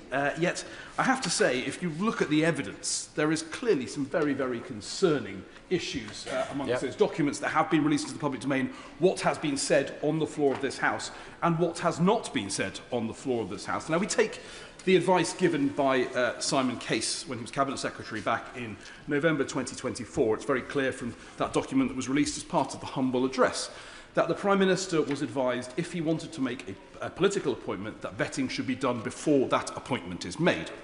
We now know, of course, that didn't happen. And, Madam Deputy Speaker, when one takes the letter that Chris Wormholt, as then Cabinet Secretary, sent to the Prime Minister in September of 2025, he asserts that the process that was followed was in line with the advice given by Simon Case to the Prime Minister. And this is important, because the Prime Minister has referred back to that letter as a reason why due process was followed, yet that letter seems, on the face of it, to be inaccurate in itself. And therefore, that is something that we need to investigate in this House. And then, of course, we come to the answer to the Prime Minister gave at Prime Minister's questions on the 22nd of April, where, of course, he removed the word that with any, which implied that there had been no pressure, that there had not been any pressure rather than that pressure. And when this was raised by my right honourable friend, the member for Brentwood and Ongar, at Cabinet Office questions last Thursday, the Chancellor of the Duchy of Lancaster asserted on the floor of the House that he says, "I think the difference between the words that and any is not of any material relevance." Now, I think anyone with a basic grasp of English, and having heard the testimony of Ollie Robbins versus the answer the Prime Minister gave, would clearly say that he has tried, at least in my view, to misrepresent what Mr Robbins told the Foreign Affairs Select Committee. So I do believe that as well is an extremely, extremely powerful reason why this matter needs to be referred. And then I come to the case of the unanswered questions, the evidence that we don't have. And I refer back again to Simon Case's advice to the Prime Minister back in 2024, because what was released as part of the humble address is just Mr Case's evidence. The box for the Prime Minister's comments remains blank. Now, are we expected to believe that the Prime Minister did not respond to the advice given him by the Cabinet Secretary, or has that advice been withheld from this House? A question I think that does need to be answered. And then there are other matters. There are the evidence that the Prime Minister did see regarding Peter Mandelson, some of which he has confirmed to this House of Prime Minister's questions in relation to Jeffrey Epstein. But he has refused to answer whether he was aware of Mr Mandelson's business links, particularly those connected in Russia and his directorship of Sistema, even after Russia invaded Ukraine. And then there's the matter of documents which the government is unwilling to even confirm even exist. For example, Mr Mandelson's declaration of interest, Madam Deputy Speaker. We've asked repeatedly whether that document simply exists, not whether it's going to be published in full at this point, and we do not get answers. And then we find today Morgan McSweeney giving evidence to the Foreign Affairs Select Committee and confirming that a meeting took place in December regarding the first meeting that took place regarding the potential appointment of Mr Mandelson as ambassador to the United States, and the Cabinet Office have said they have no record of this meeting. So were there no minutes taken at this meeting? If not, why not? Or have those minutes somehow vanished? All of these, I think, are very, very good reasons why this matter needs to be referred to. Honourable friend, I mean, the Prime Minister has told the House, and this is about the allegation that the Prime Minister may have misled this House, that all due process was followed. The decision to appoint Peter Mandelson was made, we're told by Morgan McSweeney this morning, in a meeting for which there are absolutely no records and notes, despite extensive searches. At the beginning of this process, they'd failed in due process, and yet he has stood there repeatedly telling us that due process was followed. On that alone, there would be cause to allow the Privileges Committee to investigate, and members opposite do need to look deep in their consciences before they vote against. Absolutely. I couldn't agree more with my right honourable friend. It's absolutely astonishing that the decision to appoint an individual to the most important ambassadorial role that we can offer took place in a meeting of which there now appears to be no record. So we have three clear issues here. We have a discrepancy in documents that have been published. We have inaccurate recollection of events in response to questions in this House, whether inadvertent or deliberate, and we have a failure to provide full transparency in relation to this very, very sorry saga. Now, as my honourable friend, the member for North Dorset, said, the Prime Minister is losing in the court of public opinion, and therefore the best route for him now is to refer himself to the Privileges Committee to make his case and perhaps to clear his name. Because as my right honourable friend, the member for Gainsborough, said, it is not necessarily, it's not always the cock-up. And we know in this case the decision to appoint Peter Mandelson was a cock-up. It is the conspiracy that brings you down. Yeah. Joanna Baxter. Thank you, Madam Deputy Speaker. And before I start, let me also pay tribute to the victims of Jeffrey Epstein, because their views have been heard far too little in these debates. Let me also address some of the what I feel to be quite patronising comments made to backbench Labour MPs today. Nobody has asked me to speak today, and nobody has put any pressure on me. In fact, colleagues on these benches know that I have my own mind and will express it as I see fit. At a moment of genuine challenge for families across the country, when households are concerned about rising prices, instability abroad and pressure on living standards, the opposition has brought a motion that is ultimately more concerned with political point scoring than practical solutions, and that is deeply regrettable. Because the British public expect and deserve better than Westminster at its most performative. They expect seriousness and rightly expect scrutiny where scrutiny is due, but also expect Parliament to focus on the issues that shape their daily lives. The bills landing on their doormats, the cost of food in the supermarkets, the price of fuel at the pumps, and the strength of the economy in uncertain times. On Peter Mandelson, let me be absolutely clear. He should never have been appointed as our ambassador. The Prime Minister recognised that. He's apologised for that. He did so properly, repeatedly, with transparency and accountability, and with respect to the victims of Jeffrey Epstein. That was the right course of action, and I would not have expected anything less from the Prime Minister, because I too have known him for many years. I have worked with him as he sought to rid our party of the stain of anti-Semitism, which has now infected others. I've seen him stand up to Putin when others have taken bribes from his allies. Madam Deputy Speaker, given those processes of transparency are in place and underway, which they are, why, it has to be asked, are the parties opposite working to ride roughshod over investigation processes they all agreed to? Well, we've heard it here earlier in the debate. Social media clicks and cheap headlines ahead of significant elections. The fact is that the government has agreed to and is complying with the humble address to allow scrutiny of the Mandelson appointment in this place, to see the facts, the advice that was available to the Prime Minister at the time Mandelson was appointed. And my right honourable friend, the member for Islington and Islington South and Finsbury, is chairing a select committee inquiry to which key figures involved in the Mandelson appointment have rightly been summoned. And the Prime Minister has come to this House repeatedly to answer questions about that appointment. As has been already expressed, politically motivated use of the Privileges Committee procedures risks undermining those procedures.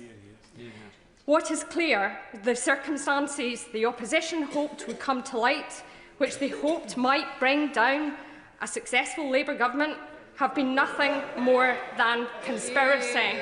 First, they said that the Prime Minister must have known that UK security vetting recommendation was to reject the vetting for Peter Mandelson. Yet, Ollie Robbins confirmed to the Select Committee last week that he had chosen not to share that crucial information with the Prime Minister. They were wrong. They said that the Prime Minister was wrong to say that due process was followed, yet Chris Wormold has confirmed in a letter to the Prime Minister that the process was followed. In his own words, the evidence I have reviewed leads me to conclude that appropriate processes were followed in both the appointment and the withdrawal of the former ambassador to Washington. Again, they were wrong. How could the Prime Minister have taken any other assessment than due process was followed when it was spelled out to him in black and white from his own officials? Those are not rumours, they are not talking points, they are facts, and facts matter in this place. Many good colleagues on these benches, and indeed I'm sure some on the others, know deep down that the #1 issue facing our constituents is the cost of living fallout from Trump's war in Iran, a war aped on by parties opposite. They know that because when we've been out on the doors in the lead up to the elections in May, that's what voters are telling every one of us. They're worried about their bills, the prices at the pumps and the prices in their supermarkets. And while some in this House want to engage in political stunts, this very afternoon the Prime Minister is convening a committee on the response to the conflict in the Middle East, on how we support the British economy, our services and, most importantly, our constituents. What is clear is that there is only one party focused on the job of delivering for the British people, and it is the one that the country voted for in the last election. The Conservative Party, after 14 years of chaos, scandal and economic recklessness, now wants to lecture anyone else on standards in public life is galling. From the party that gave us Partygate, revolving door Prime Ministers, cronyism, collapsing public services, Liz Truss's catastrophic experiment that sent mortgages soaring and punished working families for Conservative failures. Meanwhile, they collude with the SNP who asked voters... I've made the point previously. Please will members confine themselves to debating the issue at hand and not into fighting the local election campaign, perhaps. Joanna Baxter. Thank you, Madam Deputy Speaker. Those are the issues we could have been debating today, but instead we are debating a political stunt. This government is standing up for the British people, showing leadership in our support for Ukraine, bringing our national rails services back into public ownership, delivering our historic Employment Rights Act, amongst many others. Madam Deputy Speaker, when I vote this afternoon, I do so knowing full well I was elected to serve on the priorities that matter to the people of Paisley and Renfrewshire South.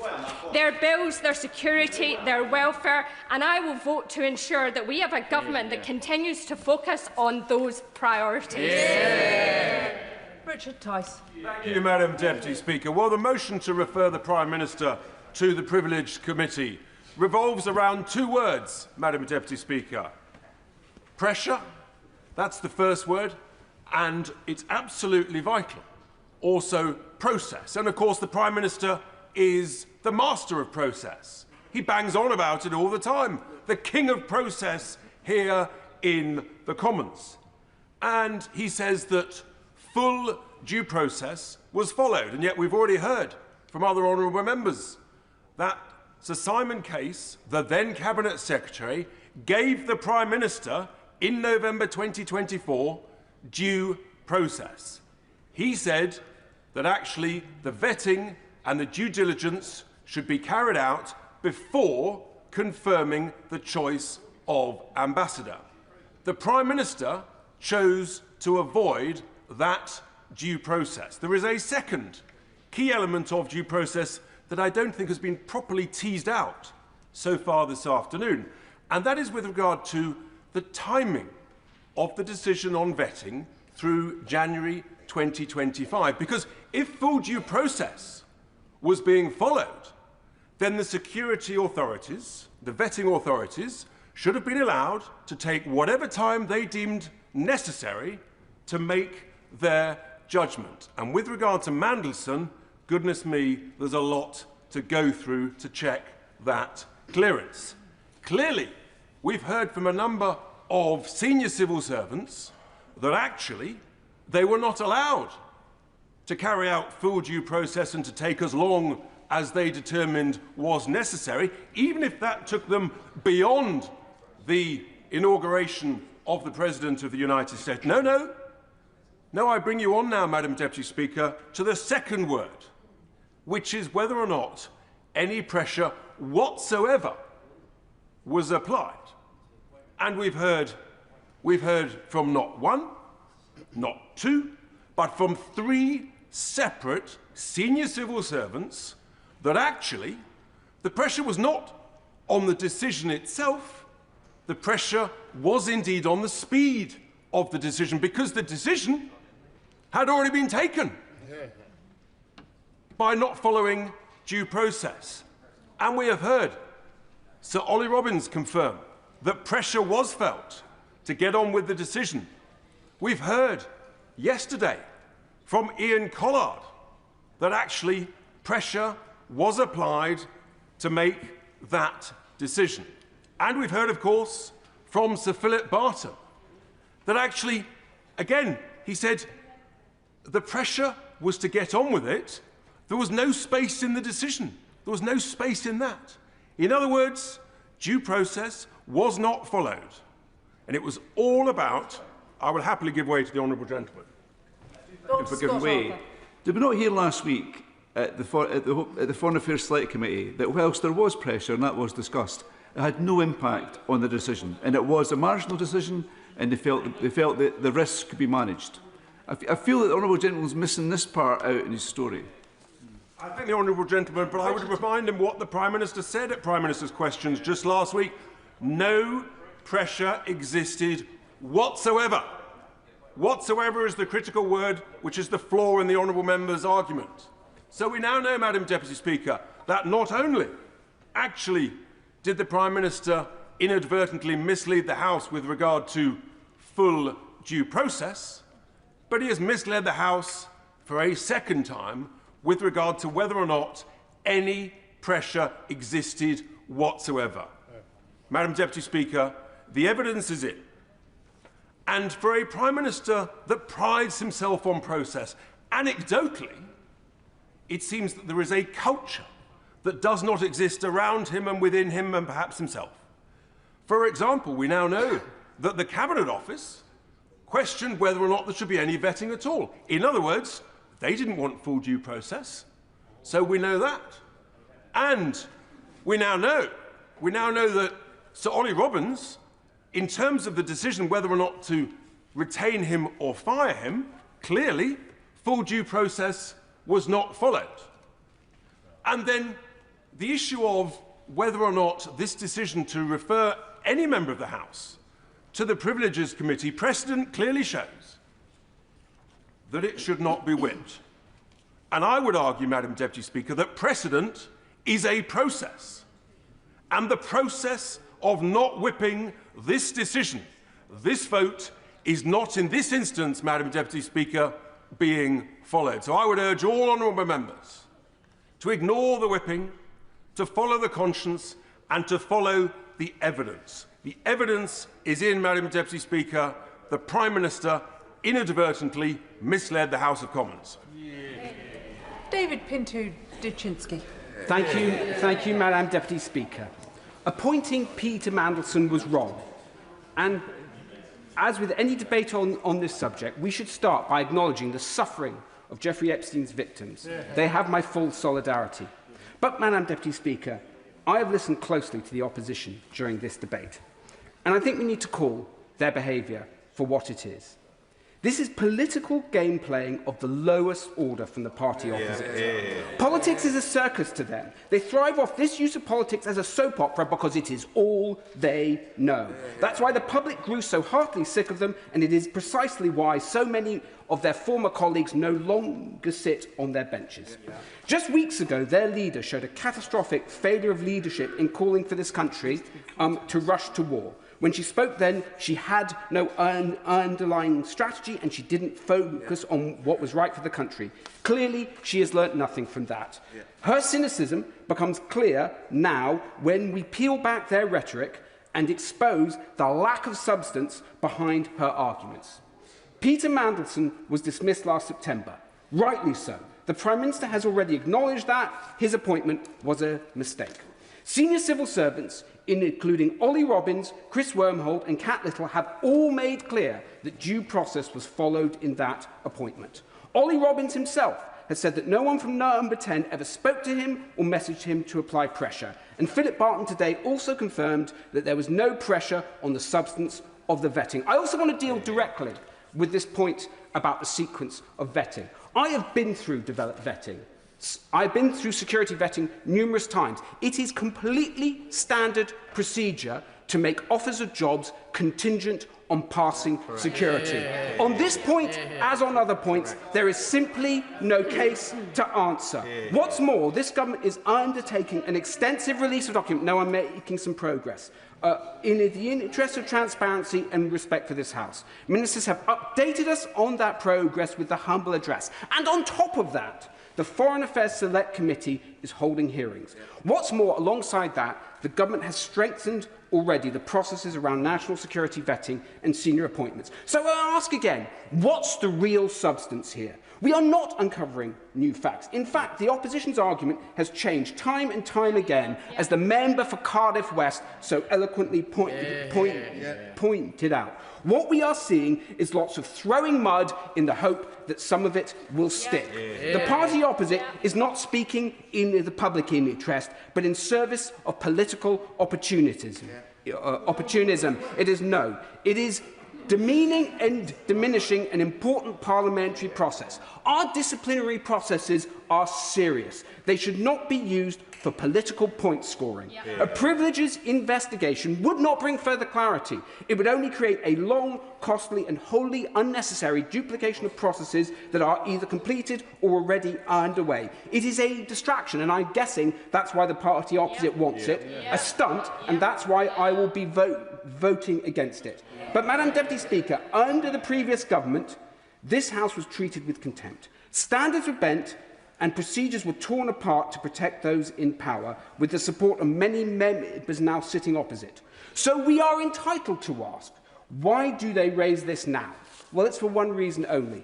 Of course, it's because there's an election in a few days' time, but it's also because fundamentally they cannot accept the change this government is delivering. They cannot accept that we are investing in public services that they ran into the ground. I'm going to make the point again. We're debating privilege. We're not debating the government's record and its actions. David Pinto-Jaczynski. Madam Deputy Speaker, so with that, I will then wind up. We were elected with a mandate to deliver change, and that's exactly what we'll do. The party opposite's trying to distract from that fact, but, Madam Deputy Speaker, it will not work. Joy Morrissey. Thank you, Madam Deputy Speaker. And may I echo the voices of other MPs across this House, particularly the member for South Shields, when asking why doesn't the Prime Minister refer himself to privileges? And if the Prime Minister has nothing to hide, why is he whipping his MPs against a House motion? Now, we have the Privileges Committee, as Madam Deputy Speaker, you know full well. The Privileges Committee, the Standards Committee, is there to judge us and our conduct in this House, to judge members. We sign a MP Code of Conduct when we become MPs, and these two committees are the select committees that judge our conduct in the House. The select committees, the Foreign Affairs select committees, all of these committees are to judge the government, to hold the government to account. Those two committees are the only committees that hold us as MPs to account. Therefore, why hasn't the Prime Minister taken the leadership that he has demanded of others time and time again and not refer himself to privileges? He has demanded others resign for far less trivial matters. He has referred and demanded that others be referred to privileges and standards. But why have the rules changed for him? Now, we could spend another afternoon laboriously analysing who did what and when. Another week of the Prime Minister telling us what he didn't know and wasn't responsible for. That the buck stops anywhere but here. This is from the man who has made a career of standing on the moral high ground. damning others for behaviour he is now demonstrating, demanding others do the honourable thing, something we now see he is clearly incapable of doing himself. Instead, choosing this painful spectacle, clinging on until inevitably those sitting behind him or beside him dispense with his tarnished services, which we all know they will do soon. And I note, Madam Deputy Speaker, many are absent from the front bench, perhaps on full-time leadership manoeuvres as we speak.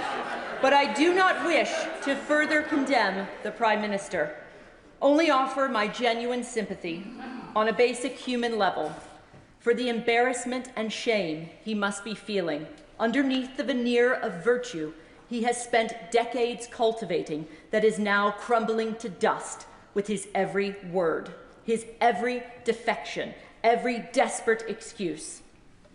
What goes around comes around. And for the Prime Minister, it has come around, right here, right now.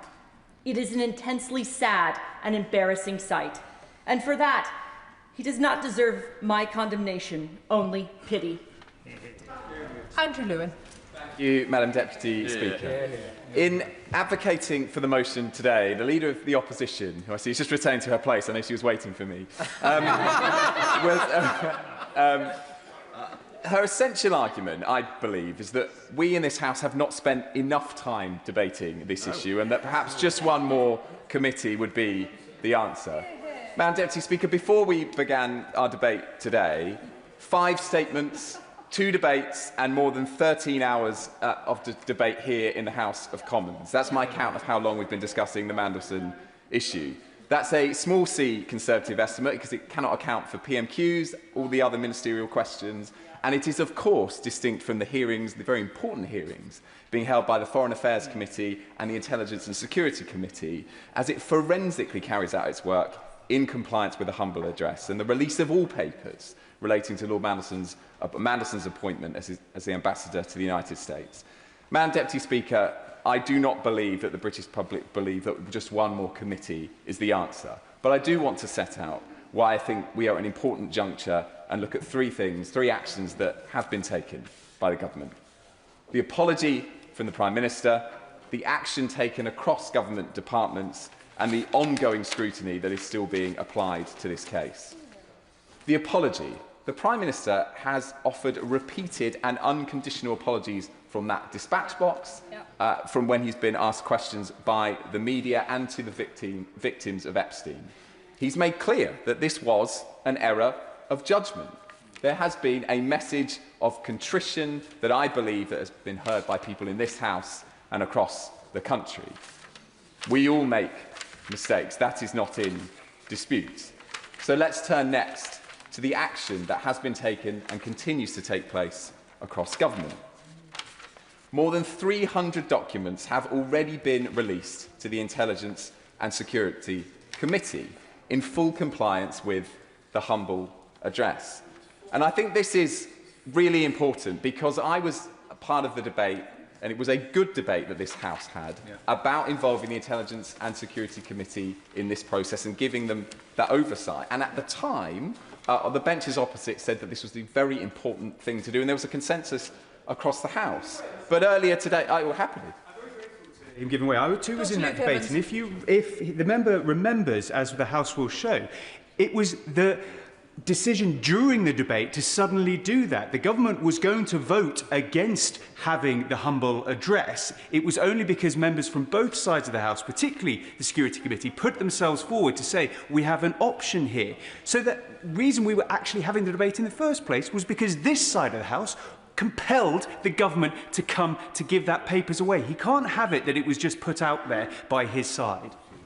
Andrew Lewin. Thank the honourable member for his intervention. I remember it vividly. Members from both sides made the case, and I said in my remarks that it was an example of the House at its best because we came to a good decision to involve the ISC. But the reason I raised it again today, Madam Deputy Speaker, is because I was fascinated by what the Leader of the Opposition said. She characterised that committee as, quote, a never-never committee in her remarks earlier today, as if it would never come to the answer. So all of a sudden it seems that it's politically convenient that they've now lost faith in the ISC when they were advocating for it for so long. But more action has been taken, and it's important that it has been. On vetting has been discussed extensively today. The process that was in place under the last government and at the start of this government has gone and has already been changed by my honourable friend, the Chief Secretary, to the Prime Minister. In the future, all vetting will now be completed before appointments. That is absolutely the right change. Right. But it's quite clear from the advice given by Simon Case in November 2024 that that was the situation. The only reason that we found out that there wasn't the alternative one was because the documents were forced into the open. And does he not agree that Chris Wormold's letter that suggested that everything had been done properly directly contradicts the direct advice given by the then Cabinet Secretary that you should do the vetting first? It's not compatible. It's illogical. And surely the honourable gentleman, who is giving the least embarrassing speech on behalf of the government so far, congratulations to him for that, can see that. Andrew Lewin. It's very kind. I'll see him on the cricket pitch in a week's time. Look, there's a serious point here in that there are a number of very senior civil servants that I'm going to come to who have given evidence on this and have said that process was followed. And it leads neatly into my next point about the importance of ongoing scrutiny. The scrutiny that is being conducted by the Foreign Affairs Select Committee. Very happy to give way. On the point, and we've heard a lot of evidence today, does he agree with me that what's clear about the process is that there were so many inconsistencies and so much confusion that the Prime Minister was absolutely right to build back trust in that process and make the decisions that he has done? Thank you. I appreciate the intervention of my honourable friend. I think he was absolutely right, and the House was absolutely right, to accept the humble address, to involve the Intelligence and Security Committee, and to give the Foreign Affairs Committee all the scope that it needs to ask questions of the key actors in the process. And just to remind the House, in the last few weeks and days, we've had evidence in public from Cat Little, Sir Oliver Robbins, Morgan McSweeney, and of course the Prime Minister himself repeatedly from that dispatch box. Madam Deputy Speaker, the Prime Minister and the Government is not hiding. It is putting everything in the sunlight, as an honourable member suggested earlier. But this is a deeply serious issue for the House and for the country. And I want to again associate myself with everyone who has spoken today about the pain that must continually be felt by the victims of Jeffrey Epstein every time this issue is raised. And our thoughts are with all of them. But the Prime Minister has apologised unconditionally. He has acted, and the government has acted, and scrutiny from 2 committees is still ongoing. So the judgment before us today is not whether scrutiny should happen, because it most clearly and evidently is. It's whether we should support a conveniently timed motion from the Leader of the Opposition to refer the issue to one more committee. I'm afraid, Madam Deputy Speaker, I do not believe that is the answer. And I would trust the judgment of this Prime Minister over the Leader of the Opposition every day of the week. Saoirse Eastwood.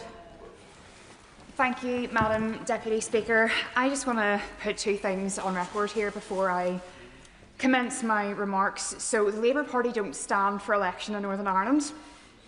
We do not have elections next week or the week after. So, everything I'm about to say has got absolutely nothing to do with a so-called political stunt, but everything to do with the integrity of this House. And by the way, I find patronising the context that we shouldn't be discussing these things because the government of the day want to get on with the cost of living. I have had 2 car bombs at the edges of my constituency in the last 5 weeks, so believe me, there are much bigger things that I would prefer to be talking about at this time. However, it is incumbent upon everybody in this House to make sure that everything we're doing is completely above board. Now, last week, I posed the question. I don't know why Mandelson was appointed. Prime Minister then said it was a mistake. But here's what I don't understand. Everything that was out there about Mandelson that would have been cause for concern was open source material. It was out there. Peter Mandelson wouldn't have survived the vetting for a kids' football club, and rightly so. And yet we're expected to believe from those benches that it's nothing to see here, we're going to do some process here and there, it's a bit of a hoo-ha, as if there's been a bit of opprobrium around an appointment of a local Rotary club. This is the government of the United Kingdom and Northern Ireland. And we need to make sure that everything that is done here has the trust and confidence of the people that we are sent to represent. One of the things that I'm really passionate about is people being able to get on in life. But if you look at the social mobility figures for the UK, they are declining steeply. And that should be a concern for us all. But don't worry about that. It seems to be jobs for the boys going great guns over the road there. Instead of a meritocracy, it's a chumocracy. And that is at the nub of this. We cannot get answers as to why this was done. So what I'm asking today, will the real Prime Minister please stand up? Please stand up. Is it the man who wanted to tread lightly on our lives? Is it the man who promised a decade of national renewal? Is it the man who said that he was going to do things by the book and better? Because in my nearly 2 years here, I have not seen that. So I would ask people from across the way, and I want to commend the member for South Shields for her heartfelt words, because this should not be about party politics. This should be about doing the right thing. And I'm here as one member of my party, so I'm aware that I'm speaking from a place of privilege myself. But believe you me, there's a stink here, and the public smell it. And if we're serious about getting better in terms of making our constituents' lives better, in terms of proving that this place can deliver, well, every single person here today has a choice. Make the right one. Phil Brickell. Madam Deputy Speaker, and can I just start by saying I do take serious exception to the remarks from the honourable member from Beaconsfield, who I see is just about to exit the chamber, complaining about us spending an afternoon talking, in her words, laboriously about process, because it is process that is on the face of the motion that the Leader of the Opposition has brought to this chamber today, and that is what we are debating, and it is because of her party bringing that, and I am more than happy to spend an afternoon talking about process, because that is what we are here to do.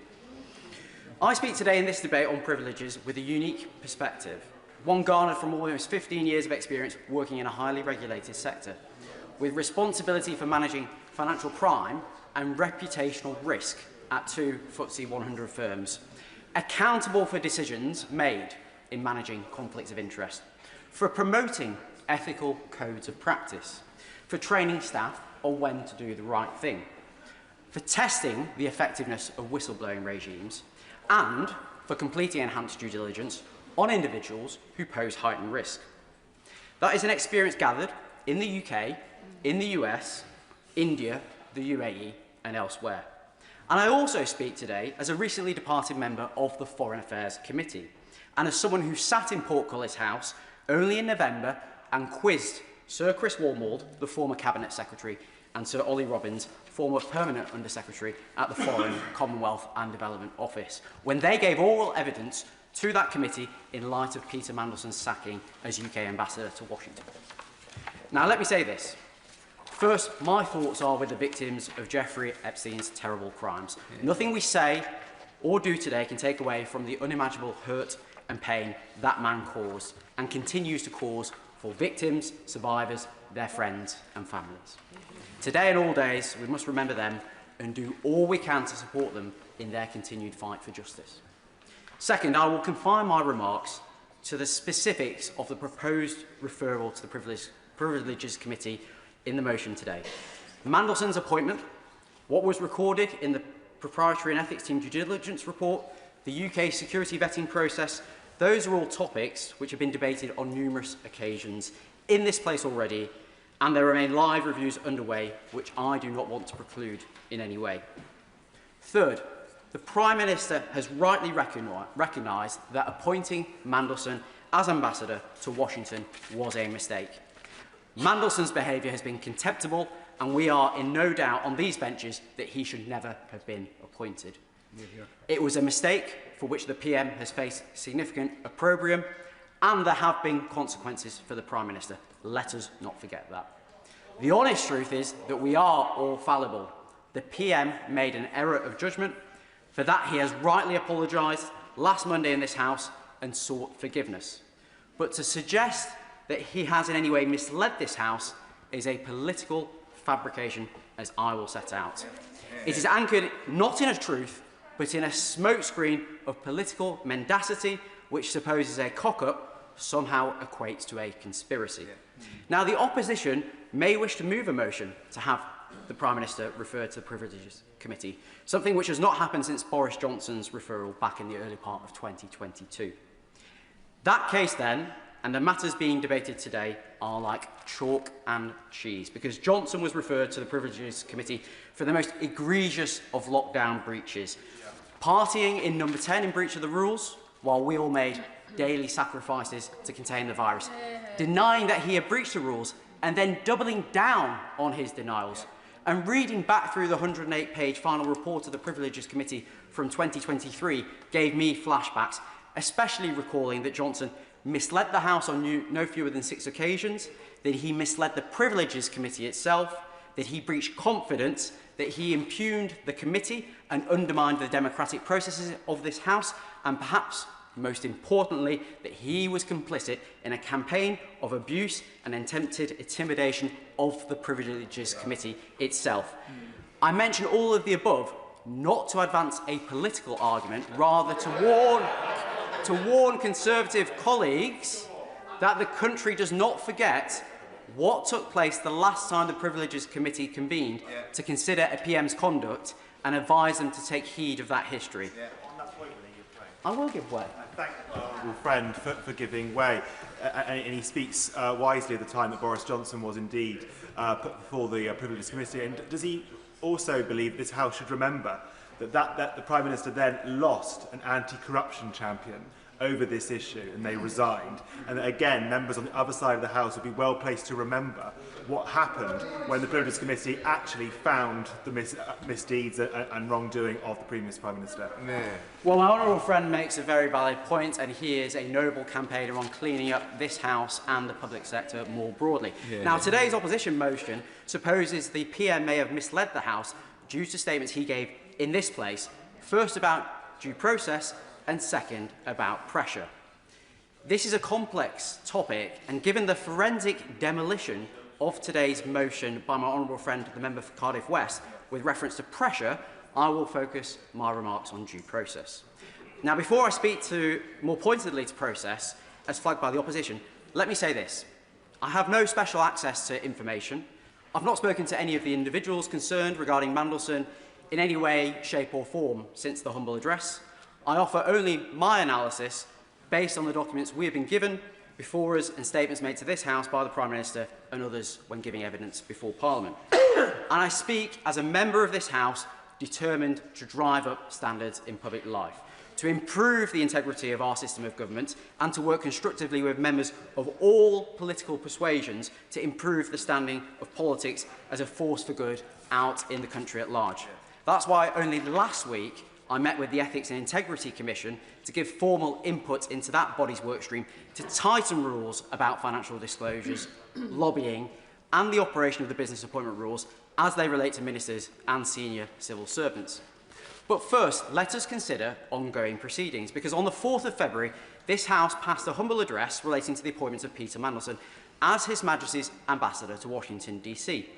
It directed HM Government to, and I quote, lay before this House all papers relating to Lord Mandelson's appointment, including but not confined to the Cabinet Office due diligence which was passed to number 10, the conflict of interest form Lord Mandelson provided to the FCDO, material the FCDO and the Cabinet Office provided to UK security vetting, as well as, amongst others, and again I quote, all information on Lord Mandelson provided to the Prime Minister prior to his assurance to this House on the 10th of September 2025 that full due process was followed during the appointment. Now, subject to agreed redactions for national security and international relations purposes, as agreed with the Intelligence and Security Committee, the first volume of material was published by the Cabinet Office on the 11th of March, and the Foreign Affairs Committee has taken evidence from Sir Ollie Robbins, former Permanent Under-Secretary at that department. That took place last Tuesday. On Thursday, the Foreign Affairs Committee heard from Catherine Little, Civil Service Chief Operation Officer and Permanent Secretary at the Cabinet Office. And earlier today, it heard from Sir Philip Barton, previous Permanent Under-Secretary at the Foreign, Commonwealth and Development Office, as well as from Morgan McSweeney, former Chief of Staff at 10 Downing Street. And there is also a separate live police investigation being undertaken by the Met into Mandelson, which the Cabinet Office will be keen to avoid prejudicing. It will require a delicate balancing of information so as to ensure that detectives are able to conduct their vital work without it being in any way overshadowed by ongoing parliamentary inquiries. Which brings me to the reasoning for today's debate brought by the official opposition. Now, on the first limb, due process. To the best of my ability, my understanding is that the opposition contend that due process was not followed, one, because UK security vetting took place after Mandelson's appointment, and two, because his vetting decision was not escalated for discussion with Number 10 or the Cabinet Office. On the sequencing of events, let me set the record straight as I see them. When the Cabinet Office published its first volume of material, after the humble address, it included a file note marked Official Sensitive, Personal and Staffing, dated the 11th of November 2024. Advice to the Prime Minister, options for His Majesty's Ambassador, Washington. In that note, written to the PM by Simon Case, Cabinet Secretary at the time, it is laid out in very clear language that one option was a political appointment, as was undertaken when Ed Llewellyn was appointed as HM Ambassador Paris by David Cameron in 2016 and as HM Ambassador Rome by Boris Johnson in 2022, for which there was a clear process to go through. To quote Lord Case in that note to the PM, if this is the route you wish to take, you should give us the name of the person you would like to appoint, and we will develop a plan for them to acquire the necessary security clearances and due diligence on any potential conflicts of interest or other issues of which you should be aware before confirming your choice. A letter is then needed from the Foreign Secretary to the PUS to FCDO formalising the decision to make a political appointment. That was in November 2024. Simon Case's note was followed up by another note dated the 11th of December 2024 from the PM's Principal Private Secretary, Nin Pandit, noting due diligence had been sought from the Propriety and Ethics team in the Cabinet Office on Mandelson, checks which were conducted by PET on the 4th of December 2024. Then after that, the PM's Chief of Staff discussed Mandelson's relationship with Epstein and noted the PM's Director of Communications was satisfied with Mandelson's responses to questions about contact.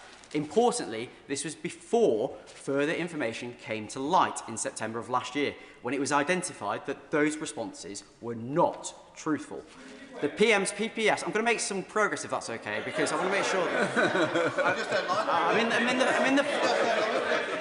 I'm in the flow of things, and I want to make sure, well, I'm not halfway through yet, so I've got a long way to go. The PM's PPS flagged that the relationship between Mandelson and Epstein would be gone over with the Prime Minister by his private office. And the Principal Private Secretary noted that after a decision to proceed was made, only then would a decision be made as to when to make any appointments and announce it, and when the new ambassador would take up post, subject to a letter from the Foreign Secretary to the Permanent Under-Secretary at the Foreign, Commonwealth and Development Office, followed by approval by the King, and then agrément being obtained from the US administration.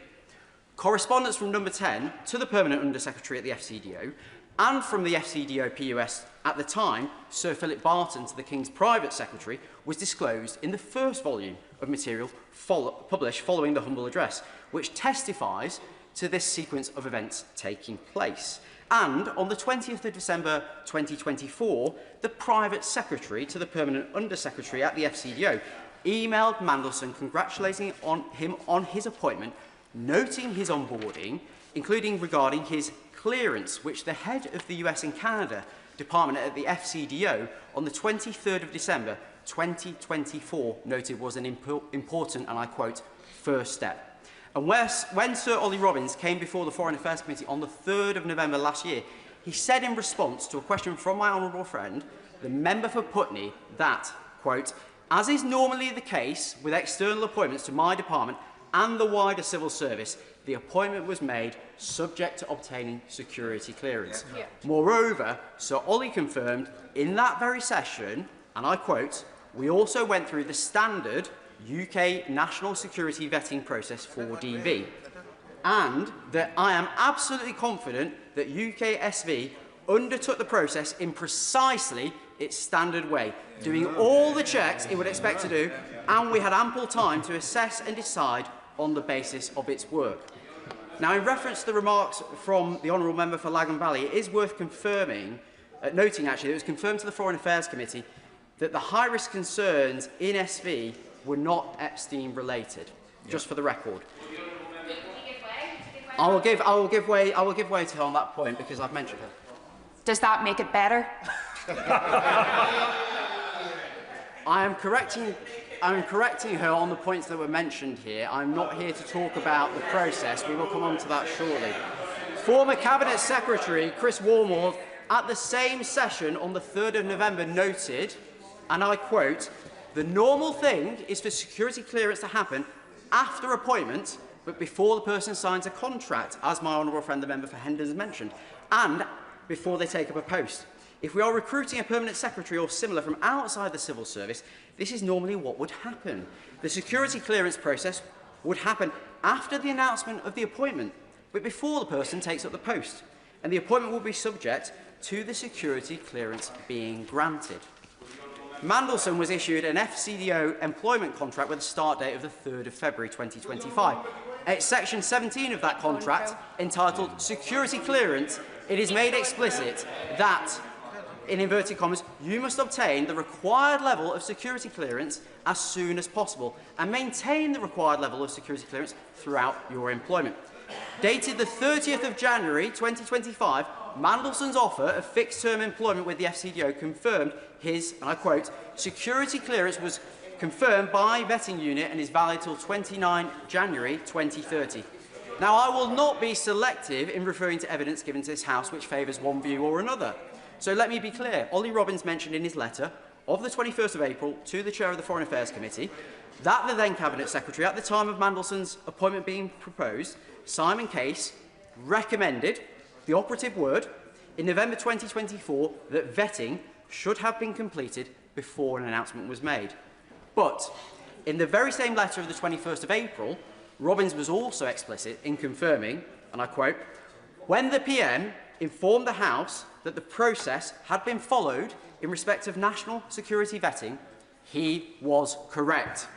Moreover, on the topic of vetting, Robbins stood by the letter he wrote with the Foreign Secretary to the Foreign Affairs Committee on the 16th of September 2025, in which he confirmed ministers are not informed of any findings other than the final outcome.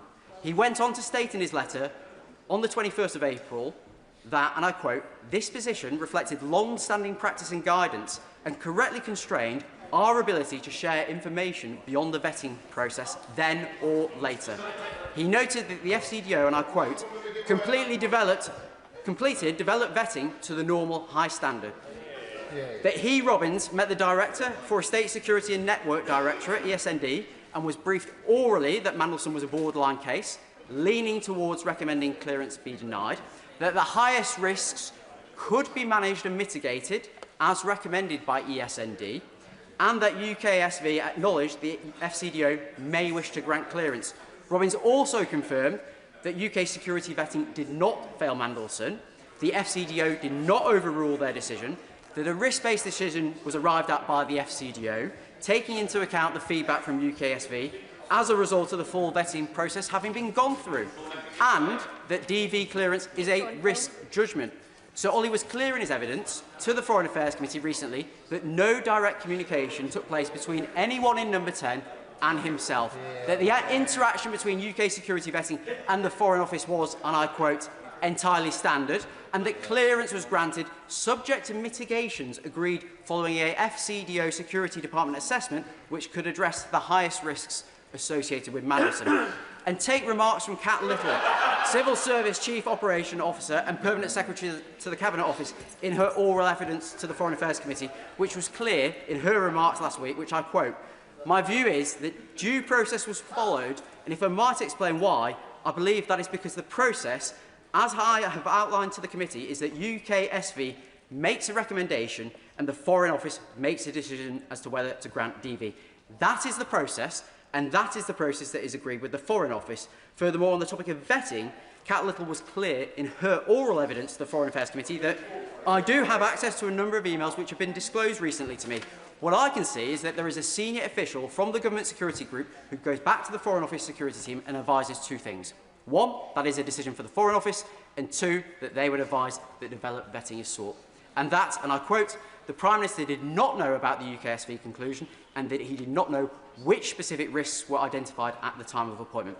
Only this morning, former Foreign Office Permanent Secretary Sir Philip Barton said in front of the Foreign Affairs Committee he was very confident the appropriate process was carried out. So there we have it.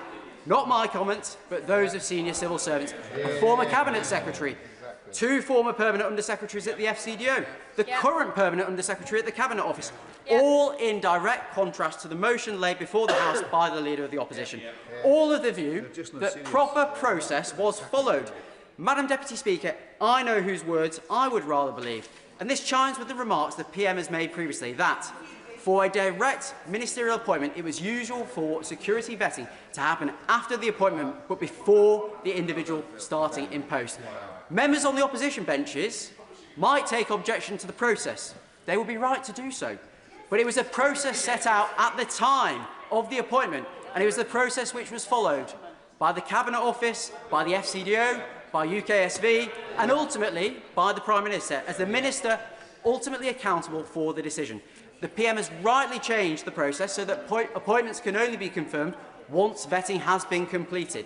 And he has rightly appointed Sir Adrian Fulford to lead a review into security vetting to make sure that there is consistency across government into the means by which decision makers are informed of any concerns ahead of appointment. The PM has rightly set up the Ethics and Integrity Commission and tasked it with improving processes around lobbying, the revolving door between government and the private sector, and financial transparency. I commend him on those steps and his commitment to bring forward legislation as soon as possible to allow for the removal of disgraced peers. That is the right thing to do, and I trust that legislation will obtain support right across this House. Now, only yesterday, the Chief Secretary to the Prime Minister confirmed that the Cabinet Office has passed to the Intelligence and Security Committee all the material it has processed as part of the humble address and judged to be prejudicial to national security or international relations. Over 300 individual documents. It includes a number that are relevant to the processes of Peter Mandelson's security vetting too. And we expect the second tranche of documents under the ambit of the humble address to be published after Parliament returns following prorogation. Now, as was mentioned in yesterday's ministerial statement on progress around the humble address, outstanding documents are either with the government awaiting publication, with the ISC, or with the Metropolitan Police, given the ongoing criminal investigation into Mandelson. The last time a referral was made to the Privileges Committee on a PM's conduct was during the COVID pandemic, and Boris Johnson was under an investigation by the Metropolitan Police for repeatedly partying in Number 10 during lockdown, and then misleading the House by saying that rules had been followed when they had not. And the police had issued fixed penalty notices for breach of COVID-19 regulations. I have mentioned the vital ongoing work within the Cabinet Office to view documents within the remit of the humble address, of the Intelligence and Security Committee's work reviewing proposed redactions, of the public evidence sessions held by the Foreign Affairs Committee, and the wholly separate police investigation. The question to therefore ask the Leader of the House is why bring this motion to the House now? Why bring this motion when we have not had the full disclosure of the documents within the ambit of the humble address, including the private messages, the WhatsApps, the additional minutes and file notes which were not included within Volume 1, published back in March? Why duplicate the work already being undertaken by the Cabinet Office and the ISC under the humble address? Why not wait until after prorogation, when the full documentary evidence is available, to then determine whether a Privileges Committee referral is warranted? Why not wait until all relevant witnesses have been able to give evidence to the Foreign Affairs Committee, including remarks given today, which we're only just in the process of digesting? The Leader of the Opposition makes much of due process in her motion. My retort is simple. Due process will also be followed in getting to the truth. Let all the documents be released, and then let this House determine the facts of the matter. And so the cynic in me would say that today's privileges motion is nothing but a barefaced political stunt designed by the party opposite, clutching at straws with just over a week to go until the local elections, to politicise a very important review process currently underway across government and Westminster, which hard-working and dedicated civil servants are working on, alongside ministers, to ensure the humble address is fulfilled as quickly as possible. My obligation, Madam Deputy Speaker, it is to this country first and above all else. I owe it to my constituents to outline my rationale and my way of thinking.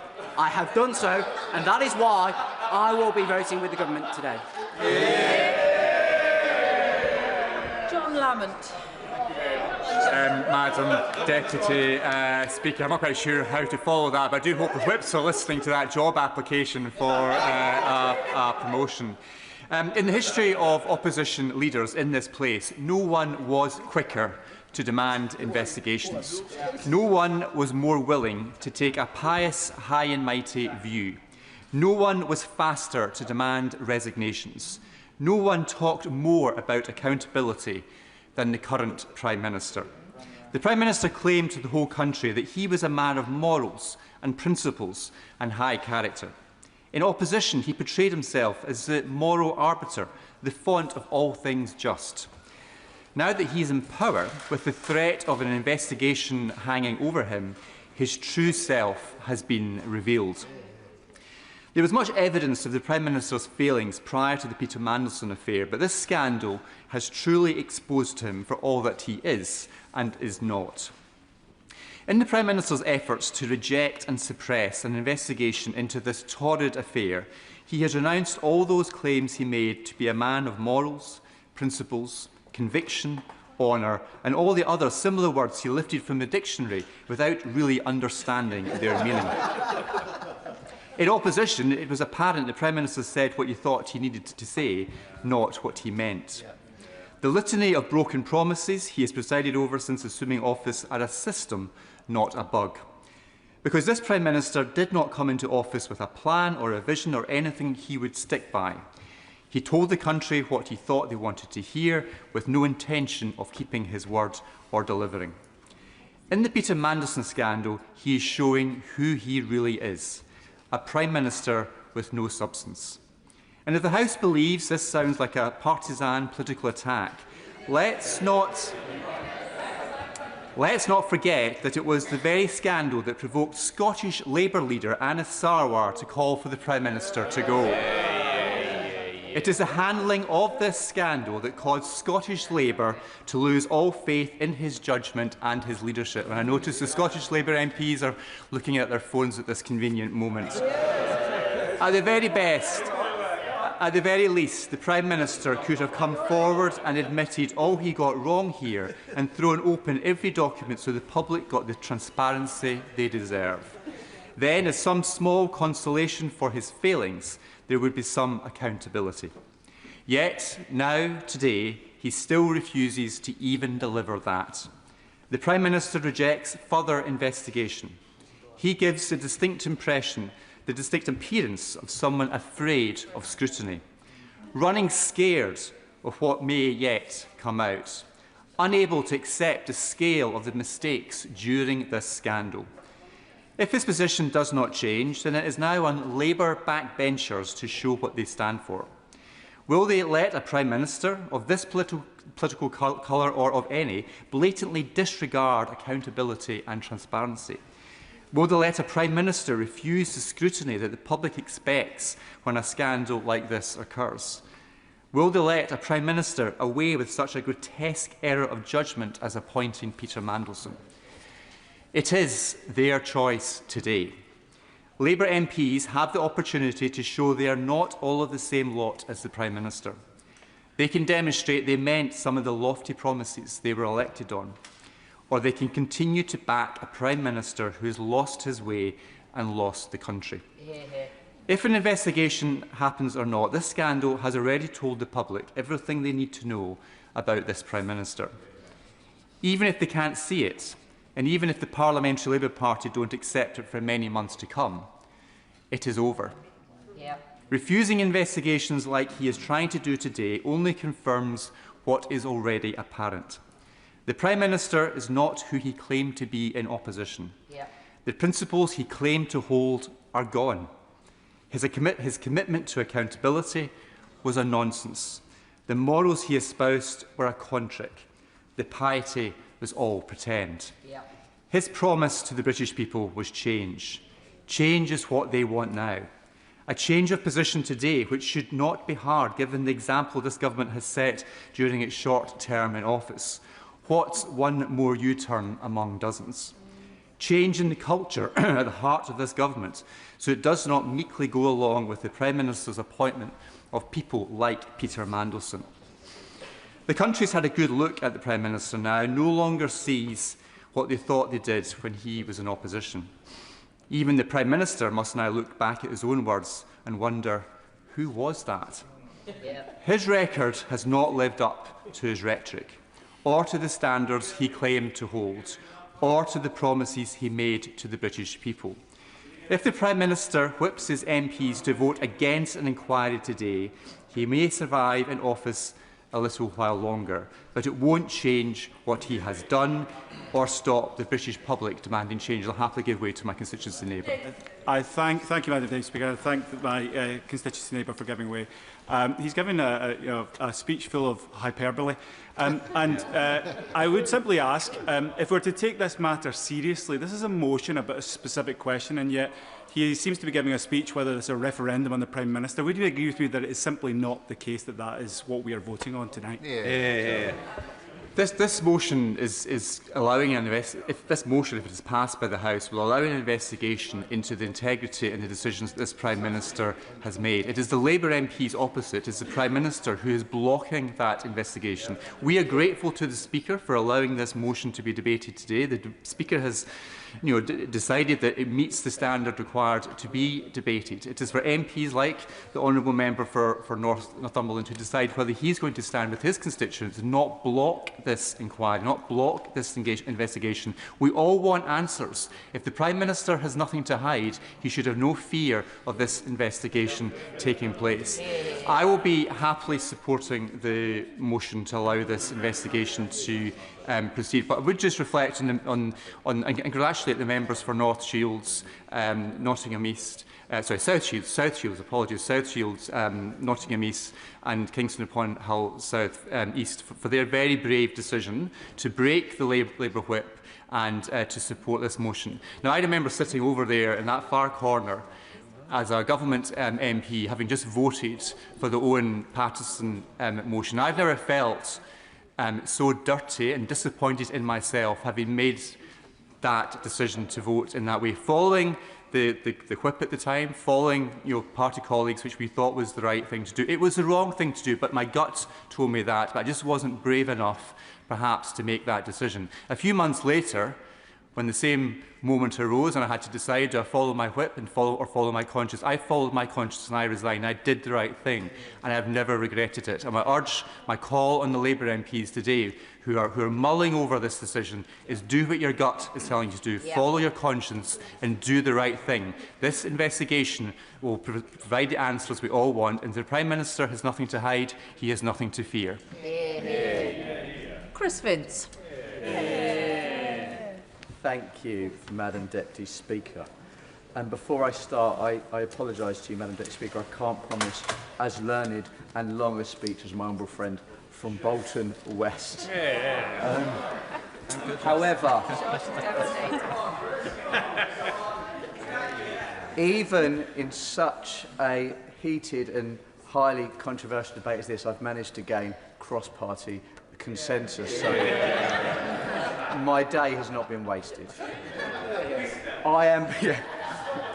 I am pleased to get the opportunity to speak in this debate.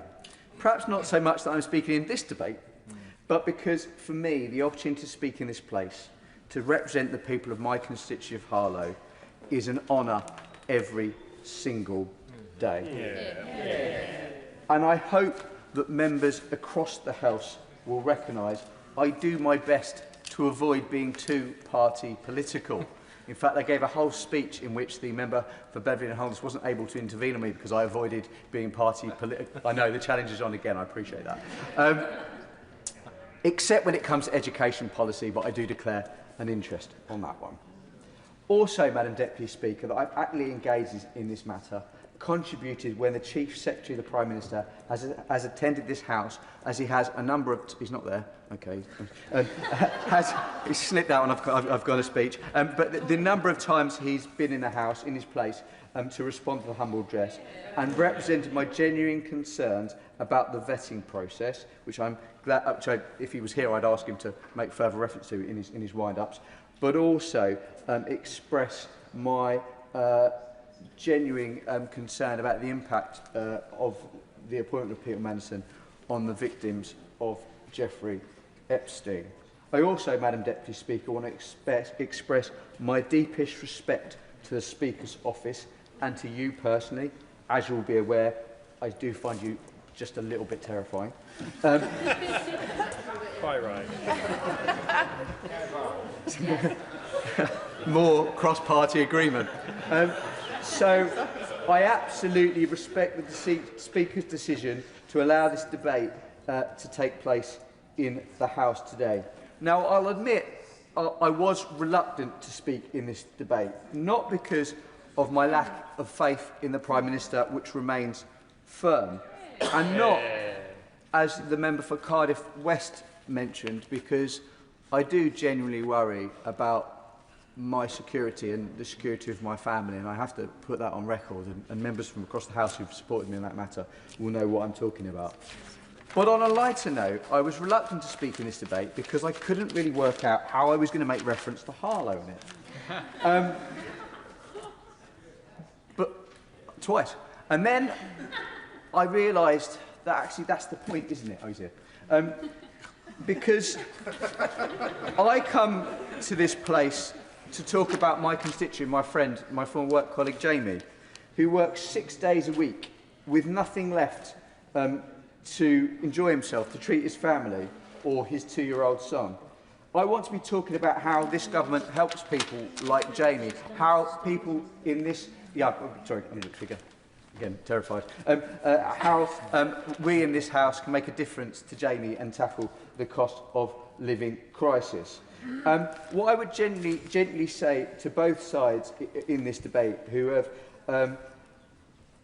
implied that those who don't agree with them are somehow selling their soul, I would just, respectfully disagree. And I was genuinely...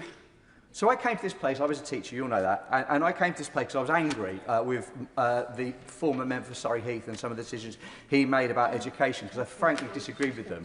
And what really struck me when I came to this place was members opposite aren't these horrible, terrible, horned beasts that I was led to believe that they are. Some of them may be. However, some of them genuinely believed... Did I say horned? Horned. But genuinely, that I feel I'm going to have to do a point of order and apologise a minute.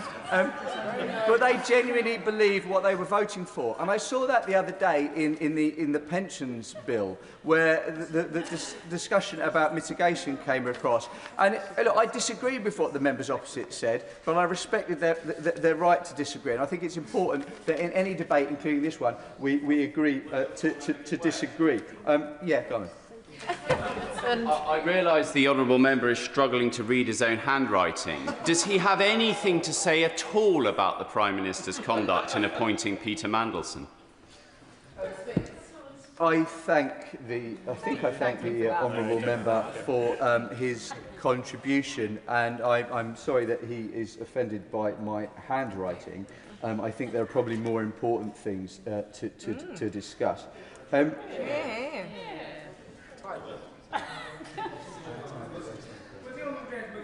I will.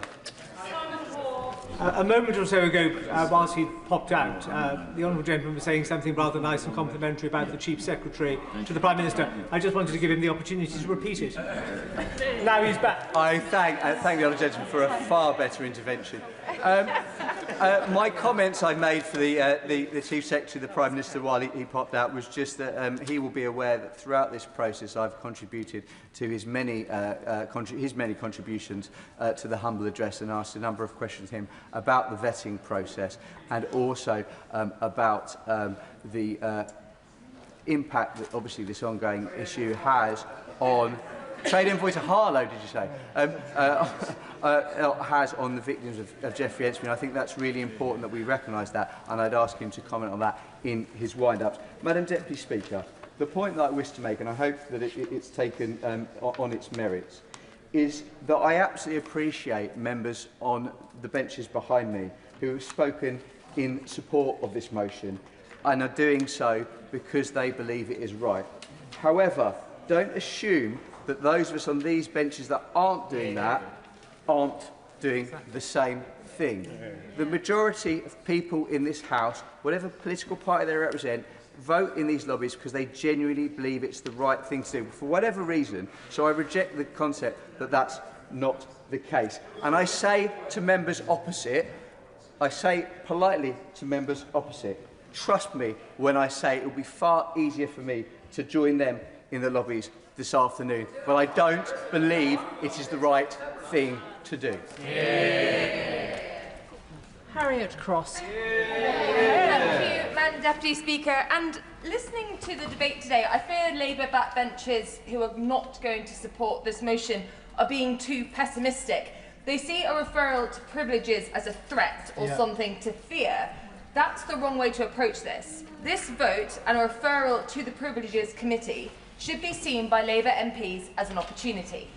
An opportunity for the Prime Minister to prove, as he says he believes, that he has done nothing wrong, that he has not misled the House. An opportunity for the government, who have summoned all their backbenchers here today, to demand and to expect them to give the Prime Minister their confidence, to instead show them that the loyalty the Prime Minister expects from them is justified. Because Labour backbenchers should be in no doubt, and as we've heard multiple times today, the manner in which this vote will be managed by the Labour whips is not usual for a motion to privileges.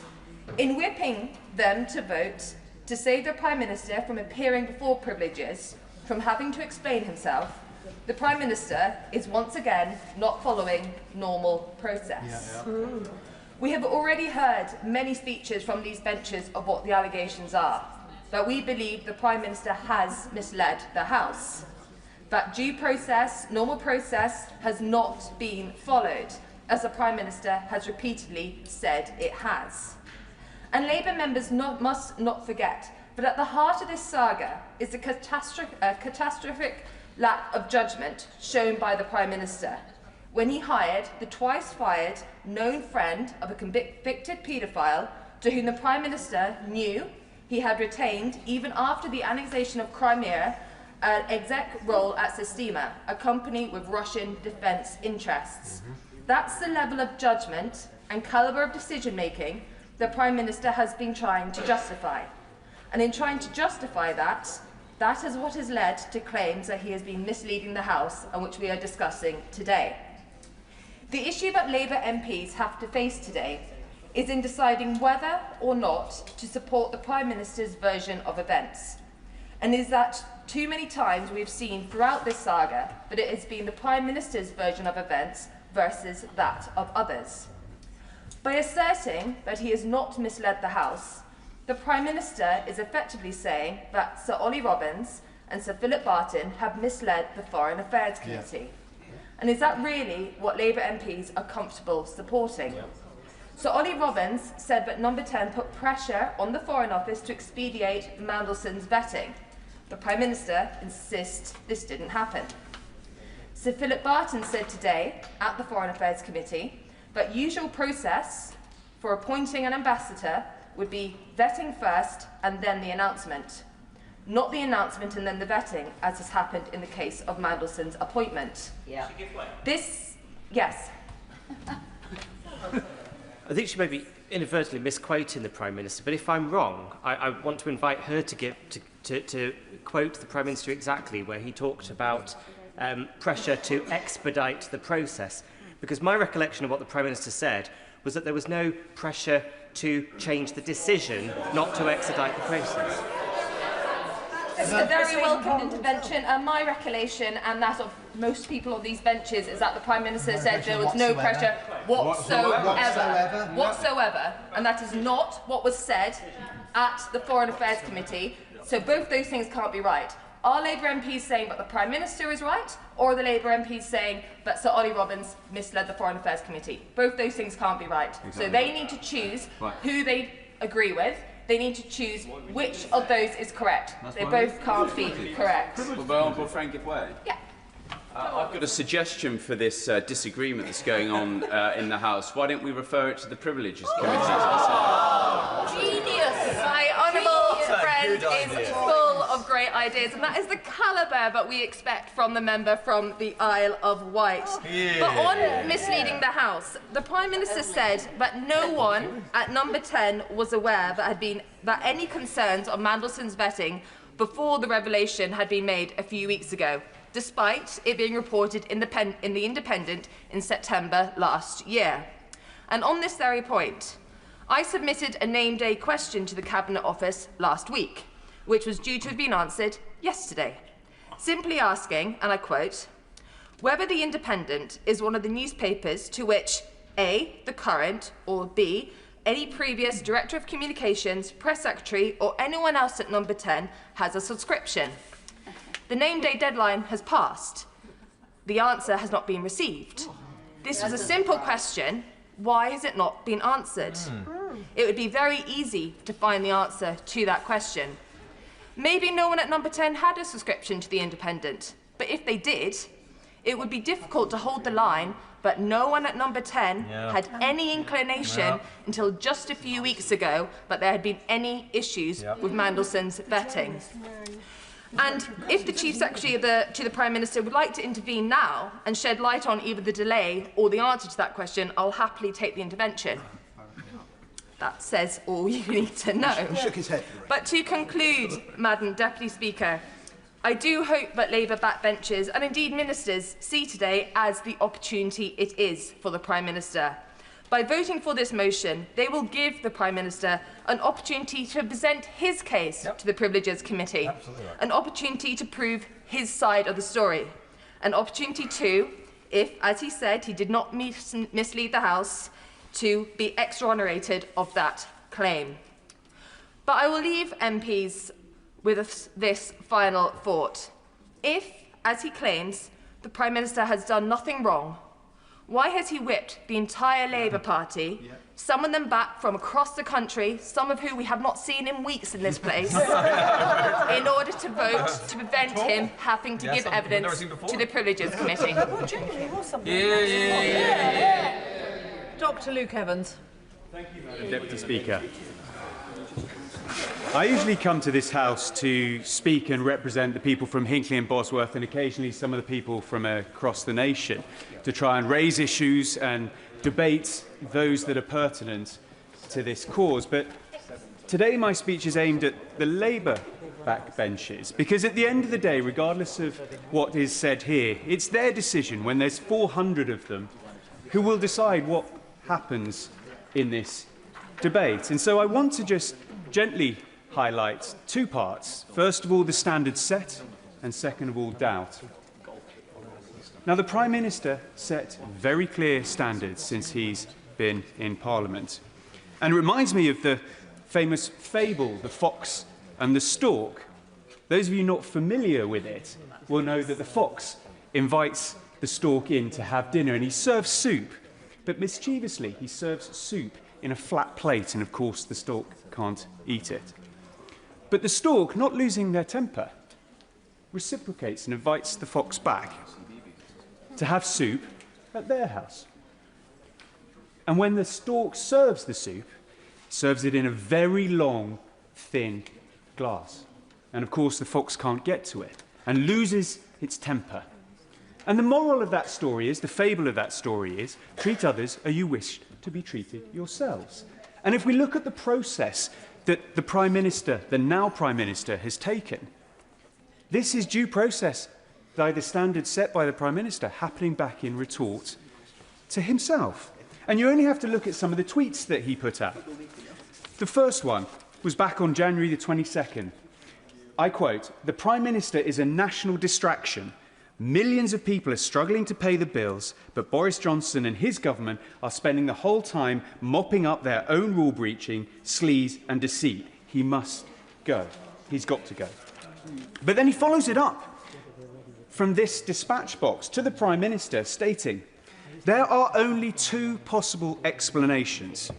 Either he's trashing the ministerial code, or he's claiming he was repeatedly lied to by his own advisers and that he didn't know what was going on in his own office. Come off it." So this is the standard that the Prime Minister set himself before he became Prime Minister. And so is he following that standard? No. Well, we only have to see from other examples since the Prime Minister has been elected to see that he isn't. He gave passes to a donor to number 10. He took suits. He took glasses. He appointed a donor to the football regulator.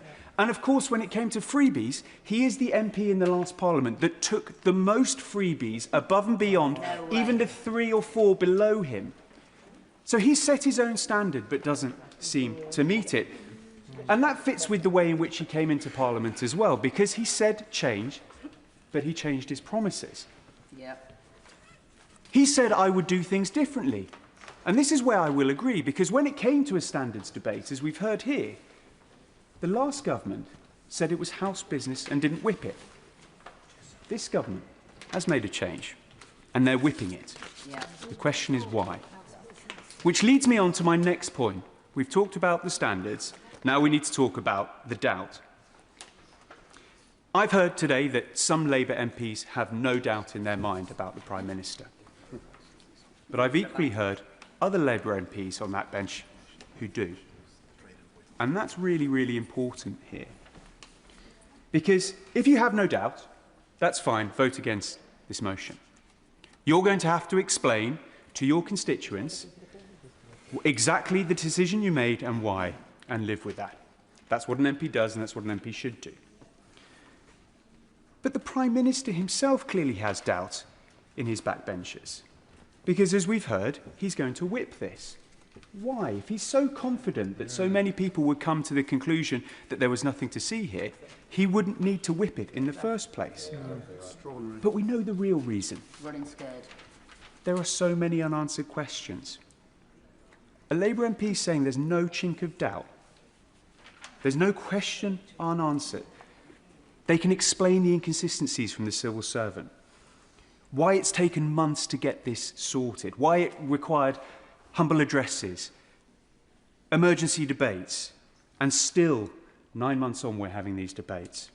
Why were comments in the PM's box notes left empty? You see, I don't believe Labour MPs are going to show the same lack of curiosity that the Prime Minister showed when appointing Peter Mandelson, because they have a duty, and they know that, to their constituents to make sure they get it right. How do I know all this, though? Well, because our side have been here before. Many of us on these benches are the remnants of what we had to go through. We've seen it. And the sort of hypocrisy I've talked about does cut both ways. And what did we learn last time? Well, it's the infection that gets you. And here we are 9 months on since I made that speech, and the infection is turning into sepsis. The patient is in real trouble. Which leads me towards the end, because at the end of the day,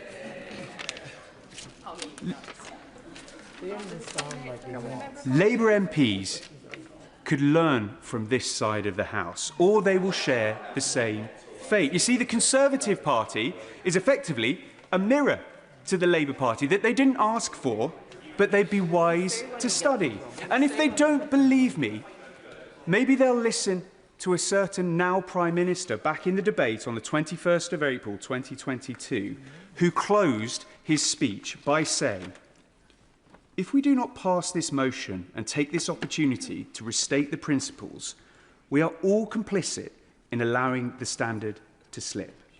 We are all complicit in allowing the public to think that we are all the same, that nobody tells the truth, and that there are alternative set of facts." That's what Labour MPs have to wrestle with. So I hope they listen to the now Prime Minister and his words back then. Dr. Ellie Chowns. Thank you, Madam Deputy Speaker. I'll aim to be brief and to the point.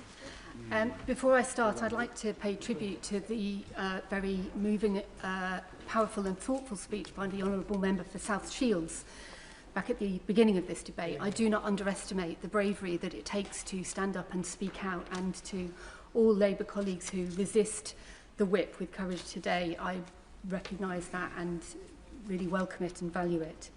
Because what's at stake today is trust, honesty and integrity, issues that go to the core of what our politics should be about. And the behaviour of a Prime Minister who promised to restore honesty and integrity to government. And I agree with the Honourable Member for Nottingham East, who said, again very powerfully, that our constituents do care about honesty, truth, trust, integrity. Now, it's well known that I have many criticisms of the Prime Minister and this government, as do constituents across the country. Yes, he has repeatedly shown very poor judgment.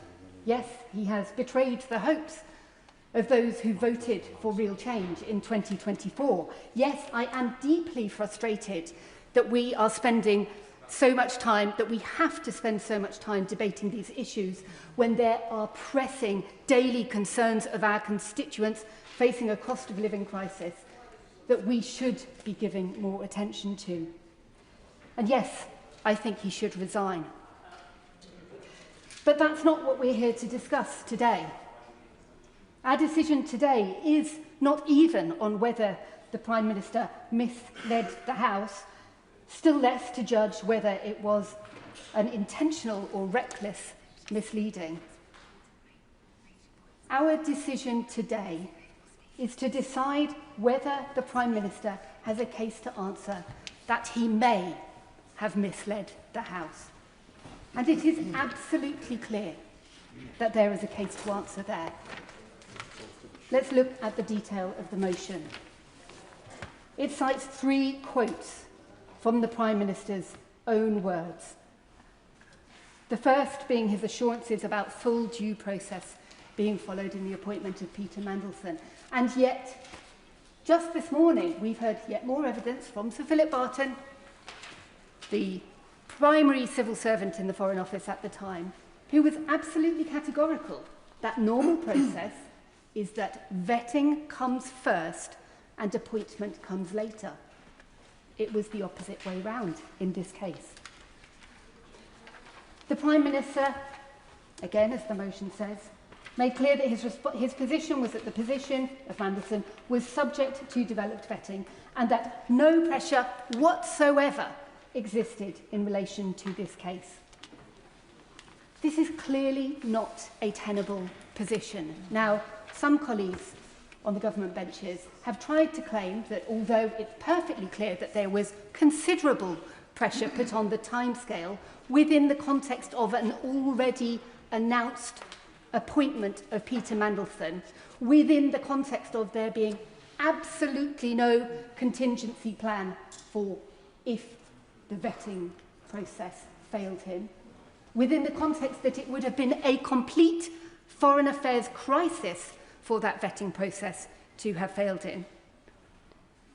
Those colleagues are asking us to believe that there was still no pressure whatsoever on the process. This is clearly, the Honourable Gentleman has said a lot today and there are others still waiting to speak.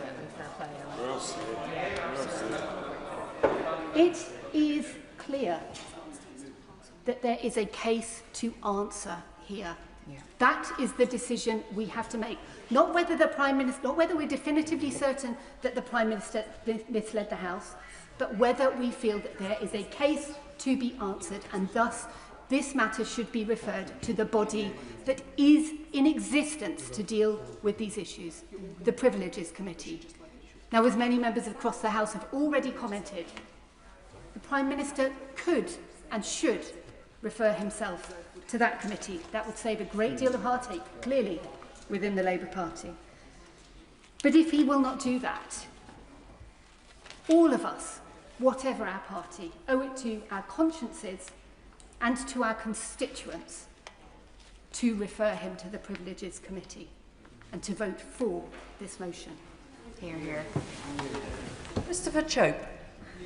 Madam Deputy Speaker, it's a pleasure to be able to participate in this very important debate. And I'm going to add a perspective from somebody who has never been in the Whip's office, but has witnessed the dark arts of the Whips in my time in this place. And I can see that what is happening today is that the Prime Minister has been persuaded by his Whips to put on a demand that all his troops should support him in voting down this motion, the consequence of which is that he will be even more unpopular. The results for Labour in the local elections will be even worse, and that as a result it will be easier for the Labour Party and its Whips to be able to scapegoat the Prime Minister for their failures. And so it will then be easier for them to change their leader, which is what a lot of them are yearning to be able to do. If the Prime Minister referred himself, or this motion was not being contested, then what would happen is that the Prime Minister, as many of my honourable and right honourable friends have said, would have the opportunity to go before the Privileges Committee, explain himself, and even if some of the allegations were proved to be true, in my view, Madam Deputy Speaker, the penalty would not be that severe.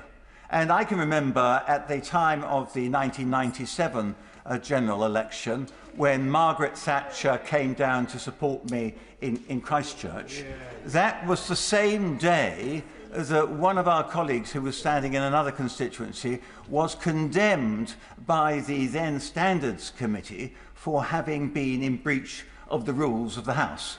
And so, Madam Deputy Speaker, the first thing that the former Prime Minister had to contend with when she arrived in Christchurch was, what do you think of Neil Hamilton? And she had what I thought was a perfect answer. She said, nobody's perfect. And obviously, when you answer a question like this, it's very hard to put any supplementaries in. And despite the press's best efforts, they weren't able to get anywhere further. And then they had to start talking about the Conservative prospects of winning back the Christchurch constituency in that election. But I think that if this matter was referred to the Privileges Committee, then ultimately the effect would be that somebody would say, well, nobody's perfect. They've got a Prime Minister who uses words which to exaggerate a situation by such as whatsoever. And whatsoever, when one looks it up in the dictionary, is really to reinforce the strength of the proposition, that there'd be no pressure whatsoever. And so in using that word, I suspect, no, I'm not going to give way because I think we need to make progress. So the effect of using that word was to, I think, probably inadvertently mislead himself. I'm being generous. But what I'm really saying to members opposite is watch out. You are probably working very well together to bring down the downfall of this Prime Minister. And what I would say, Madam Deputy Speaker, is that my constituents would be delighted if there was a general election and a chance to change the government. But the last thing they want is to get rid of this Prime Minister and be faced with another Prime Minister from the Labour Party who they think will be far worse, even though they might be more effective. So that's my small contribution to this evening, but I hope that it may influence the way in which some of the members opposite choose to vote.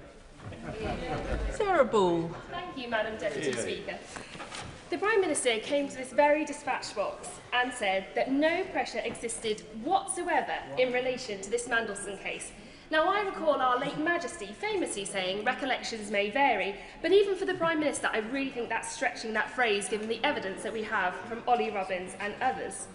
Now, recently, Madam Deputy Speaker, I was reading Black Box Thinking, a book by Matthew Said, which at its heart was talking about the importance of learning from failure and using that to improve. And in some respects, I think the Prime Minister believes that he has done all that is necessary by changing the process for appointments. But the Prime Minister is really missing the point. The issue is what has, or rather what has not been done, and what the Prime Minister told this House about, what he told the House about, whether this was misleading and whether it amounts to a contempt of the House, bearing in mind the standards expected of ministers as set out in the Ministerial Accountability and Ministerial Code. So this is not just an innocent mistake. The phrase, "the cover-up is worse than the crime," is really resonating with me at this moment, although I think the crime is equally heinous. And on the cover-up, now despite the member for Bolton's protestations, I notice he's not in his place, so I think he's probably tired himself out, to which I'd say brevity is the soul of wit. I simply say due process was not followed, despite the Prime Minister stating otherwise to the House. The security vetting was not carried out before Mandelson's appointment. The Foreign Office had to act at pace to confirm the appointment. Pressure was applied so that there would be an appointment before the inauguration. And as the member for Bridlington and the Walls has said in the House earlier, no minutes or records are kept of a key meeting from December 2024. This is a drip feed of constant information, and eventually, like dams, it will burst. And we're waiting for this to come out. Now, on the crime itself, this is really a question of judgment. Alarm bells should have been ringing. We all in this House knew about the Prince of Darkness. I mean, I was 10 years old when he was first dismissed. I was 13 years old when he was dismissed for his links with the Hinduja case. Again, I grew up knowing the background about Lord Peter Mandelson. And then it comes out about his links with Russia, his links with China, which is a national security risk, let alone we're talking about his relationship with Jeffrey Epstein. And all of this was brushed aside in a rush to appoint this man as our ambassador. Now, I'm sorely disappointed that members opposite are going to be made by being whipped to allow him not to go before the Privileges Commission. Because if he has no case to answer, then he has absolutely nothing to hide. The prosecutor is only prepared to ask questions, he's not prepared to answer any. And I am sorry that some of the Labour MPs have had to come before us and say they are scared about what will happen next for speaking out against this. This is not what we should be aiming for in this House.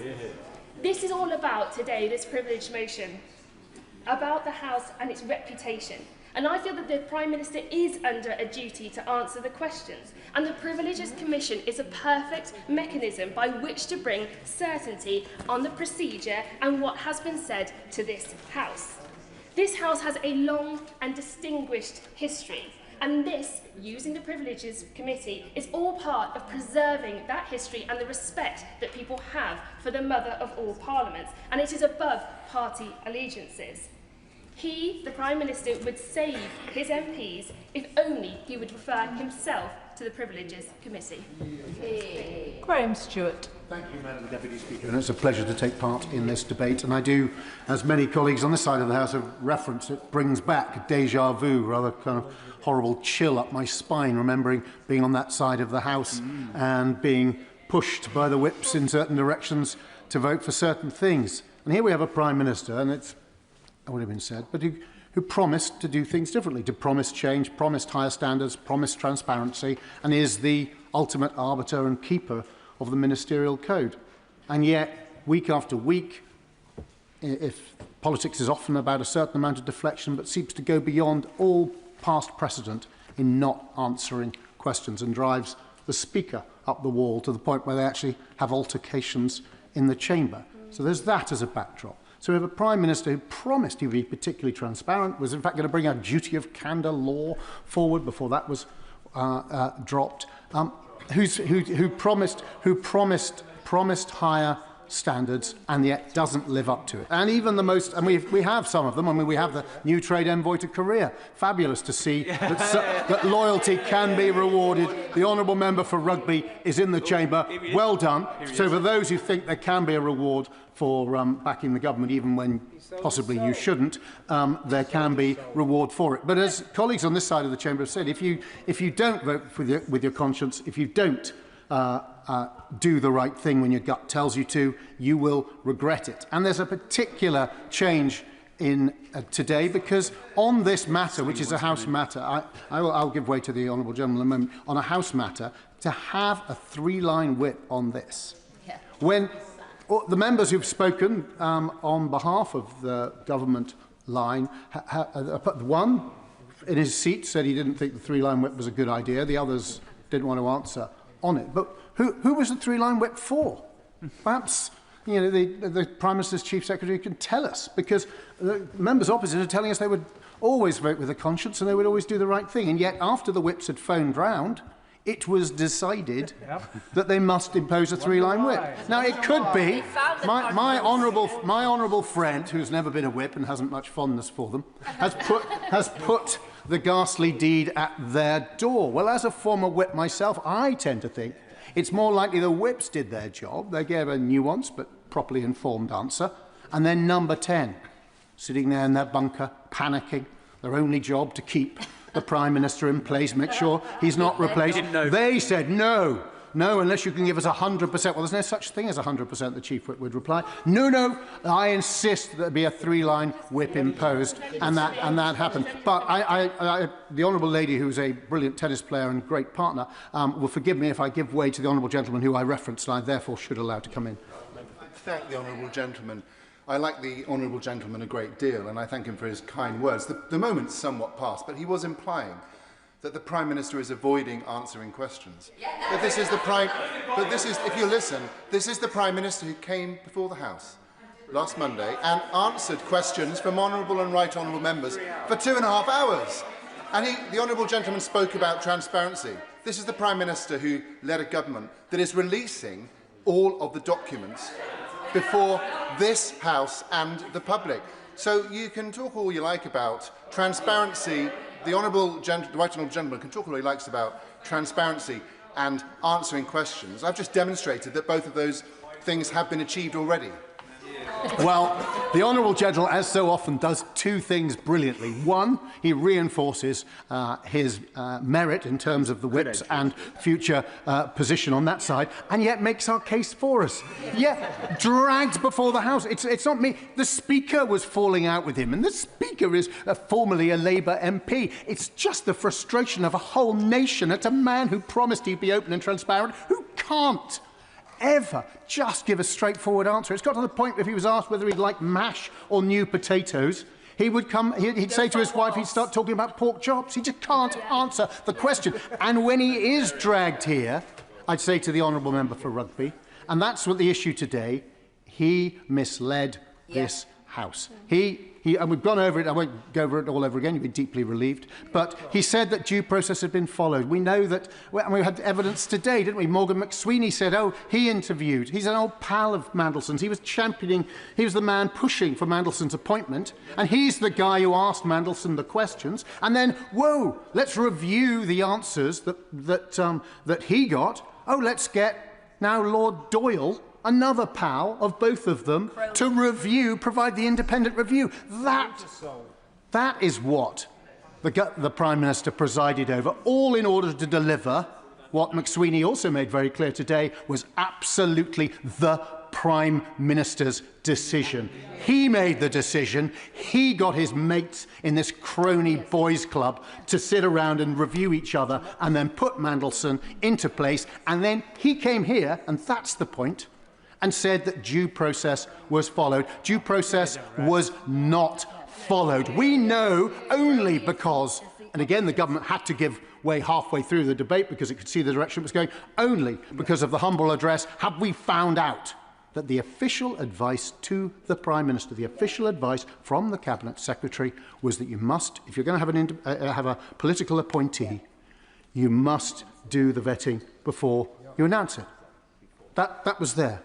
And this effort, and that wasn't in the public domain when Chris Wormald, who will have to answer for his own judgments himself, came out and said, oh, all due process was followed. But quite clearly, to anyone who could read that advice and see what happened, it wasn't followed. So Chris Wormald's letter was false and wrong, and claiming it as the great defence of the Prime Minister, I don't see how you square it. And we've had no answers to that. So we've got so many questions. That's even before we get to last week, as the Honourable Gentleman says the Prime Minister was here. But under that questioning, he, and from my right honourable friend who does a brilliant job of keeping her temper while he evades and seeks not to answer, he said there was no pressure whatsoever. Now, quite clearly that's not true when Ollie Robbins repeatedly said how much pressure there was. So there are plenty of reasons to believe that the Prime Minister, who said he was going to set a higher standard, has misled this House. That's all we need. As the Speaker said, we're not judge and jury today whether he did mislead the House. That's why we have this a Privileges Committee to look at it. It's dominated by Labour MPs. And such is the lack of confidence in Number 10, perhaps in the Whip's office, certainly in the Cabinet, for this Prime Minister, that not only does this Prime Minister not trust the Labour MPs on that committee, it doesn't even trust all the members opposite who are being dragooned into voting for something with a three-line whip when no such whip should ever be applied. Dave Dugan. Thank you, Madam Deputy Speaker. I want to start with a clumsy metaphor. And if you're in public, not you, if one is in public office, having anything to do with Lord Mandelson is akin to filling the world's smallest hot water bottle with the world's largest kettle, dressed only in your shorts and your flip-flops. The question isn't whether you'll get burned. The question is how badly you'll get burned, and potentially how fatally one could get burned having anything to do with Peter Mandelson. And one of the falsehoods that the Prime Minister has sought repeatedly to advance is that this was a mistake. It was a mistake to appoint Peter Mandelson. It was no such thing. It was a debt to be repaid. He had to appoint Peter Mandelson to that job. It was a deal he made with the devil. It was a high-stakes political game of Russian roulette. And the Prime Minister pulled the trigger when the bullet was in the chamber, and it went off at the heart of his government. And now they've got through the noise of the bang, they're all suffering from some sort of collective cognitive dissonance where they can't see what a preposterous defence the Prime Minister and the Labour Party have mounted. I'll frame the rest of what I've got to say around honesty, integrity and respect. On honesty, the PM's version of events is inconsistent with the evidence in its greater or lesser part than that which has been proffered by officials. That much is clear. That in itself is enough to seek recourse to the Privileges Committee. The Prime Minister's evidence consistently sought to omit that this was a catastrophe of his own making for the reasons that I've set out insofar as it was political payback. These are the detriments and demerits against the Prime Minister on the honesty front, but I can't be the arbiter of that. On integrity, he made this happen, as we've discussed. It's his mess, but he has inflicted substantial damage to politics across these islands. Many of us are campaigning in elections at the minute, and most of us will realise people don't care which party you are in when they've lost trust in politics. It's a plague on all of our houses, and that plague is now substantially more fatal because of the actions of the Prime Minister. The Prime Minister was but what? Does somebody want to intervene on me? No, I didn't think so. The Prime Minister was but one of 5 actors involved in this debacle, and all the other 4 actors have lost their jobs, while the Prime Minister, for the time being so far, keeps his. And I want to touch briefly on the whipping scenario. I won't go over the ground that people have said already, Madam Deputy Speaker, that is deeply questionable about the conviction of backbenchers in their Prime Minister, or conversely, the conviction of Prime Minister in his backbenchers, that they've whipped this vote. But to be clear, notwithstanding the very brave speech given by the Honourable Member for South Shields and others, I'm prepared to believe that there are Labour MPs over there who will go through the no lobby tonight and vote against this motion in good conscience on the basis of the evidence as they see it, and that's fine. The problem they've got is they've been whipped to do it, whether that's their position or not, and they should be absolutely furious about that. But I can't be the arbiter of that. And on respect, finally, Madam Deputy Speaker, the appointment was a mistake. No, the Prime Minister must take responsibility. Officials and SPADs have all had to walk the walk while he remains in post, looking increasingly like a cuckoo waiting for his successor to arrive. And on respect, the most important thing on respect is when he stands there and he says that he's sorry to the victims of Epstein. What he should continue to say is that when I appointed him to the pinnacle of diplomatic appointments within the United Kingdom over in Washington, I appointed him in the knowledge that he was a sympathiser and close friend and confidant of the world's most prolific paedophile, and I still appointed him. I just didn't know how much of a friend and a confidant he was of the world's most prolific paedophile. That is no defence, Madam Deputy Speaker. I know that. I'm surprised the former Director of Public Prosecutions doesn't know that that's the shallowest of all defences. And in closing, I will say that many members opposite have talked about how often and how many hours the Prime Minister has spent in this chamber fielding questions. Well, very, very few of them were actually answered. And but for the Leader of the Opposition, nobody gets a right to reply to the questions the Prime Minister serially doesn't answer about the appointment of Peter Mandelson. So recourse to the Petitions Committee is what we need to see here. All the things I've said, I can't be the arbiter of that, and neither can anyone else in here, but the Privileges Committee can. Ben Obsejecti. Why does the Prime Minister think everybody else's actions have consequences except his own? A question the country would like an answer to, a prescient question given the appearance of several recently defenestrated senior civil servants. But it isn't my question, Madam Deputy Speaker. It's the Prime Minister's own question from 2022, and how hollow those words must feel now. The testimonies from Sir Oliver Robbins last week and by his predecessor Philip Barton and the Prime Minister's former Chief of Staff Morgan McSweeney this morning, all casualties trailing in the wake of a Prime Minister who will stop at nothing to save his own skin, to torpedo what last vestiges of credibility the Prime Minister is desperately clinging on to. The Prime Minister set the conditions for Peter Mandelson to be the UK ambassador to the United States with a devil-may-care attitude to the consequences. The public announcement of his appointment in December 2024, His Majesty the King being informed, agreement with the United States being secured, all before vetting had taken place, ensured that the appointment was a fait accompli.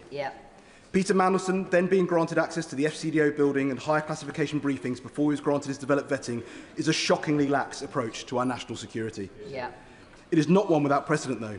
We saw much the same laissez-faire attitude with the previous ministerial appointment, that of the Prime Minister's Special Envoy to the British Indian Ocean Territory, Jonathan Powell.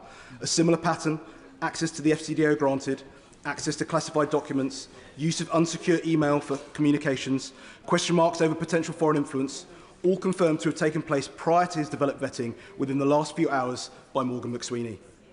Only this was 6 months prior to the Mandelson farrago. As I said at PMQs last week, playing fast and loose with national security is a key characteristic of the Prime Minister's chumocracy. The question of Mandelson's security clearance itself asks a host more questions. When Peter Mandelson commenced his role, he had already been given developed vetting, although UKSV had highlighted concerns. That's now well established. But if full due process was followed, why was Ollie Robbins sacked? On the 4th of February, less than a week before Mandelson started his role, the Appointments and Interchange Officer of the FCDO informed him via email that the role also required STRAP in addition to DV, and that a new STRAP application would need to be made. So Oliver Robbins confirmed that it was clear to him that he had received STRAP clearance from the STRAP authorities. In the chamber during the statement on the 16th of March, I asked the Chief Secretary to the Prime Minister there in his place, what level of security clearance Mandelson had been granted. Notwithstanding the minutiae of whether developed vetting is a clearance level and strap as a role-specific access, the reply I received from the Minister for the Indo-Pacific, somewhat conveniently 1 hour after The Guardian broke its story, only stated that Mandelson had developed vetting upon commencement of his role on the 10th. So when was his strap application made, and when was it granted?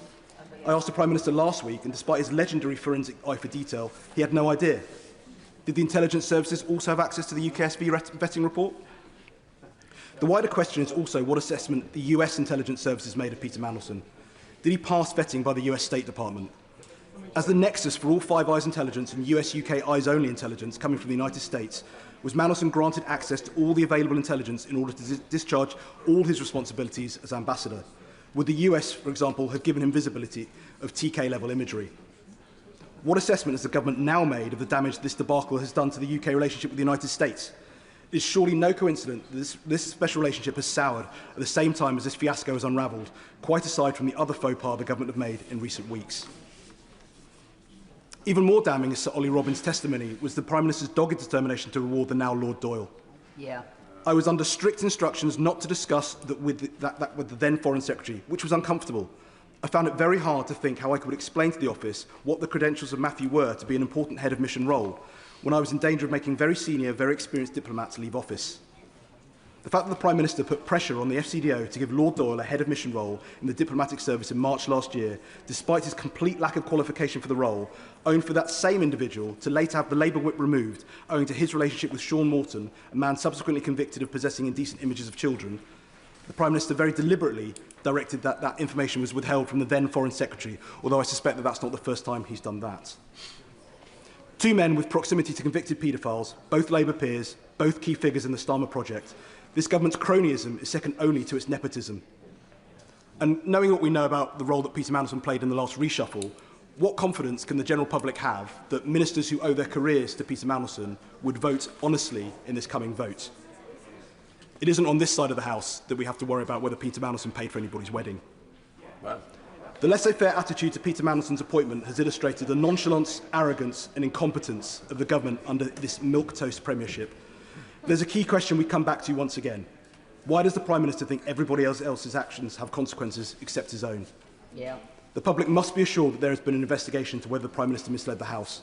The Privileges Committee must investigate the Prime Minister, and Labour MPs must vote for this motion, for transparency and truth, not the defence of a Prime Minister who doesn't deserve their blinkered loyalty. Ayub Khan. Madam Deputy Speaker, can I first of all extend my thoughts and prayers to the victim of Epstein. Can I also commend the bold and courageous contributions by the honourable members that sat opposite, which will be voting with the motion. Madam Deputy Speaker, I was elected as an independent Member of Parliament to represent the people of Birmingham Perry-Barr without fear and without favour. I was sent here without a party whip, without shackles, controls, or indeed hidden notes given to me behind closed doors. I was sent here to exercise my judgment, my discretion, and my conscience at the behest of my constituents. And that is exactly what I do each and every day. Because the truth is, the British public feel deeply, profoundly disenfranchised. Too many people no longer trust politicians. Too many believe that we say one thing and do another. Too many people feel that there is one rule for those in power and another rule for everyone else. And we cannot simply dismiss this sentiment. We must confront it. Honesty matters, integrity matters, credibility matters, and above all, transparency matters. Because without these fundamental elements, public confidence does not just weaken, it disappears. And once it's gone, it's incredibly difficult to rebuild. So I ask colleagues across this House, especially those colleagues that sit opposite, what message do we send today if we refuse even to allow a committee to examine the facts? What are we saying to the public if we block scrutiny before it has even begun? This motion is not a verdict. It's not a judgment. It's not a declaration of guilt. It's a process. a fair, established parliamentary process to examine evidence, to determine the facts and to allow the truth to emerge. And yet we are told that members on the Labour benches are under a three-line whip. For those outside this chamber who may not know, that means they are being instructed, compelled to vote against this motion, to vote against even allowing the question to be examined. So let us be honest about what that looks like. If an individual votes to prevent this investigation, they are not defending due process. They are denying it. They are not upholding transparency. They are obstructing it.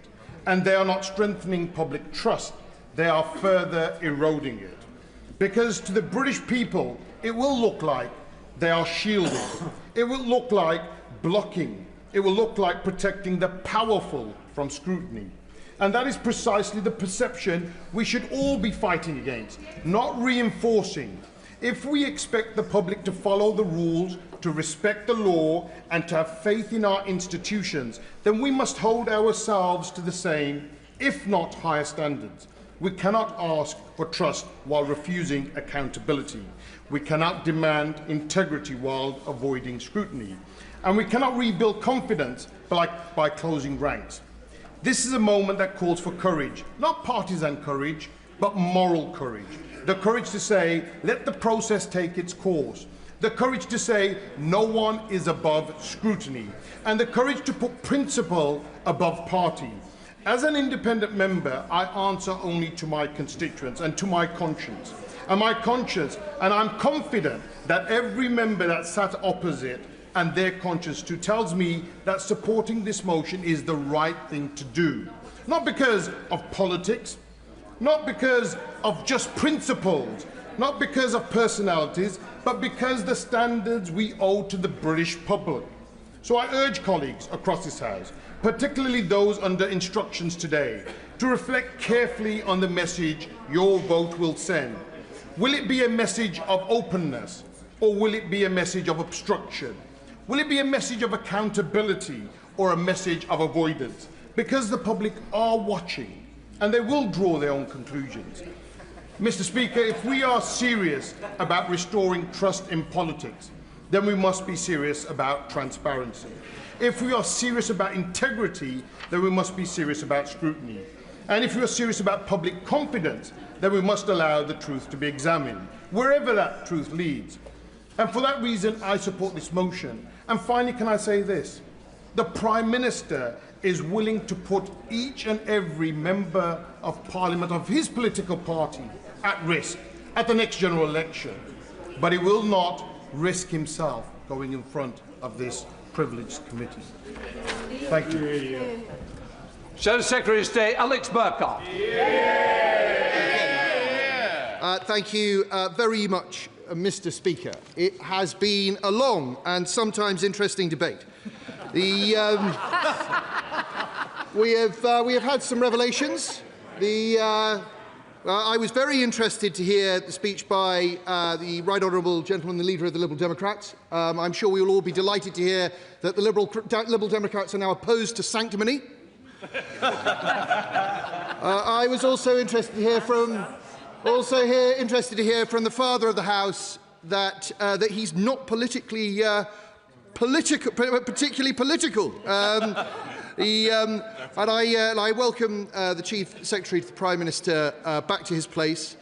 I congratulate him on the fact that the Today programme this morning he was being lauded as the Prime Minister's right-hand man.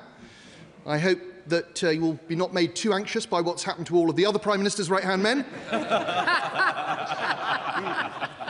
And, He is smiling. He is smiling. the motion before us today is very, very simple.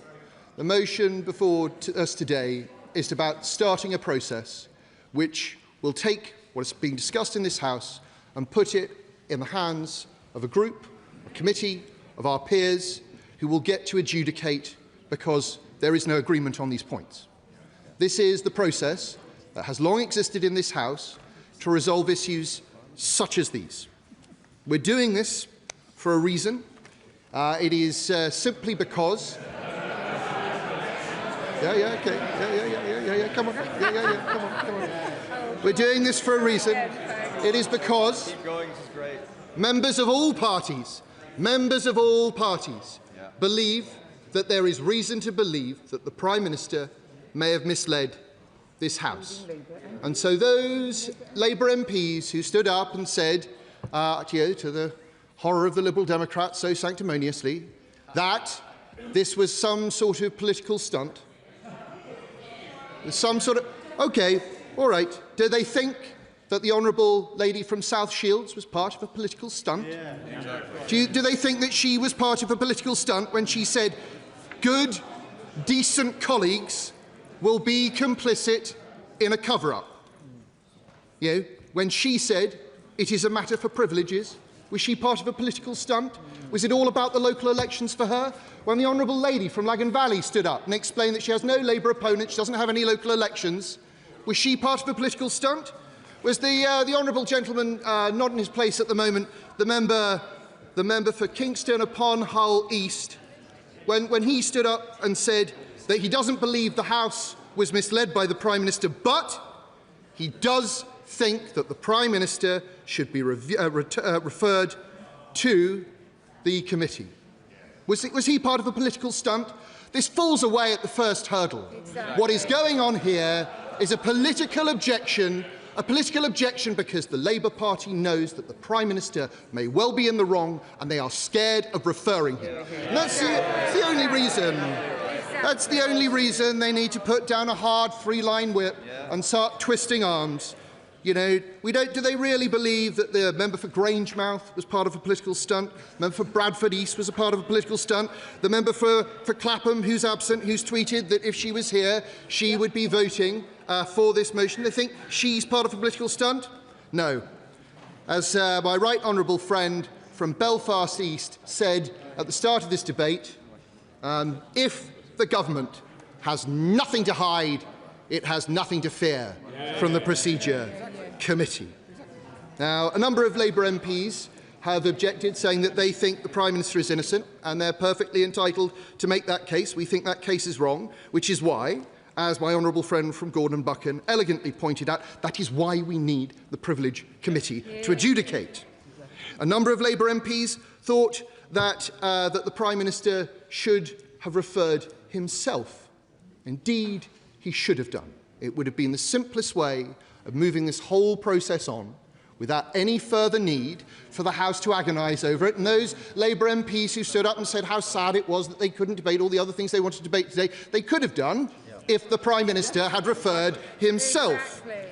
The case, which has been well trodden this afternoon, I will make again very briefly, is on 2 points. It's on full due process and it's on pressure. And on full due process, we know, because of the humble address, and only because of the humble address, a point made elegantly by my friend from Beverley, that Simon Case, the then Cabinet Secretary, set out in November 2024 what full due process looked like.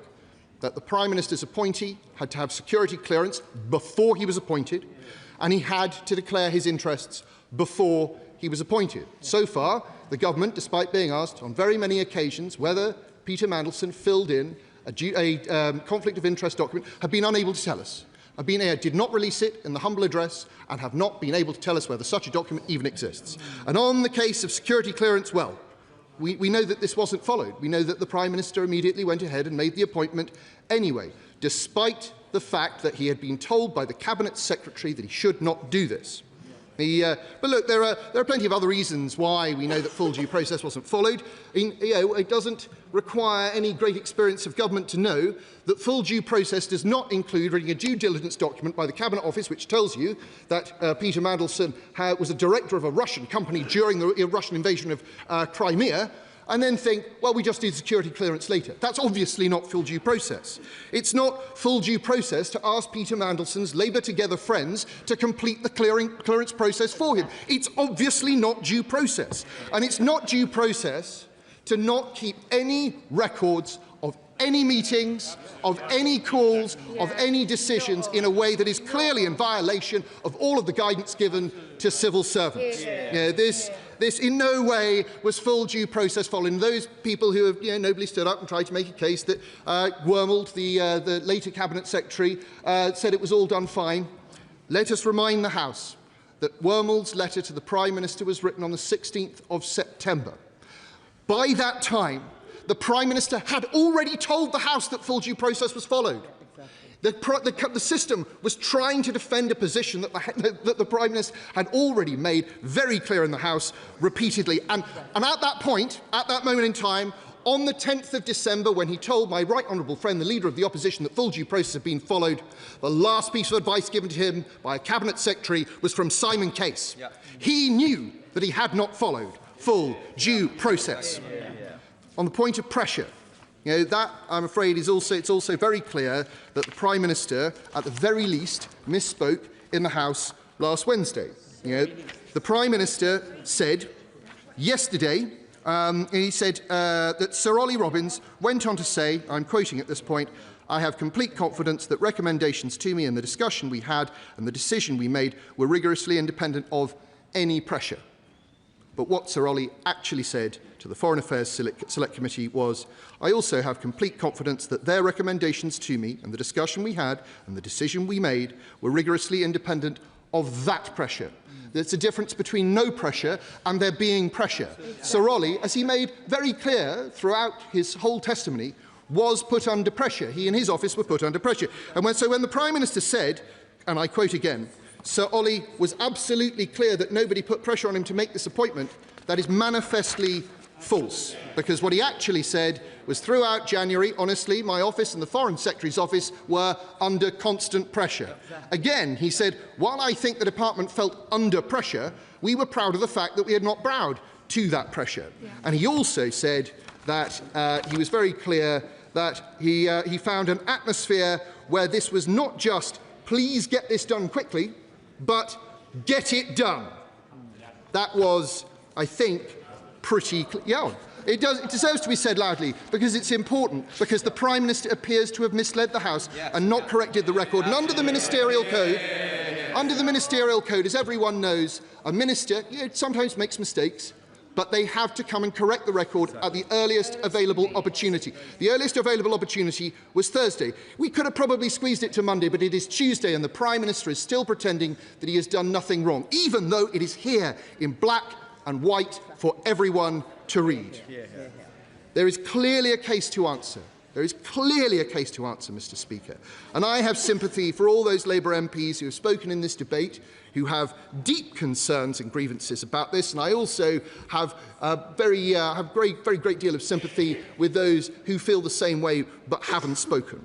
The Prime Minister's failure to self-refer, as several Labour MPs have suggested, has put them in this position, and they are being whipped to support something that they know is wrong. They are being whipped to support something they know their constituents will hate. They are being whipped to defend the Labour Together machine, which has brought such shame on the Labour Party. You've all taken money from them, so you can get angry. You've all taken money from them. Well, not all of you, to be fair. There are some honourable members opposite who are calling for an investigation into Labour Together, and quite rightly so. And they are being whipped by a Prime Minister who will lead them over the edge of the cliff if they let him. As my right honourable friend from Herne Bay said very powerfully, it is important in politics, at the end of the day, to be able to look yourself in the eye. And I know that there will be many Labour MPs who are going through the lobbies tonight who will struggle to do that. They don't need to. They all know how this ends. Where this ends is with the Prime Minister not fighting the next general election. They all know where this ends. It ends with them having then to justify what they've done. They then are left only with what is left of their reputations. Yeah. Secretary Jones.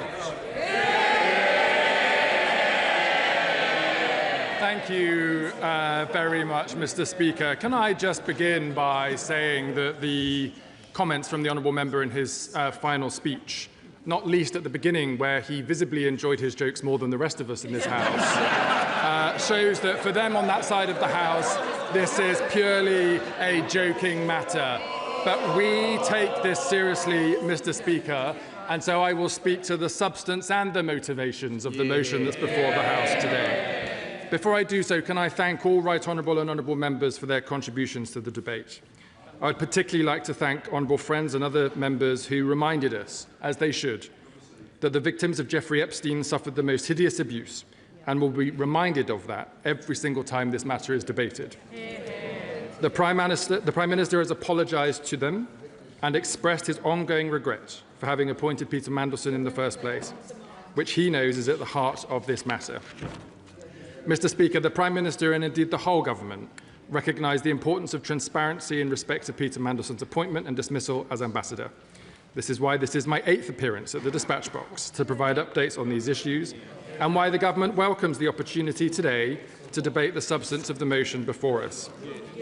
Can I also recognise the diligence of this House's select committees to pay tribute to the work of my right honourable friend, the member for Islington South, and the members of her committee for the important work that she is leading on the Foreign Affairs Select Committee.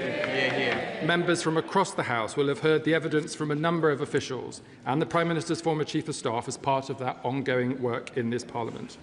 I would also like to thank the honourable member for North Dorset as chair of the Public Administration Committee and the members of the Intelligence and Security Committee for their support in providing additional layers of transparency and accountability as the government complies with the humble address.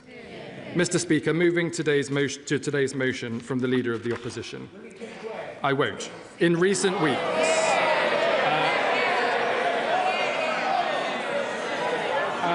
Mr. Speaker, I will happily give way in due course, but I want to turn to the substance of the motion first.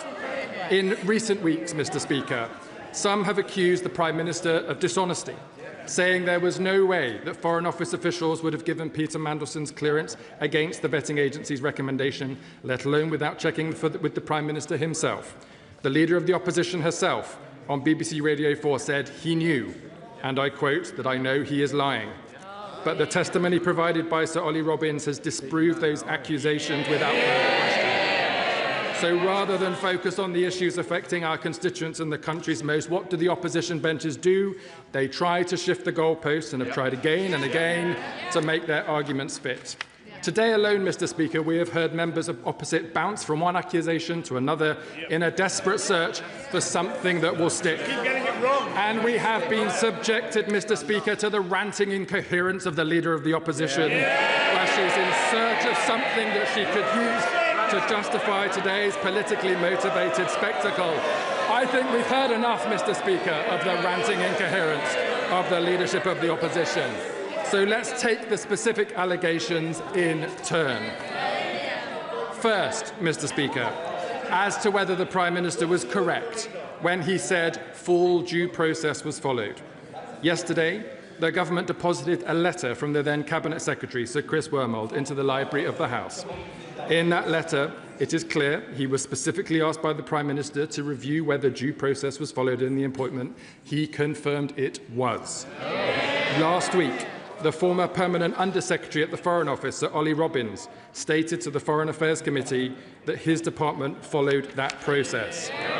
We have also heard the Cabinet Office Permanent Secretary's evidence, which covered this issue in great detail.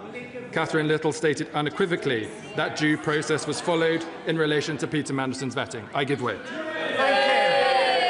I thank him for giving way.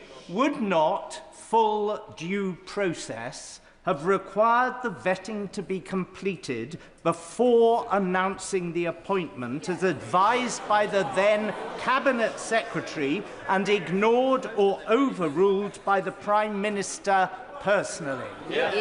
The right honourable gentleman should listen to my speech, Mr. Speaker. I have just said that Catherine Little, Sir Chris Wormold and Sir Ollie Robbins all agree on the point that due process was followed. When the Prime Minister received new information about the UKSV process this month, he immediately asked for the full facts to be established, and he then came to this House on the 20th of April. And, Mr. Speaker, on the statement that Peter Mandelson's appointment was subject to developed vetting, the Prime Minister has always been clear that this appointment was in line with the processes at the time. I understand there have been some questions about this process, but to be clear, as Sir Ollie Robbins told the Foreign Affairs Select Committee in November, and I'm quoting, "As is normally the case, with external appointments to my department, the appointment was made subject to obtaining security clearance. As Sir Chris Wormald told the same committee, and again I quote, "The normal thing is for the security clearance to happen after appointment, but before the person signs a contract and takes up post." And as the former Cabinet Secretary said in his letter to the Prime Minister, having conducted a review into the process, and I quote again, "The vetting process was complete before the previous HMA Washington took up post on 10th of February 2025, and it is more usual for security vetting to happen after appointment." I'll give way.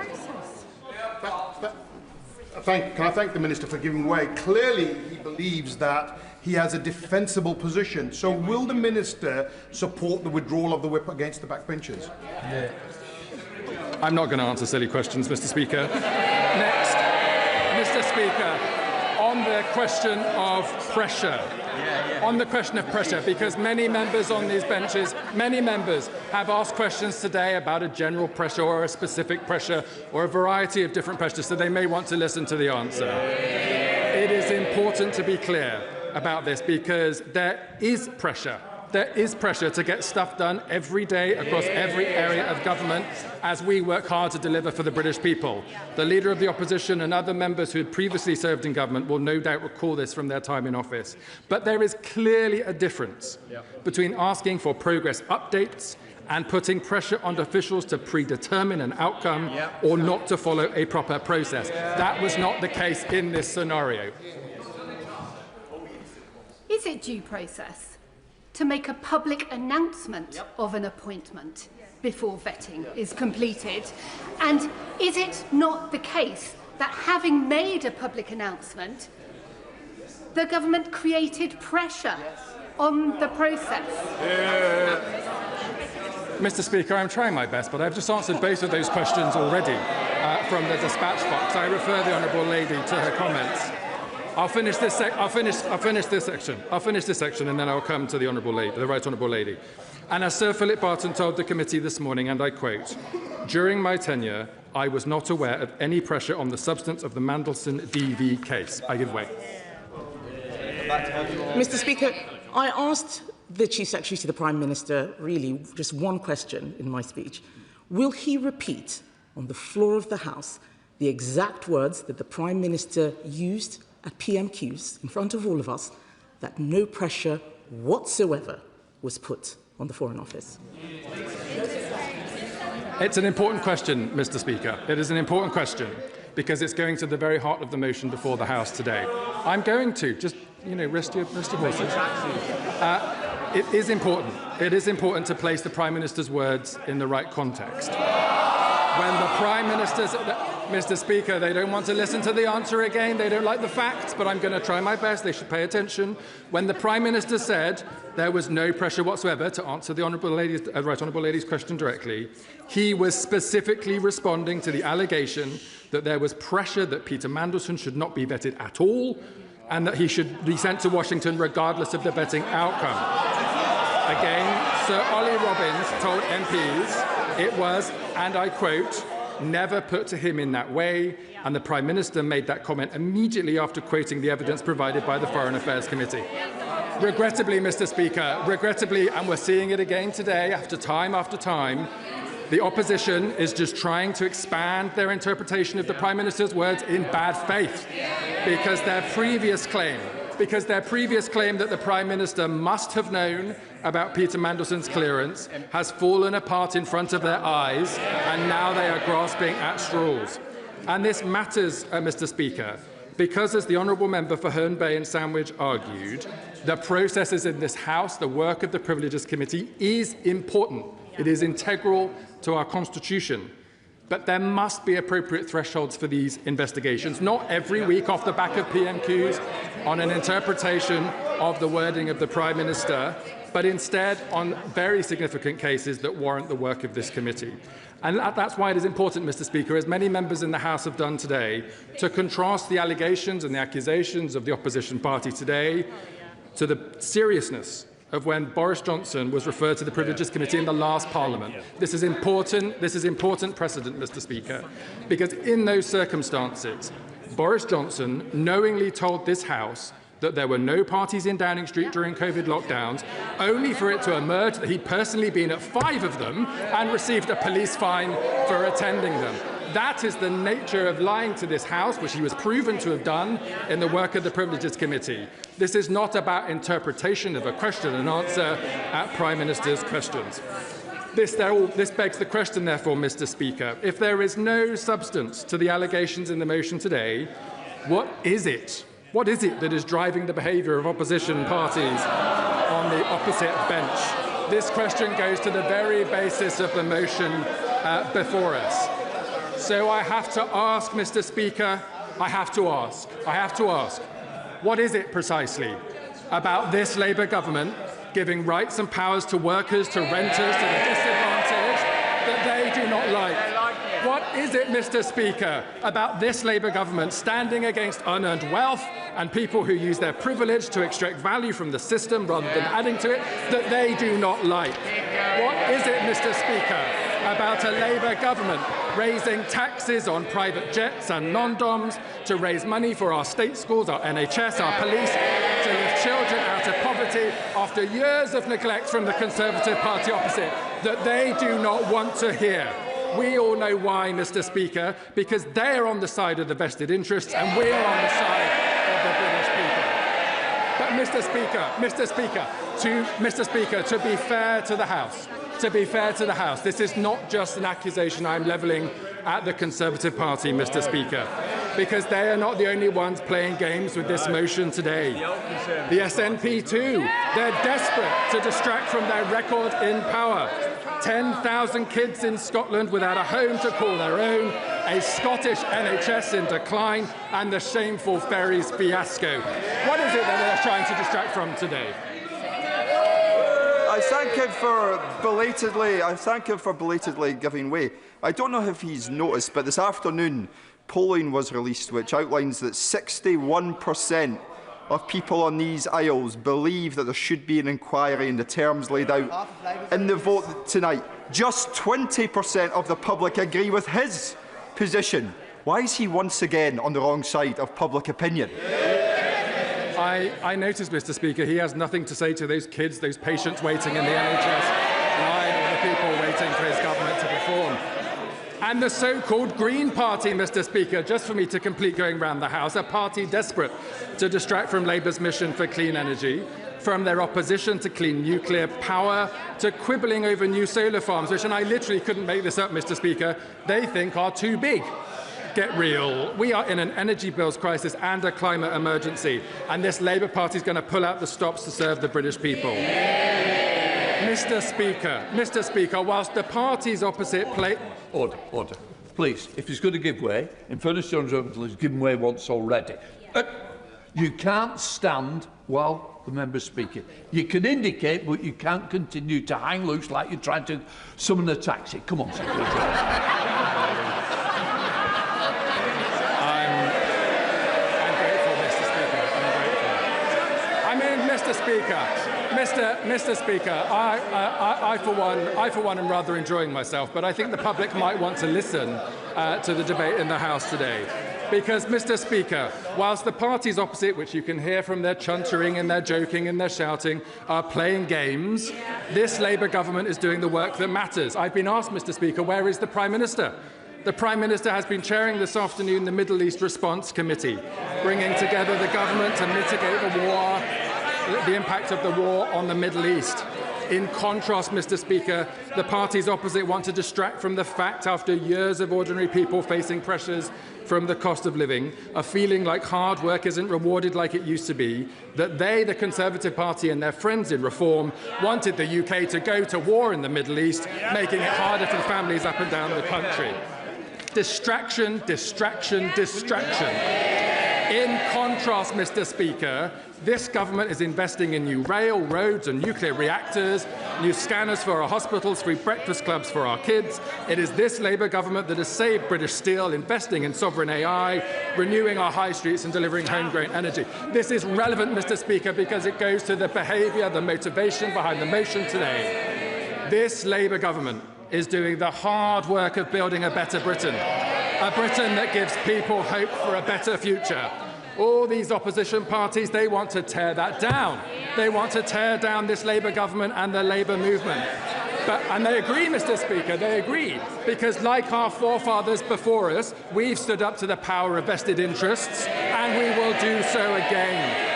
And so I say to the opposition parties today, I say to them all when they come here to try to tear down this Labour movement and our project for the British people, not today, Mr. Speaker, not on our watch. We will not let it happen, and on that basis I commend this statement to the House.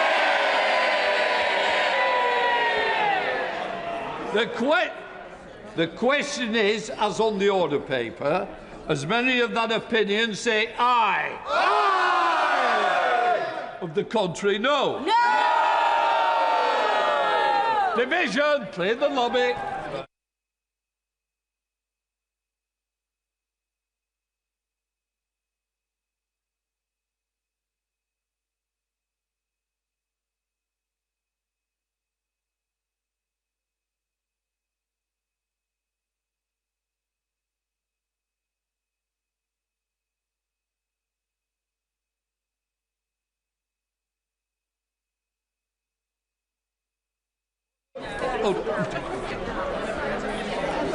The question is, as on the order paper, as many of that opinion say aye. Aye! The contrary, no. No!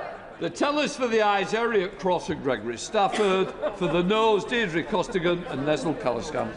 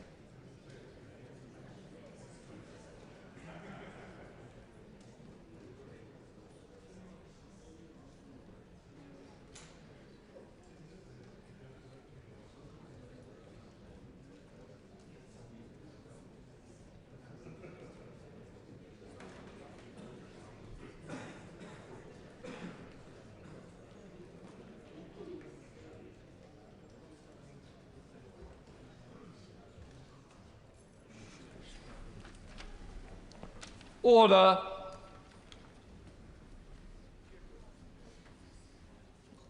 The ayes to the right, 223. The noes to the left, 335.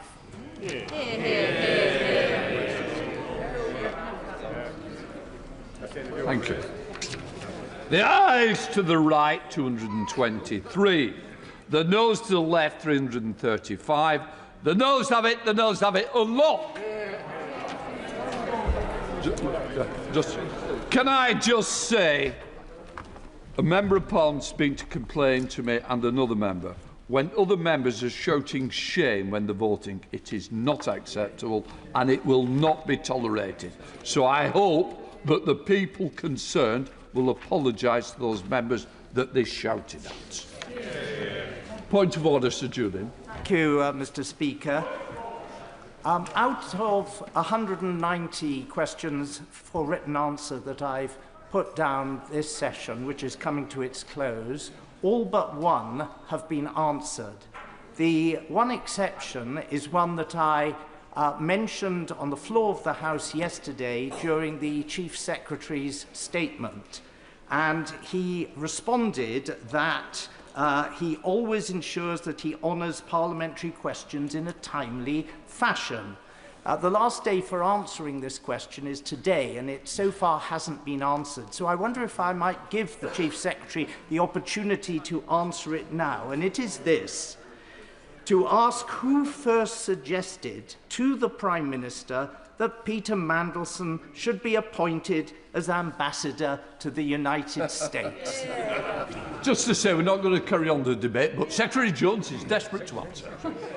Whilst I'm here, Mr. Speaker, first can I apologise to the right honourable gentleman? I would have cleared parliamentary questions, but I've been in the House all afternoon. To answer his specific question, I will refer him to the evidence given today to the Foreign Affairs Select Committee from Mr. Morgan McSweeney, who confirmed that the first person to recommend Peter Mandelson to become ambassador was Peter Mandelson.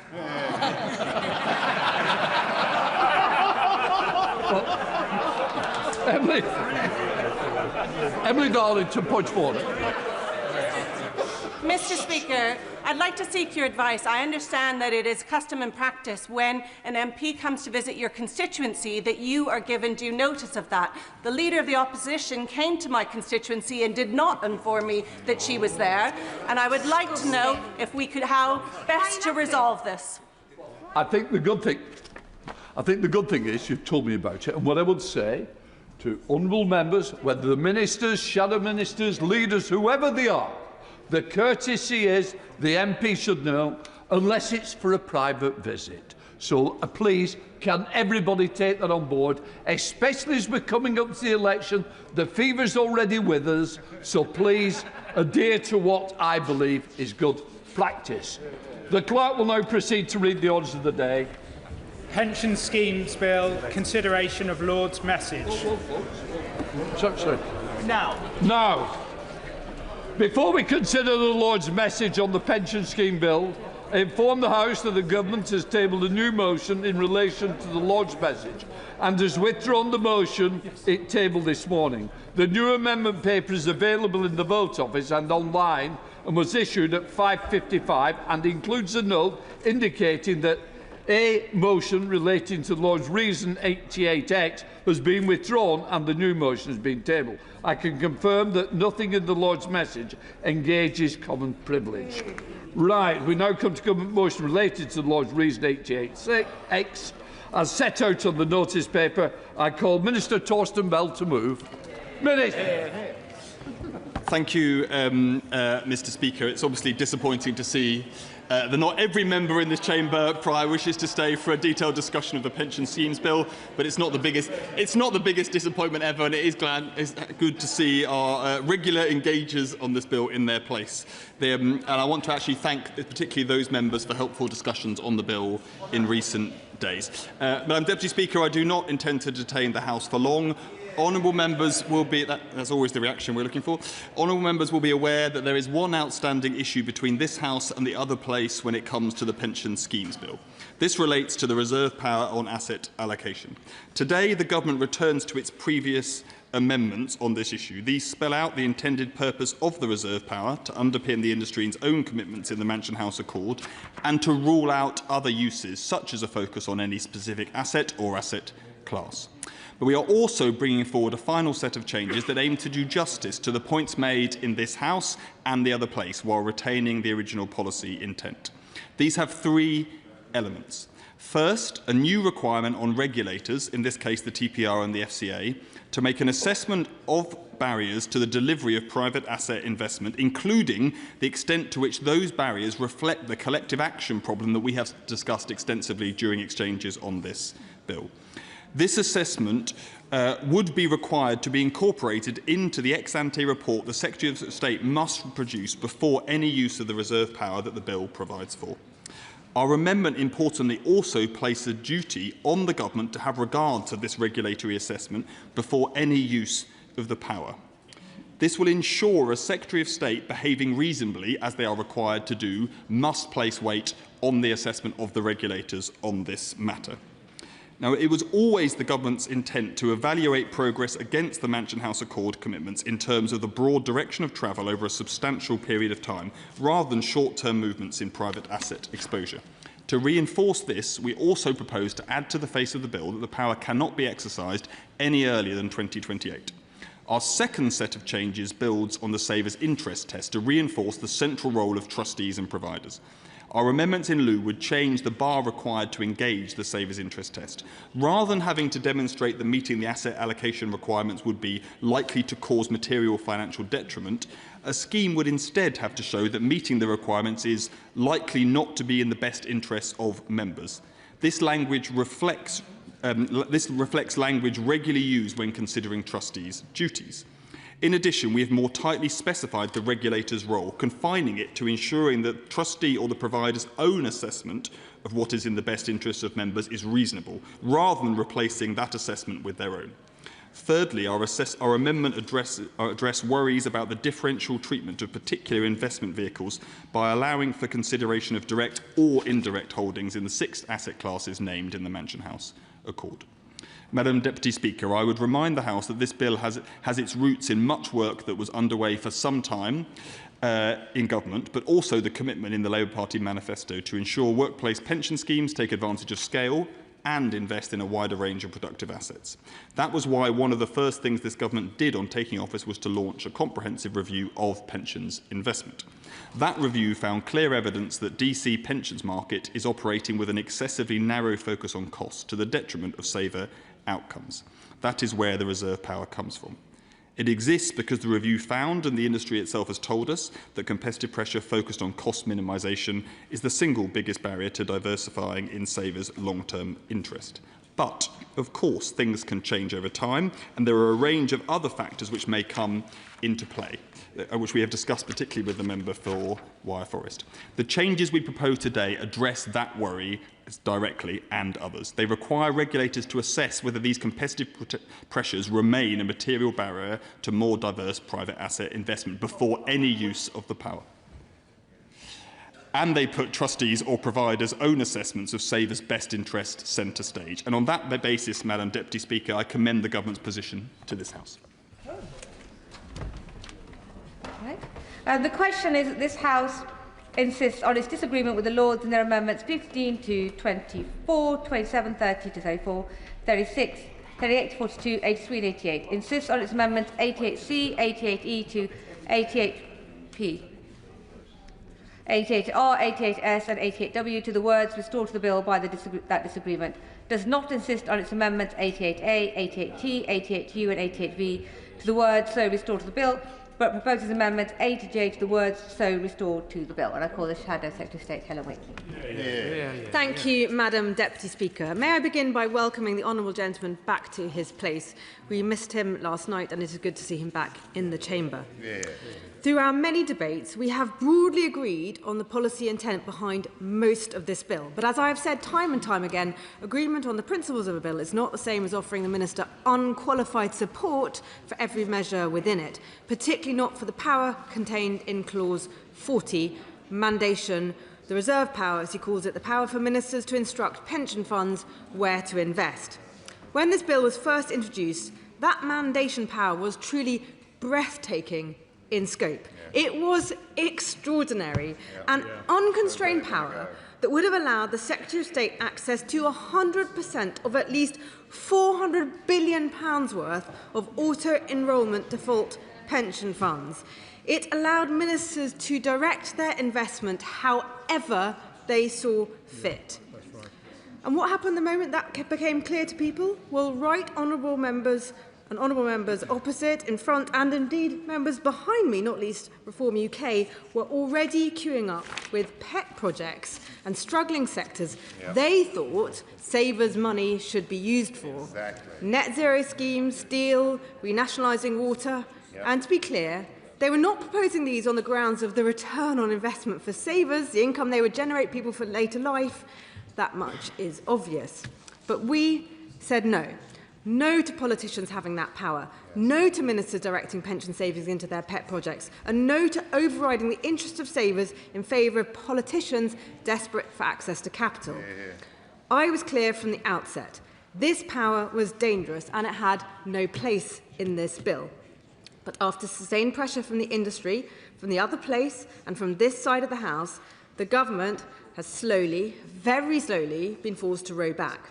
They have rowed back from a power grab that threatened trust in auto-enrolment pensions and risked damaging savers' retirement incomes. And let us be clear about what those concessions amount to.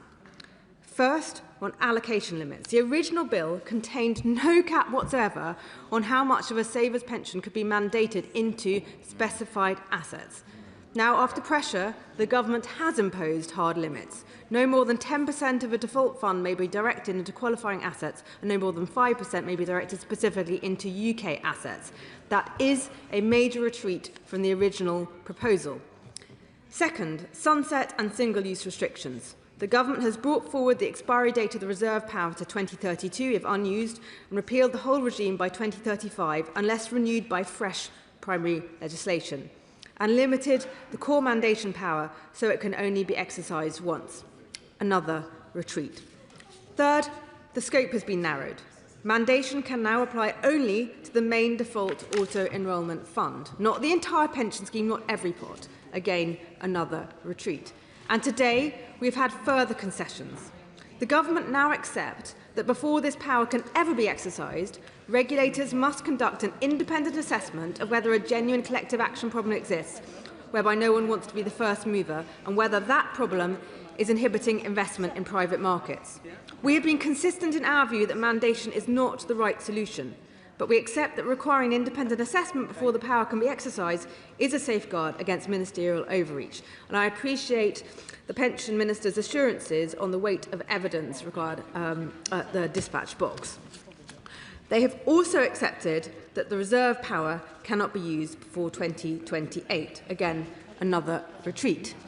The government has also further strengthened the savers' interest test since yesterday's amendment.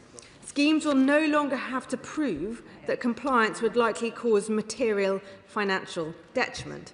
Instead, they need only demonstrate that compliance is likely not to be in the best interests of members, thereby aligning that test with trustees' existing fiduciary duties. This matters because fiduciary duty must be protected. It is sacrosanct. Nothing is more important in a modern pension system than the duty to act solely in the best interest of savers. That duty is the foundation upon which trust in our pension system rests. This amendment means that in a conflict between mandation and fiduciary duty wins. Again, another important retreat. Finally, the Government has agreed to remove discrimination between investment vehicles by clarifying that both direct and indirect holdings in the relevant asset classes count towards compliance. The final retreat. Madam Deputy Speaker, every one of those changes tells the same story. The Government introduced a power that was too broad, too vague and too dangerous, and step by step, under pressure, they have been forced to narrow it, constrain it and hedge it about with safeguards. Why? Because the original power was indefensible, because the Government knew the concerns were real. The work we have done has obliterated the Government's original proposal. The mandation power, as it stands now, looks nothing like how it was first imagined. What began as a sweeping ministerial power grab has been stripped back, pared down and boxed in on all sides. Only now, after our intervention, has it become at least palatable. It's a vestige of its former overmighty self, a shrivelled husk. But let me be clear.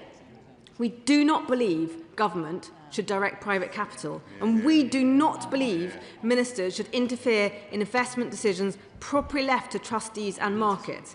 Here we have Labour doing what they always do, thinking government is the answer, the state going where it has no place to go.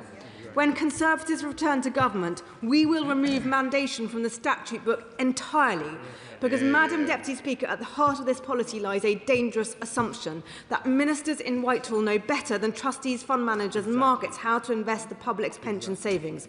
I have yet to meet anyone who wants a politician managing their pension. And pensions belong to the people who earn them, not government ministers. It is as simple as that. We have no backbench speeches, so I'll come to you, Steve Darling, if you're ready. The Liberal Democrat spokesperson, Steve Darling. Thank you, Madam Deputy Speaker. And Liberal Democrats have opposed mandation from day one, and we have continued to oppose throughout this bill. The challenge is that once you cross the Rubicon, you have changed the dynamics of pensions significantly. And the crucial thing that pensions need to be is that people need to have confidence that this is a good way of saving for your retirement. And if we undermine that by government interference, then that will reduce people's confidence in actually saving for their pension. And that is a complete reverse of what this bill as a whole is all about, because this bill is mostly about making sure that our pension system is fit for the future, fit to serve those who are looking to have a good retirement. And that is to be celebrated with the vast majority of this bill, and it is to be welcomed. However, as Liberal Democrats, although there have been significant concessions, and we welcome those steps in that right direction, there is still a crossing of a Rubicon, and we continue to have grave concerns. Would you allow me? Do come in. Thank you. The Liberal Democrat spokesman makes an incredibly important point about crossing the Rubicon, with the government taking mandation powers to be able to interfere in people's savings and assets. And we're talking about pension funds here. But once that Rubicon is crossed, actually there's no reason why the government might not feel that they could start mandating investment trusts, other types of saving schemes as well. So this is not only something about pensions, this is about this fundamental relationship between the state and private individuals. Thank you. And my colleague makes a very powerful point that is well made, and I'm sure the Minister will reflect on that in his wind-ups. So we continue to oppose mandation as Liberal Democrats, and we plan to vote against this tonight. Thank you, Madam Deputy Speaker. Wind-ups, Minister Torstenberg. Thank you, Madam Deputy Speaker, and to members for their contributions and for the kind words from the Shadow Secretary of State. I will be brief. The Government has continued to insist on the inclusion of the reserve power in this bill across 4 rounds of discussions in this place. because we have not heard a convincing alternative approach to solving the collective action problem that we have discussed. But we have heard convincing arguments about how this part of the bill can be strengthened, and on each of them we have acted. That is why the amended power is necessary but also constrained. It is capped, time-limited, single-use, sunsetted, subject to savers' interest test that has been materially strengthened, as the Shadow Secretary of State laid out. Madam Deputy Speaker, on that basis, the elected House has now been clear on many occasions. On each occasion, that has been seen by large majorities. And on that basis, it is now clear that this is the time to resolve this and get the bill passed, as the industry and the groups supporting workers and pensioners themselves have repeatedly called for. The government has listened to the arguments from the benches opposite and those expressed in the other place, not only listened but acted on them. But the elected House has also made its position overwhelmingly plain. Given both these points, which are both important, it is clearly time for the unelected House to bring to an end attempts to frustrate the clearly expressed will of this chamber. It is with that, I think, entirely reasonable expectation that I commend the government's amendments and the passage of this bill to the House. The question is that this House insists on its disagreement with the Lords and their amendments 15 to 24, 27, 30 to 34, 36, 38 to 42, 83 and 88, insists on its amendments 88C, 88E to 88P, 88R, 88S and 88W to the words restored to the bill by that disagreement. Does not insist on its amendments 88A, 88T, 88U and 88V to the words so restored to the bill, but proposes amendments A to J to the words so restored to the bill. As made that opinion say aye. Aye. No. No. Clear the lobby.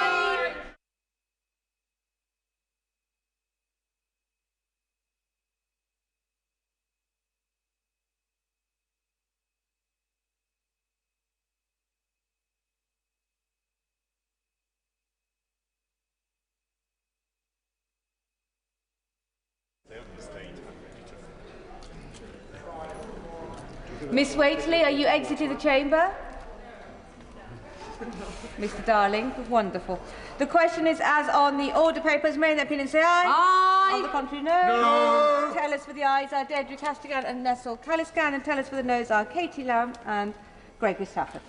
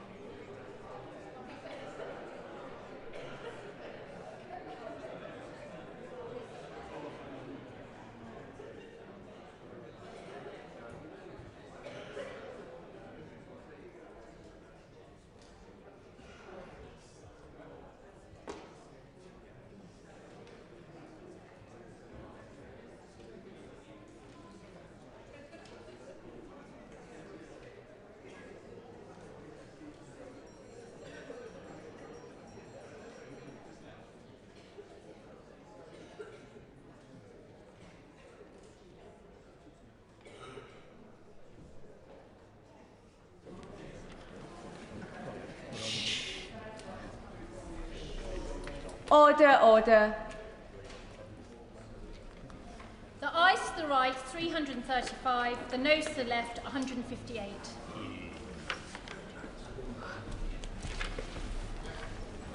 The ayes to the right, 335. The noes to the left, 158. So the ayes have it, the ayes have it. Unlock. Here, here.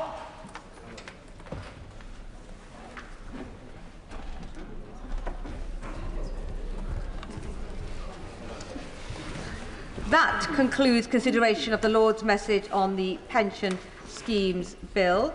7 o'clock motion. I beg to move. The question is as on the order paper. As made in their opinion say aye. Aye. Contrary no. The ayes have it. The ayes have it. Do the front bench wish to shuffle over?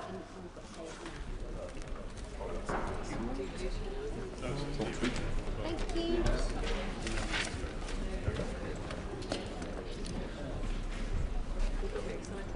Order, order. English Devolution and Community Empowerment Bill, consideration of Lord's message. Now. Before we consider the Lord's message to the English Devolution and Community Empowerment Bill, I inform the House that the Government has tabled a new motion in relation to Lord's Reason 123J and has withdrawn the motions it tabled this morning relating to those motions. The motion relating to Lord's Reason 155J is unchanged. The new amendment paper is available in the Votes Office and online and was issued at 6:30 p.m. and includes a note indicating that the paper was issued at 6:30 p.m. and replaces an earlier version. The motion relating to Lord's Reason 123J has been withdrawn and a new motion has been tabled. We will begin with the government motion relating to Lord's Reason 89F as set out on the notice paper, with which it will be convenient to consider all other Lord's amendments, government motions and amendments. I call the Minister to move the motion. Minister, Thank you, Madam Deputy Speaker. I am pleased to speak once again on the English Devolution and Community Empowerment Bill. Can I start, Madam Deputy Speaker, by thanking members from across the House for their constructive engagement in getting the bill to this point. And why this bill matters is that if we are to transform our economy, if we're to drive up living standards and deliver better public services in every community, a fundamental change is needed in the way that the country is run. This landmark bill will deliver just that. It represents the biggest transfer of power out of Whitehall to our regions and our communities in a generation.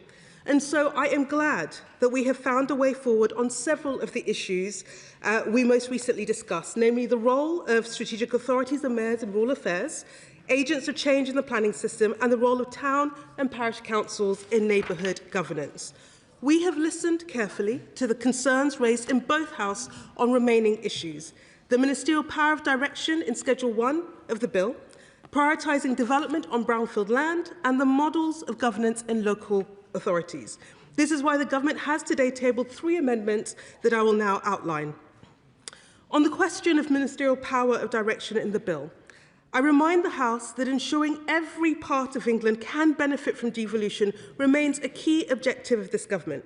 I repeat for the record that we on this side of the House believe strongly that government has a duty to drive economic growth, unlock investment and deliver better outcomes for our communities. To deny communities that opportunity would be to hold them back. This is why we originally put in place a backstop power of direction for the Secretary of State to use in exceptional circumstances. And I emphasise exceptional circumstances. But to be very clear, the approach that we are taking in practice is to work with local leaders to forge enduring local partnerships and strong local institutions with their consent. However, we have heard the concerns and the strength of feeling from some noble peers about the scope of the powers previously included in Schedule 1. To that end, and in the interest of not delaying the progress of this bill and of ensuring that communities can benefit from the powers that all of us wish to see enacted at the earliest opportunity, the Government is content to remove all powers in Schedule 1 that would allow the Secretary of State to direct the establishment of a strategic authority, whether mayoral or non-mayoral, or to provide directly for a mayor of an existing non-mayoral strategic authority. In addition, I am happy to commit that the government will not seek to use remaining power to direct the addition of a local government area to an existing strategic authority for a period of 4 years following royal consent. It will then remain subject to all the same safeguards that have been discussed at length. As I have said consistently throughout the passage of this bill, our policy and our practice is very, very clear. We are working with local leaders, and we will continue to work with local leaders to develop devolution proposals that command broad support across their area. That collaborative approach will always be our clear preference. The concessions I am making here today put that commitment beyond any doubt. Turning now to the issue of brownfield land.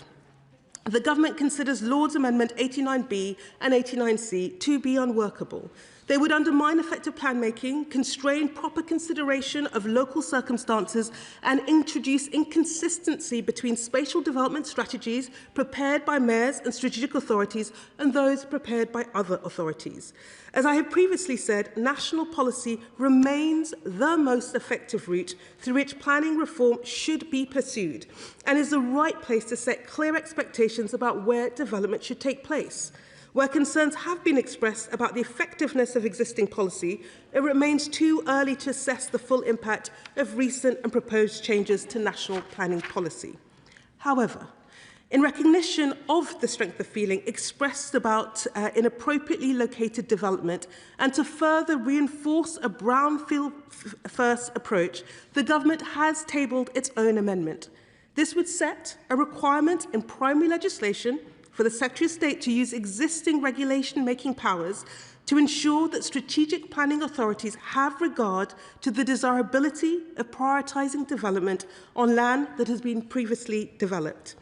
This will put consideration of brownfield land on the same legal footing as other highly important issues that are also on the face of legislation, such as promoting sustainable development and the impact on health and health inequalities.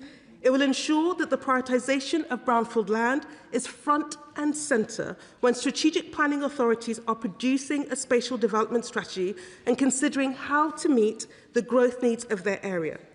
The drafting of our amendment is consistent with national policy, making clear that prioritising development on brownfield land is an overall objective and clearly desirable. Enshrining this requirement in legislation will elevate its importance and will further solidify the government's commitment, clear commitment, to a brownfield-first approach. I now turn to the matter of local authority governance. As honourable members will know, the government has set a clear default position. Councils currently operating the committee system and which are not otherwise protected should be required to move to the leader and cabinet model within 1 year of the relevant bill provisions coming into force.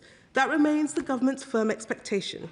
However, we have heard concerns from the other place and concerns expressed in this House that requiring a council to move to the leader and cabinet model within a year could potentially create challenges for some councils, their members and officers. For example, where authority has submitted a proposal for a boundary change or merger in response to the Secretary of State's new power to invite such proposals.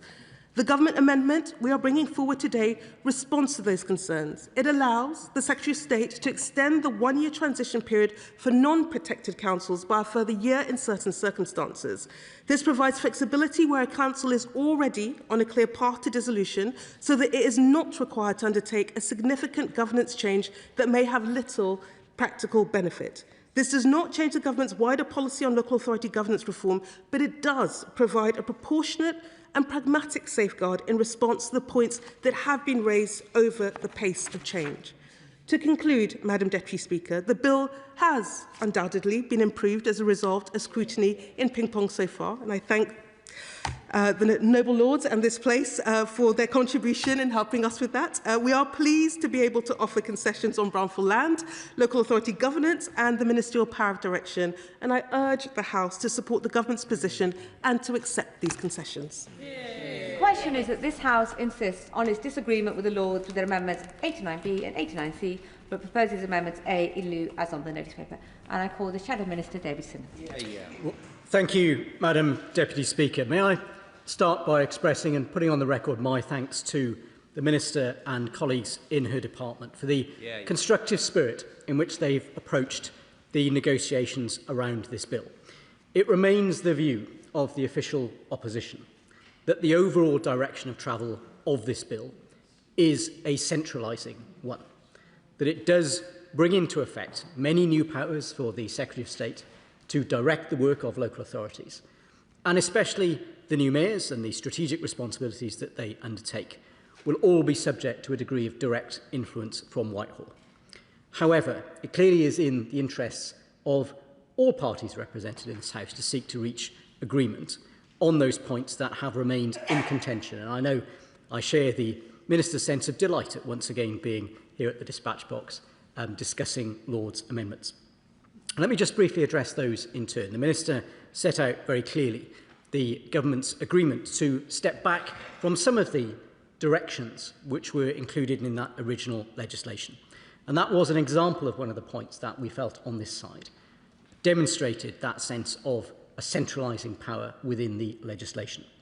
However, government has been, I think, very constructive in the way that they've approached that, has recognised that there is a degree of justification around that backstop power to avoid a situation where the whole of the country is covered by combined authorities, but some councils are left outside of those boundaries. And I know many members have expressed concern in the debates both at Bill Committee and in the House at the impact that that would have, particularly on opportunities for economic development. But let me turn secondly to the amendment around brownfield. Now, members on this side of the House have been resolute from the outset in saying whatever new arrangements the government is determined to implement, we need to ensure that local communities will continue to be able to stand up for and protect the green spaces that they cherish, whether those are greenfield sites that are used for agriculture or whether they are greenfield and greenbelt sites that may be used for leisure to provide that buffer around our cities and our suburbs. Will my honourable friend give way on that point? Of course. Thank you. I thank my honourable friend for giving way. Does he agree with me that it is vital that we continue to protect those greenfield sites, as we do in my constituency of Bromley and Biggin Hill, and indeed Conservative councils across the country do? And does he agree with me that it's sad that the Reform candidate for Mayor of London disagrees and wants to build over some of our precious greenbelt land? David Simmons. Madam Deputy Speaker, the member for Bromley and Biggin Hill is absolutely spot on in what he says. I think members across this chamber have been quite surprised to hear Reform in particular saying that they wish to tear up London's greenbelt as part of the local election campaign. And I am grateful to this minister and to her colleagues that they have recognised, in the fine tradition of many of our Labour councils as well, that we need to make sure that there are sufficient provisions in the legislation to ensure the protection of those vital green spaces for future generations.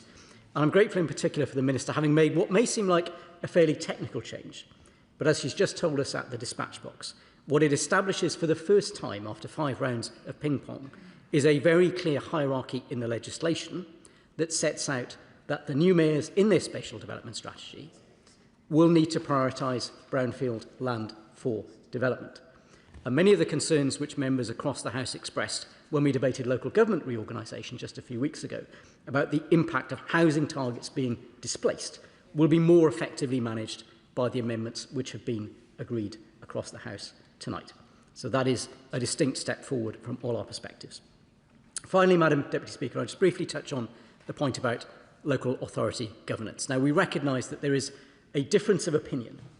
It is the view of the opposition that local authorities should be able to set up their structure of governance in a way that reflects their local circumstances. And whilst it is strongly our view that the Leader and Cabinet model is the most efficient and effective way to do that, it is the essence of local democracy that people may take decisions that we disagree with. But the government's agreement to pause the use of that requirement so that there will be a period in which local authorities can reflect on their governance arrangements, can consult if they wish to do so, in which the normal cycle of local elections can take place, and in which, of course, there will also be a parliamentary election. And I think we all know that the matter of local government reorganisation never entirely stops. It merely starts again at a different point in each parliamentary cycle.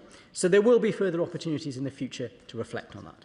But all of those do represent, in the context of a bill with which we do still have some significant concerns, progress in a direction that makes us much more comfortable. For those reasons, we do not propose to divide the House on these matters this evening. I call the Liberal Democrat spokesperson.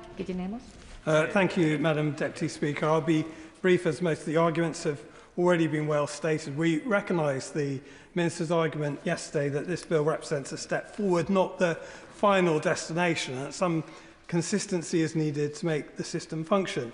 But in seeking that consistency, it's really important that we don't lose the very flexibility that makes devolution truly meaningful. We remain supportive of my Lib Dem colleagues in the Lords in their efforts to strengthen the bill. I want to place on record the Liberal Democrats' continued backing for a number of those amendments. On Lords Amendment 36, we return to the central point. It's not devolution to mandate a single model of governance from the centre. Local areas must retain the ability to choose what works for them. I'd like to thank the Minister for concessions she has made from the dispatch box in relation to the amendments Liberal Democrats have tabled. We're grateful the Government has taken note of those issues and the importance of the right of communities to choose their own governance and ensure that choice is better protected. We've already seen why flexibility for local authorities matters. In Sheffield, the Council moved away from the Leader and Cabinet model to a committee system following real concerns about transparency, accountability and council overreach. That change was driven locally by councillors responding to their communities. As my noble friend, Liberal Democrat peer, Lord Mohammed of Tinsley set out in the other place, the consequences of concentration of that power in a small executive can be profound. In Sheffield, decisions to fell thousands of healthy trees, street trees, were driven through by a small group without the scrutiny of a wider number. A plaque now stands in Sheffield which reads, "In recognition of the courageous campaigners who saved thousands of street trees from wrongful felling by Sheffield City Council," as a reminder to all that such failures in leadership must never happen again. This is a stark warning of what can go wrong when power in authorities is too concentrated in hands of too few. Liberal Democrats will continue to challenge the government on this because we are the party that believes in real community representation and local governance decided by local people. We'll always fight to ensure that communities have a genuine voice in how their areas are run, not decisions handed down from Whitehall. If consistency comes at the cost of local voice, then we are not strengthening devolution, we will be narrowing it. Turning to Lord's Amendment 98, Liberal Democrats believe that placing limits on Secretary of State's powers over structural changes is vital if local democracy is to have genuine autonomy. I'd like to thank the Minister for what she said in relation to that. Likewise, we have sought to remove powers that would allow ministers to direct the creation or expansion of combined authorities, including the imposition of mayors without meaningful local consent. On both sides of these benches and those opposite, we agree that meaningful devolution cannot mean that structures designed in Whitehall and delivered to local areas with limited input, cannot mean structures delivered and sent from Whitehall with limited local input.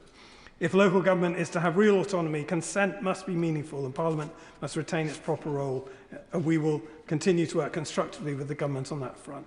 On Lord's Amendments 89B and 89C, we strongly support prioritisation of brownfield development. That is why Liberal Democrats are grateful to the government for listening to calls for better protection of greenfield land, and that they have taken steps in this bill to encourage prioritisation of brownfield. Going forward, this will help ensure that development is happening in the right places on land that needs to be developed on, and in consultation with communities that surround it. This is not about opposing growth. It's about delivering that growth sustainably and making best use of the land that has already been and previously been developed. Whilst I recognise the Minister's argument that some flexibility is needed to meet housing demand, if that flexibility results in greenfield and green spaces becoming the default, then we will have failed and got the balance fundamentally wrong.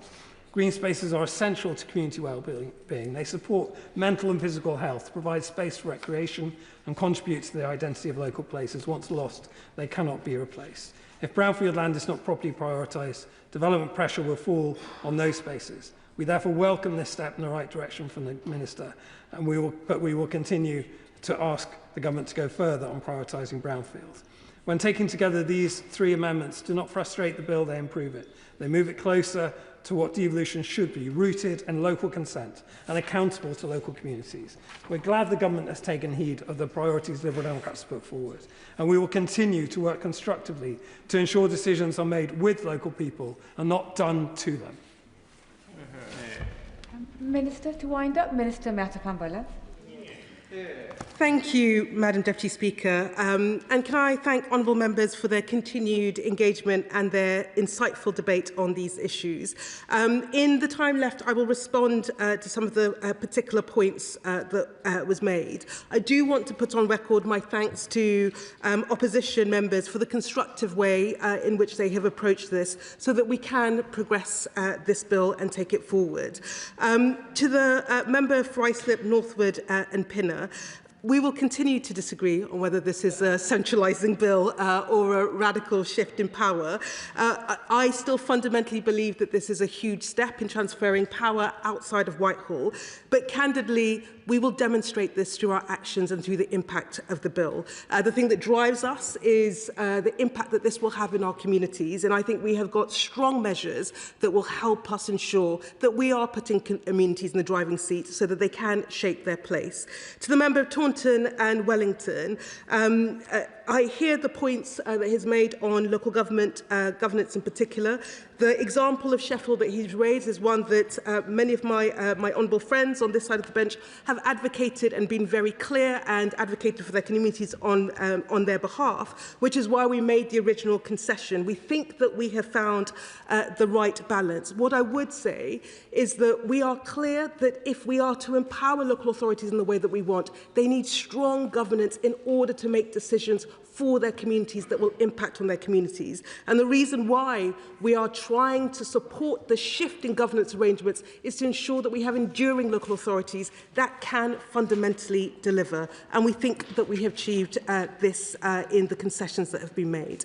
Madam Deputy Speaker, to conclude, look, the thing that I have found hugely heartening throughout the passage of this bill is that there is a clear point of consensus across the House that if we are to deliver change in our communities, we must push power out into our communities, into the hands of our local leaders, into our neighbourhoods, and to people who know their patch best. And I hope that this bill represents the start of a journey that will fundamentally change the way that government works and how we in this place serve the communities that we are here to represent, where the principle of devolution by default, underpinned by a clear framework, is locked in, where local leaders are empowered to drive economic change and improvements in living standards across their patch, where communities are put in the driving seat and given power to shape the places in which they live and work. I've been clear throughout the passage of this bill that this represents a flaw, not the summit of our ambition for devolution. So I look forward to working with my honourable friends on this side of the House, but with honourable members across the House as we build on the provisions in this bill.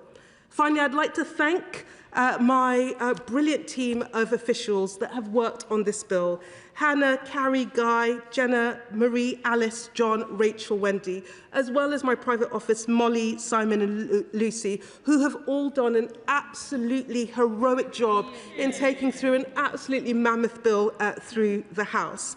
And with that, Madam Deputy Speaker, I would like to commend the government's amendment to this House. The question is, this House insists on its disagreement with the Lords with their amendments 89B and 89C, but proposes Amendment A in lieu as on the notice paper. As may in that opinion say aye. Aye. The contrary no. The ayes have it, the ayes have it. We now come to the motion that this House insists on its disagreement with the Lords Amendment 36, 90 and 155, insists on its amendments 155A to 155F and 155H to the words so restored to the bill by that disagreement with Amendment 155, and proposes Amendment A to the words so restored to the bill as on the notice paper. Minister to move formally. The question is that this House insists on its disagreement with the Lords Amendments 36, 90 and 155. Insists on its amendments 155A to 155F and 155H. To the words so restored to the bill by that disagreement with Amendment 155, and proposes Amendment A to the words so restored to the bill as on the notice paper. As may in the opinion say aye. Aye. The contrary no. Aye, the ayes have it. The ayes have it. We now come to the motion to insist on disagreement with the Lords in their amendments 85, 86, 97 to 116, 120 and 121 and 123. Insists on its amendments to 123C to 123H and 123J. to 123k in lieu, and to propose amendments A to E in lieu as on the notice paper. I call the Minister to move the motion formally. The question is that this House insists on disagreement with the Lords in their amendments 85, 86, 97 to 116, 120, 121 and 123. Insists on its amendments 123C to 123H and 123J to 123K in lieu, and proposes amendments A to E in lieu as on the notice paper. As many as that opinion say aye. Aye. No. The ayes have it. The ayes have it. That concludes consideration of the Lord's message on the English Devolution and Community Empowerment Bill. A point of order, Michael. Thank you, Madam Deputy Speaker.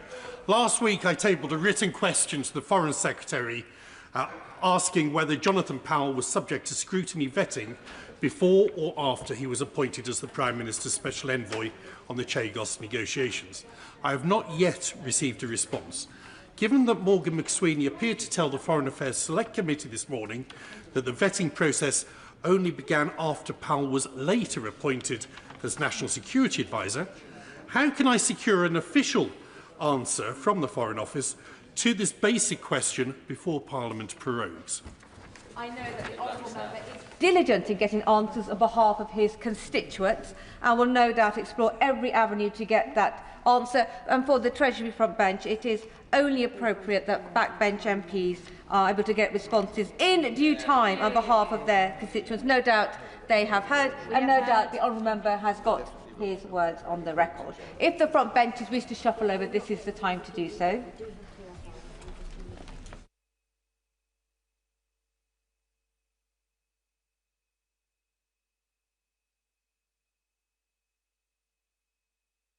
I now come to motion number 5 on income tax, and it would leave the House to take them collectively. Motion number 5 on income tax, retained EU law reform. That's motion number 6, retained EU law reform. Motion number 7 on energy. Motion number 8 on financial services and markets, and motion number 9, services and markets. And motion number 10. No. Motion number 9 on financial services and markets. Minister to move. To move. The question is, as on the order papers, may in that opinion say aye. Aye. Of the contrary, no. The ayes have it. The ayes have it. And now come to motion number 10 on retained EU law reform. Minister to move. I beg to move. The question is, as on the order papers, may in that opinion say aye. Aye. Of the contrary, no. Aye. Division. Clear the lobby.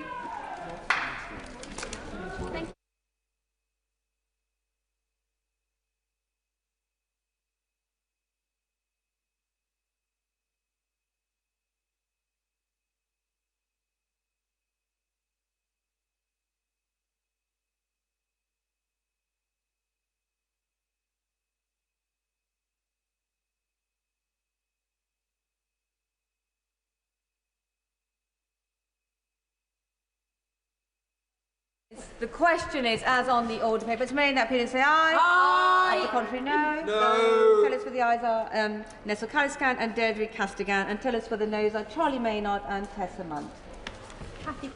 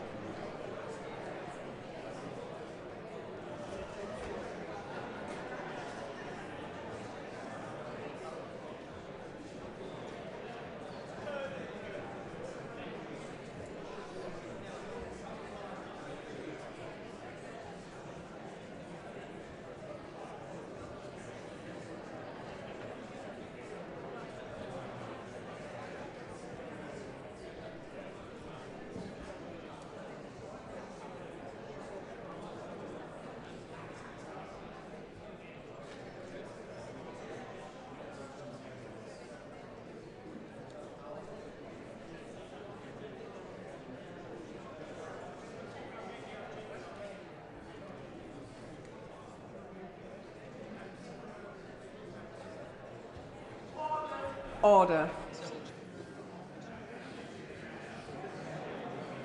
The ayes to the right, 308. The noes to the left, 81.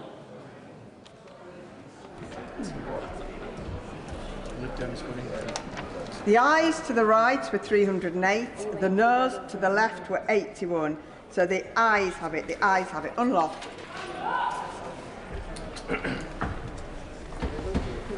We now come to motion number 11 on immigration and asylum. Minister to move. I beg to move. The question is, as on the order paper, as many as are of that opinion to say aye. Aye. Of the contrary, no. Aye. Division, clear the lobby.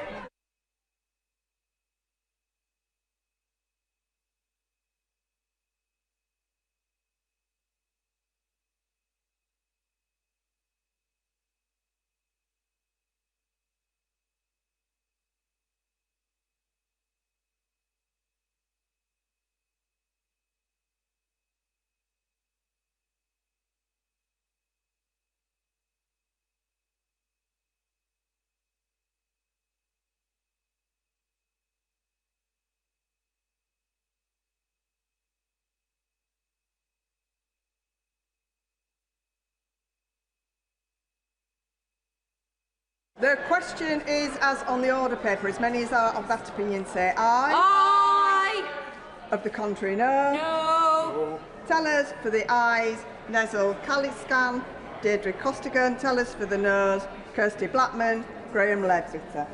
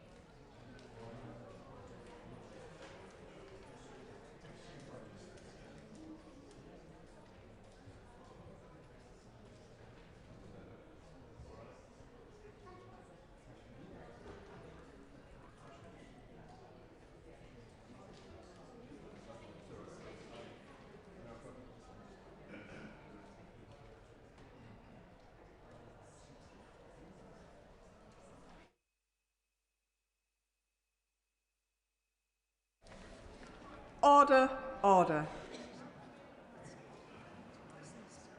The ayes to the right, 304. The noes to the left, 28.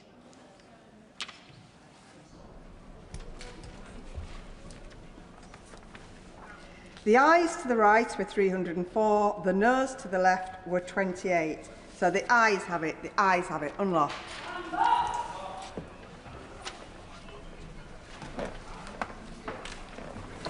Motions number 12 on land, motion number 13 on electricity, motion number 14 on tribunals and inquiries, motion number 15 on excise. Minister to move. I beg to move. The question is, as on the order paper, as many as are of that opinion say aye. Aye. Of the contrary, no. I think the ayes have it, the ayes have it. We now come to motion number 16 on business of the House today. Minister to move. The question is, the business of the House today motion as on the order paper, as many as of that opinion say aye. Aye. Of the contrary, no. I think the ayes have it, the ayes have it. We now come to motion number 17 on select committee statements, with which it will be convenient to consider motions 18 to 21 on the backbench business committee and select committee chair elections. I call the Minister to move. Shadow Leader of the House. Thank you, Madam Deputy Speaker. I brought forward a number of motions today in order to facilitate recent recommendations of both the backbench business committee and the procedure committee. I thank both committees for their recent reports on these matters, and I will briefly address each motion. Honourable members should note that the explanatory notes are also available in the vote office. First, select committee statements. Currently, for a select committee statement to be made, it must be made within 5 sitting days of publication of the report or announcement of the inquiry. The Backbench Business Committee recommended in its 15th anniversary report that the select committee statements under Standing Order number 22D should instead be allowed to take place 10 sitting days after publication of the report or announcement of an inquiry. Select committee statements have increased in popularity in recent years, and the Government agreed with the committee in their recommendation, and therefore the motion asks the House to amend the Standing Order to enact this change. Madam Deputy Speaker, turning to the motions relating to the operation of the Backbench Business Committee, both the Backbench Business Committee in its 15th anniversary report and the Procedure Committee in its report on elections in the House of Commons proposed that members and chair of the Backbench Business Committee should be elected in line with all other elected select committees, that is, for the whole Parliament rather than each session. While the Backbench Business Committee does have unique powers in scheduling business on the floor of the House, the Government recognises that the operation of the committee is well established and that the reappointment of the committee at the beginning of each session can cause delays to the scheduling of backbench business. The Government therefore has accepted this recommendation, and the relevant motions bring forward proposals to make this change ahead of the next session with a few consequential changes. The Government proposes, as far as possible, alignment of nomination periods and ballot timings for the Backbench Business Committee to that of other Select Committee chairs. No other arrangements relating to the election of the Backbench Committee chair, for example, signature required for candidates or parties eligible to stand for chair, have been amended. However, as the current chair and members have only been appointed on a sessional basis, the committee is still required to be re-elected at the beginning of the next session to allow the chair and members to be appointed for the remainder of this Parliament. As ever, the Government will endeavour to ensure that the committee can be re-established in good time in the new parliamentary session. A further motion has been tabled which sets out the arrangements for the election of the chair and the appointment of committee members at the beginning of the next session to ensure clarity of the arrangements for setting up the committee in the transition session. Madam Deputy Speaker, the final motion in this group relates to Select Committee chair elections and follows the recent report from the Procedure Committee. Their inquiry recommended that rules be adopted for Select Committee chair elections to limit campaigning activity and the time that campaigning can take place. Paragraphs 109 to 111 and 114 to 115 of the committee's report set out how the rules should be adhered to. The Government accepts the committee's recommendation and the motion asks the House to endorse these rules. I thank the Backbench Business Committee and the Procedure Committee for their consideration of these matters, and I look forward to continuing to work with them across a number of areas, both as leaders of the House of Commons but also as Chair of the Modernisation Committee. I hope members will support these motions today and I commend them to the House. The question is motion number 17 on select committee statements as on the order paper. And I call Shadow Minister Joy Morrissey. Thank you. And may I echo the words of our Leader of the House and to thank the Backbench Business Committee and the Procedure Committee for contributing to these motions today. And they're widely very sensible.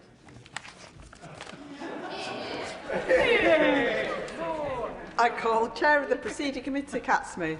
And thank you, Madam Deputy Speaker. It is a pleasure to follow a previous member of the Procedure Committee and thank the Honourable Lady for all her work that she did in contributing to the work of this committee, which came to a very clear view, very consensual view across the committee that the elections that we saw in the House for select committee chairs at the beginning of this session of Parliament did somewhat resemble a silly season with excessive campaigning, and for newer members of the House who perhaps maybe didn't even expect to be in this House, they found it very overwhelming, and we were able to take that information and put together a very sensible set of rules that create a level playing field for all candidates whilst respecting the right for members to have be able to open their office door without falling over a pile of leaflets, frankly, Madam Deputy Speaker, which was one of the things that was fed to us as a committee as one of the problems last time.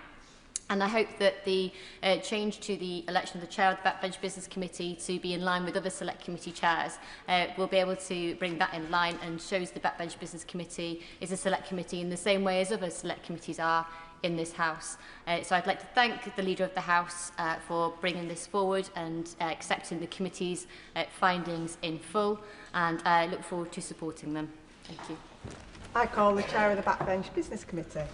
Thank you, Madam Deputy Speaker. And I'd like to thank the Leader of the House for listening to the Backbench Business Committee and the Procedure Committee and bringing forward these long overdue amendments. I have to say, when the Backbench Business Committee was inaugurated, when I was first elected to this House in 2010, the government of the day refused to listen to those on the backbenches who said, why is this position having to be elected every session? Unfortunately, what had happened, of course, was, if I can put it politely, members of the awkward squad managed to get elected to the committee and cause the government of the day immense problems. However, I suspect that the government now sees that their power within the Parliamentary Labour Party to control their members who sit on the Backbench Business Committee and elect them appropriately. And of course, I regard him as my honourable friend who sits on the committee. Thank the Chair of the Backbench Business Committee for giving way, and I just want to generally just put on record my thanks to his able chairing of that committee throughout my time on it, and I think he would agree with me that we've had some really good and useful debates in this place and also Westminster Hall because of the work of the Backbench Business Committee.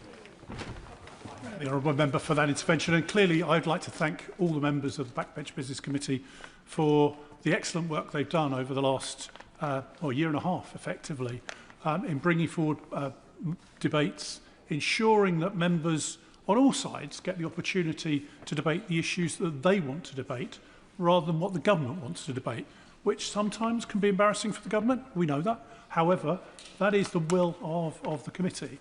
And indeed, it has been a pleasure to oversee that work.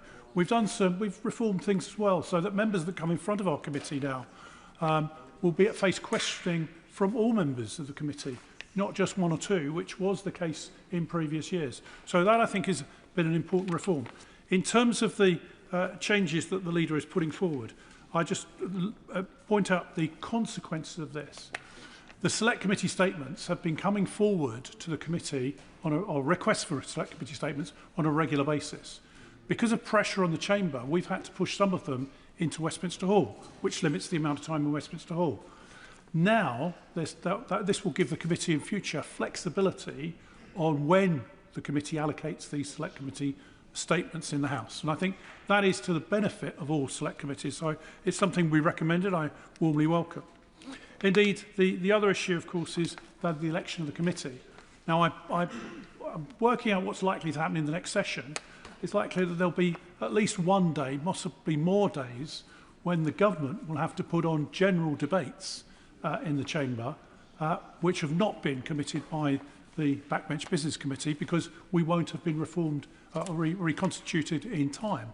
As the leader knows, I've written to him with a list of debates that members want to debate, so he can choose from some of those, I hope, to make sure that the will of backbenchers is heard, and those, particularly those who have been waiting for some time, will get the opportunity. It does mean that it brings the Backbench Business Committee in line with other select committees, and so the chairman and the committee will be elected at the beginning of Parliament and serve the duration of Parliament unless the parties decide to remove members of the committee. And indeed the chairman, of course, will serve for the duration of Parliament, which is, once again, I think, sensible and a good move. I hope, of course, that members will see the wisdom of re-electing me as chairman of the Backbench Committee when we return after state opening. But that's for another day, Madam Deputy Speaker. Equally, I think it's extremely welcome the change of rules, which obviously came from the Procedure Committee, on how the lobbying and process of elections will take place for Select Committee Chairman at the beginning of Parliament.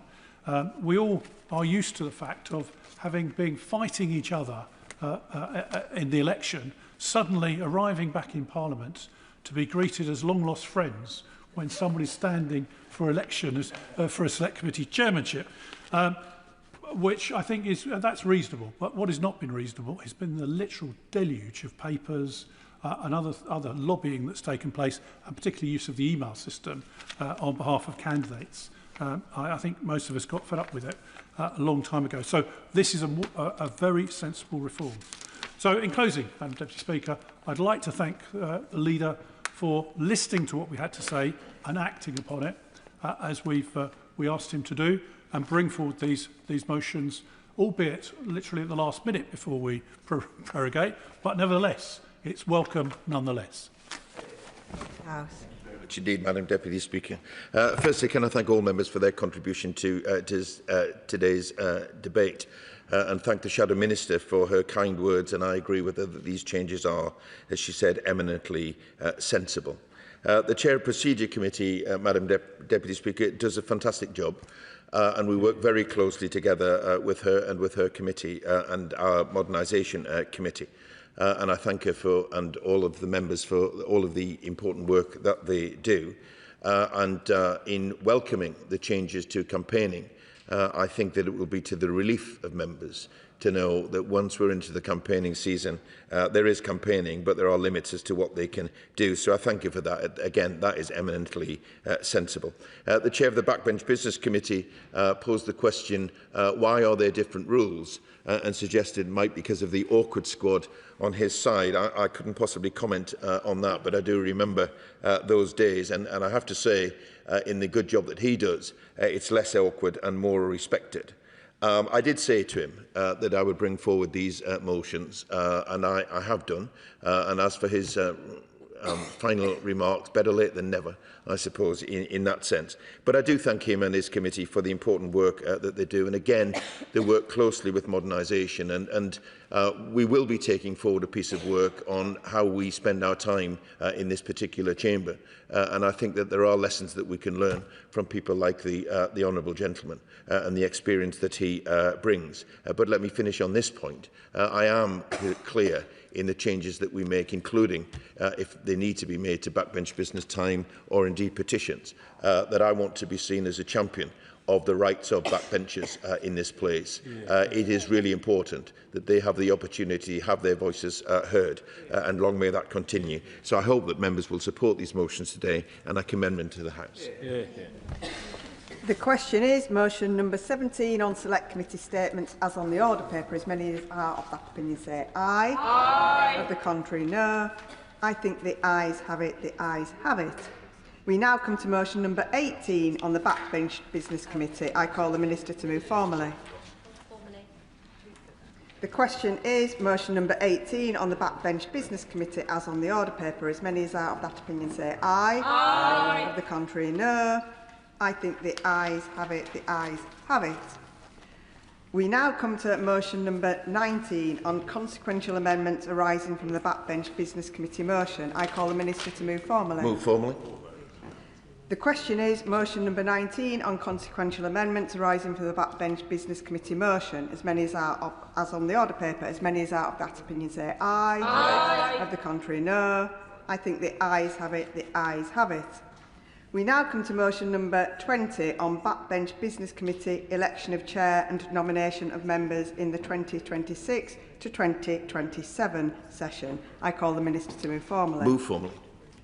The question is motion number 20 on backbench business committee election of chair and nomination of members in the 2026 to 2027 session as on the order paper. As many as are of that opinion say aye. Aye. The contrary, no. I think the ayes have it. The ayes have it. We now come to motion number 21 on select committee chair elections. I call the Minister to move formally. Move formally. The question is motion number 21 on select committee chair elections as on the order paper. As many as are of that opinion say aye. Aye. Of the contrary, no. I think the ayes have it. The ayes have it. The House will now suspend pending the arrival of Lord's messages. I will cause the division bells to ring 5 minutes before the sitting resumes.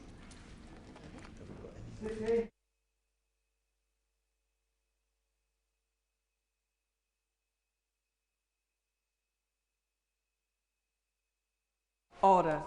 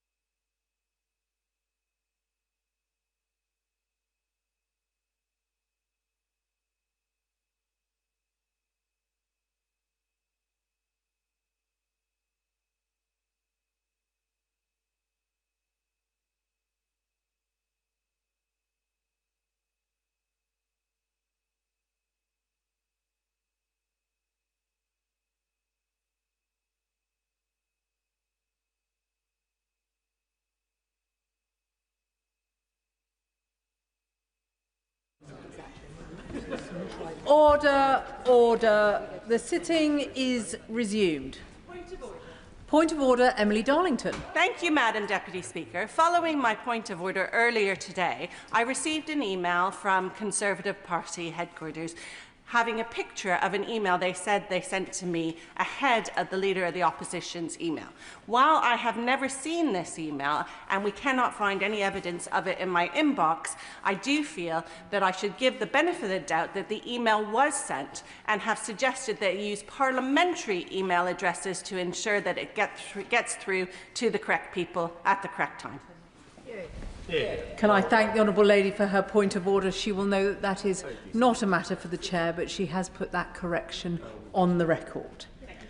Petition. Bambos Charalambos. Thank you, Madam Deputy Speaker. I present a petition on behalf of the residents of my constituency of Southgate and Wood Green who are concerned about illegal activities in shops on local high streets. It has been well documented in both national and local media that shops, including in my constituency, are being used for illegal activities which are causing harm to the local community.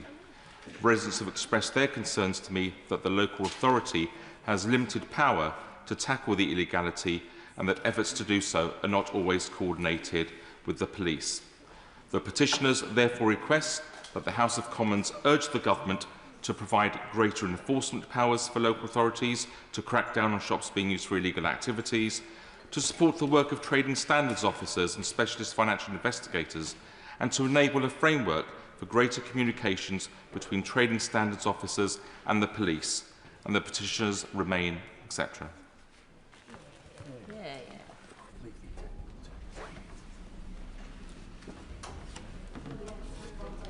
Thank you. Petition, use of shops for illegal activities. Petition. Mims Davis. Thank you, Madam Deputy Speaker, and I rise to present this petition on behalf of 116 of the constituents from East Grinstead, Uckfield and the villages, and a further 87 online who have signed online. Madam Deputy Speaker, my constituents suffered unprecedented and unacceptable water outages in January. Whilst nothing will compensate my constituents for a week of no running water, at least there has been recompense for householders. That is not the case for local businesses who have lost thousands of pounds of trade and income. Both myself and the East Grinstead Business Association are clear more must be done for our small businesses in the town and the affected villages. The prayer of the petition is as follows. The petitions of the residents of East Grinstead and Uckfield declare that the recent South East water outages have had a particular effect on businesses in the constituency of East Grinstead and Uckfield. Further declares that compensation offered to date is not adequate, and further declares that compensation can be paid to landlords in cases where landlords pay the water bill. But this does not reflect the end impact on the businesses themselves of water outages. The petitioners therefore request that the House of Commons urges the government to take action to ensure the water companies are obliged to pay adequate compensation directly to affected businesses following the outages such as the South East water outage recently experienced in the constituency of East Grinstead and Uckfield, and the petitions remain, etc.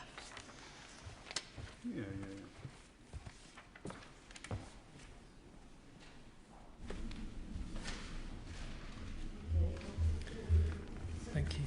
Petition, compensation following South East water outages. Petition, Adam Jogi. Thank you very much, Madam Deputy Speaker. The people of Audley in Newcastle and Lyme are proud of their green spaces, and this week of Staffordshire Day want to say no to the land southeast of the M6 being released from its green belt status for development. Further declares that this proposed change of use would be significantly detrimental, particularly to the parish of Audley, and further declares that the proposed development would result in poor air quality, noise, litter, loss of habitat and illumination for up to 24 hours a day, as well as severely impacting the views across the Cheshire Plains and North Staffordshire, leaving a devastating impact on the local community. The petitioners therefore request that the House of Commons urge the government to encourage Newcastle and Lyme Borough Council not to permit land south east of Junction 16 to be considered for release from its green belt status for development. And the petitions remain, etc.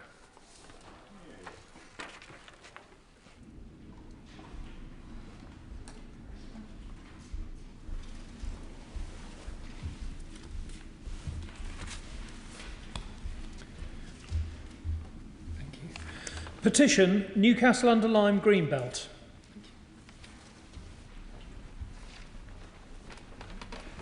I beg to move that this House do now adjourn. The question is that this House do now adjourn. Lee Anderson. Yeah. Thank you, Madam Deputy Speaker. The reason I'm here in this chamber tonight speaking on HMOs is because I've been contacted by hundreds of families in Ashfield over the past 6 years to raise their serious concerns about the impact HMOs are having on my community. Anybody can set up an HMO overnight, no qualifications, no training, no checks. All they need is a few £1,000s in the bank, get a mortgage, go and buy a cheap house somewhere in the Midlands or in the North or in places like Ashfield, buy up a cheap terraced house, turn it into an HMO.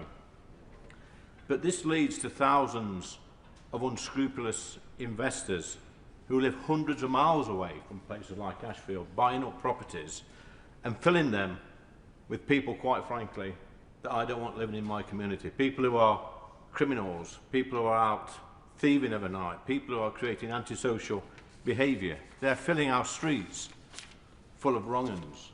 And then the local politicians, the police, the councillors sit there scratching their heads, asking themselves why crime is on the up in that area. I will give way. Can I thank the honourable gentleman for allowing me to intervene? Does he agree with me that local authorities such as Lib Dem controlled 3 Rivers District Council in my constituency South West Hertfordshire should be issuing things like Article 4 directions in order to protect our areas from a proliferation of HMOs? I thank the honourable member for his intervention. I do agree with the Article 4 legislation used to put HMOs through the planning process at local councils. It's something that I've forced my local council to do, but unfortunately they're only doing it in certain areas. I like to see it across the whole constituency. I will give way, yeah. Madam Jogi. Thank you, Madam Speaker. I'm grateful to the gentleman for giving way, and I thank him for securing this debate, and congratulate him on that. I wonder if he'd agree with me, and indeed the honourable member from Hertfordshire, that that should also apply to the Conservative-run council in Newcastle under Lyme, who should be applying Section 4 sooner rather than later. Lee Anderson. I thank the honourable member for his intervention. I think that's a matter for local councils to decide upon. I know in my area HMOs are a big problem, and I'm glad that they've used Article 4 in certain areas. I'd like to see it rolled out to the whole constituency. But I get back to my point, Madam Deputy Speaker, that we have druggies, criminals, wrong-uns, living sometimes 6 at a time in one small house on streets that were once considered a good place to live. And the decent folk who can afford to leave these streets are leaving in their droves. The problem there is that the investors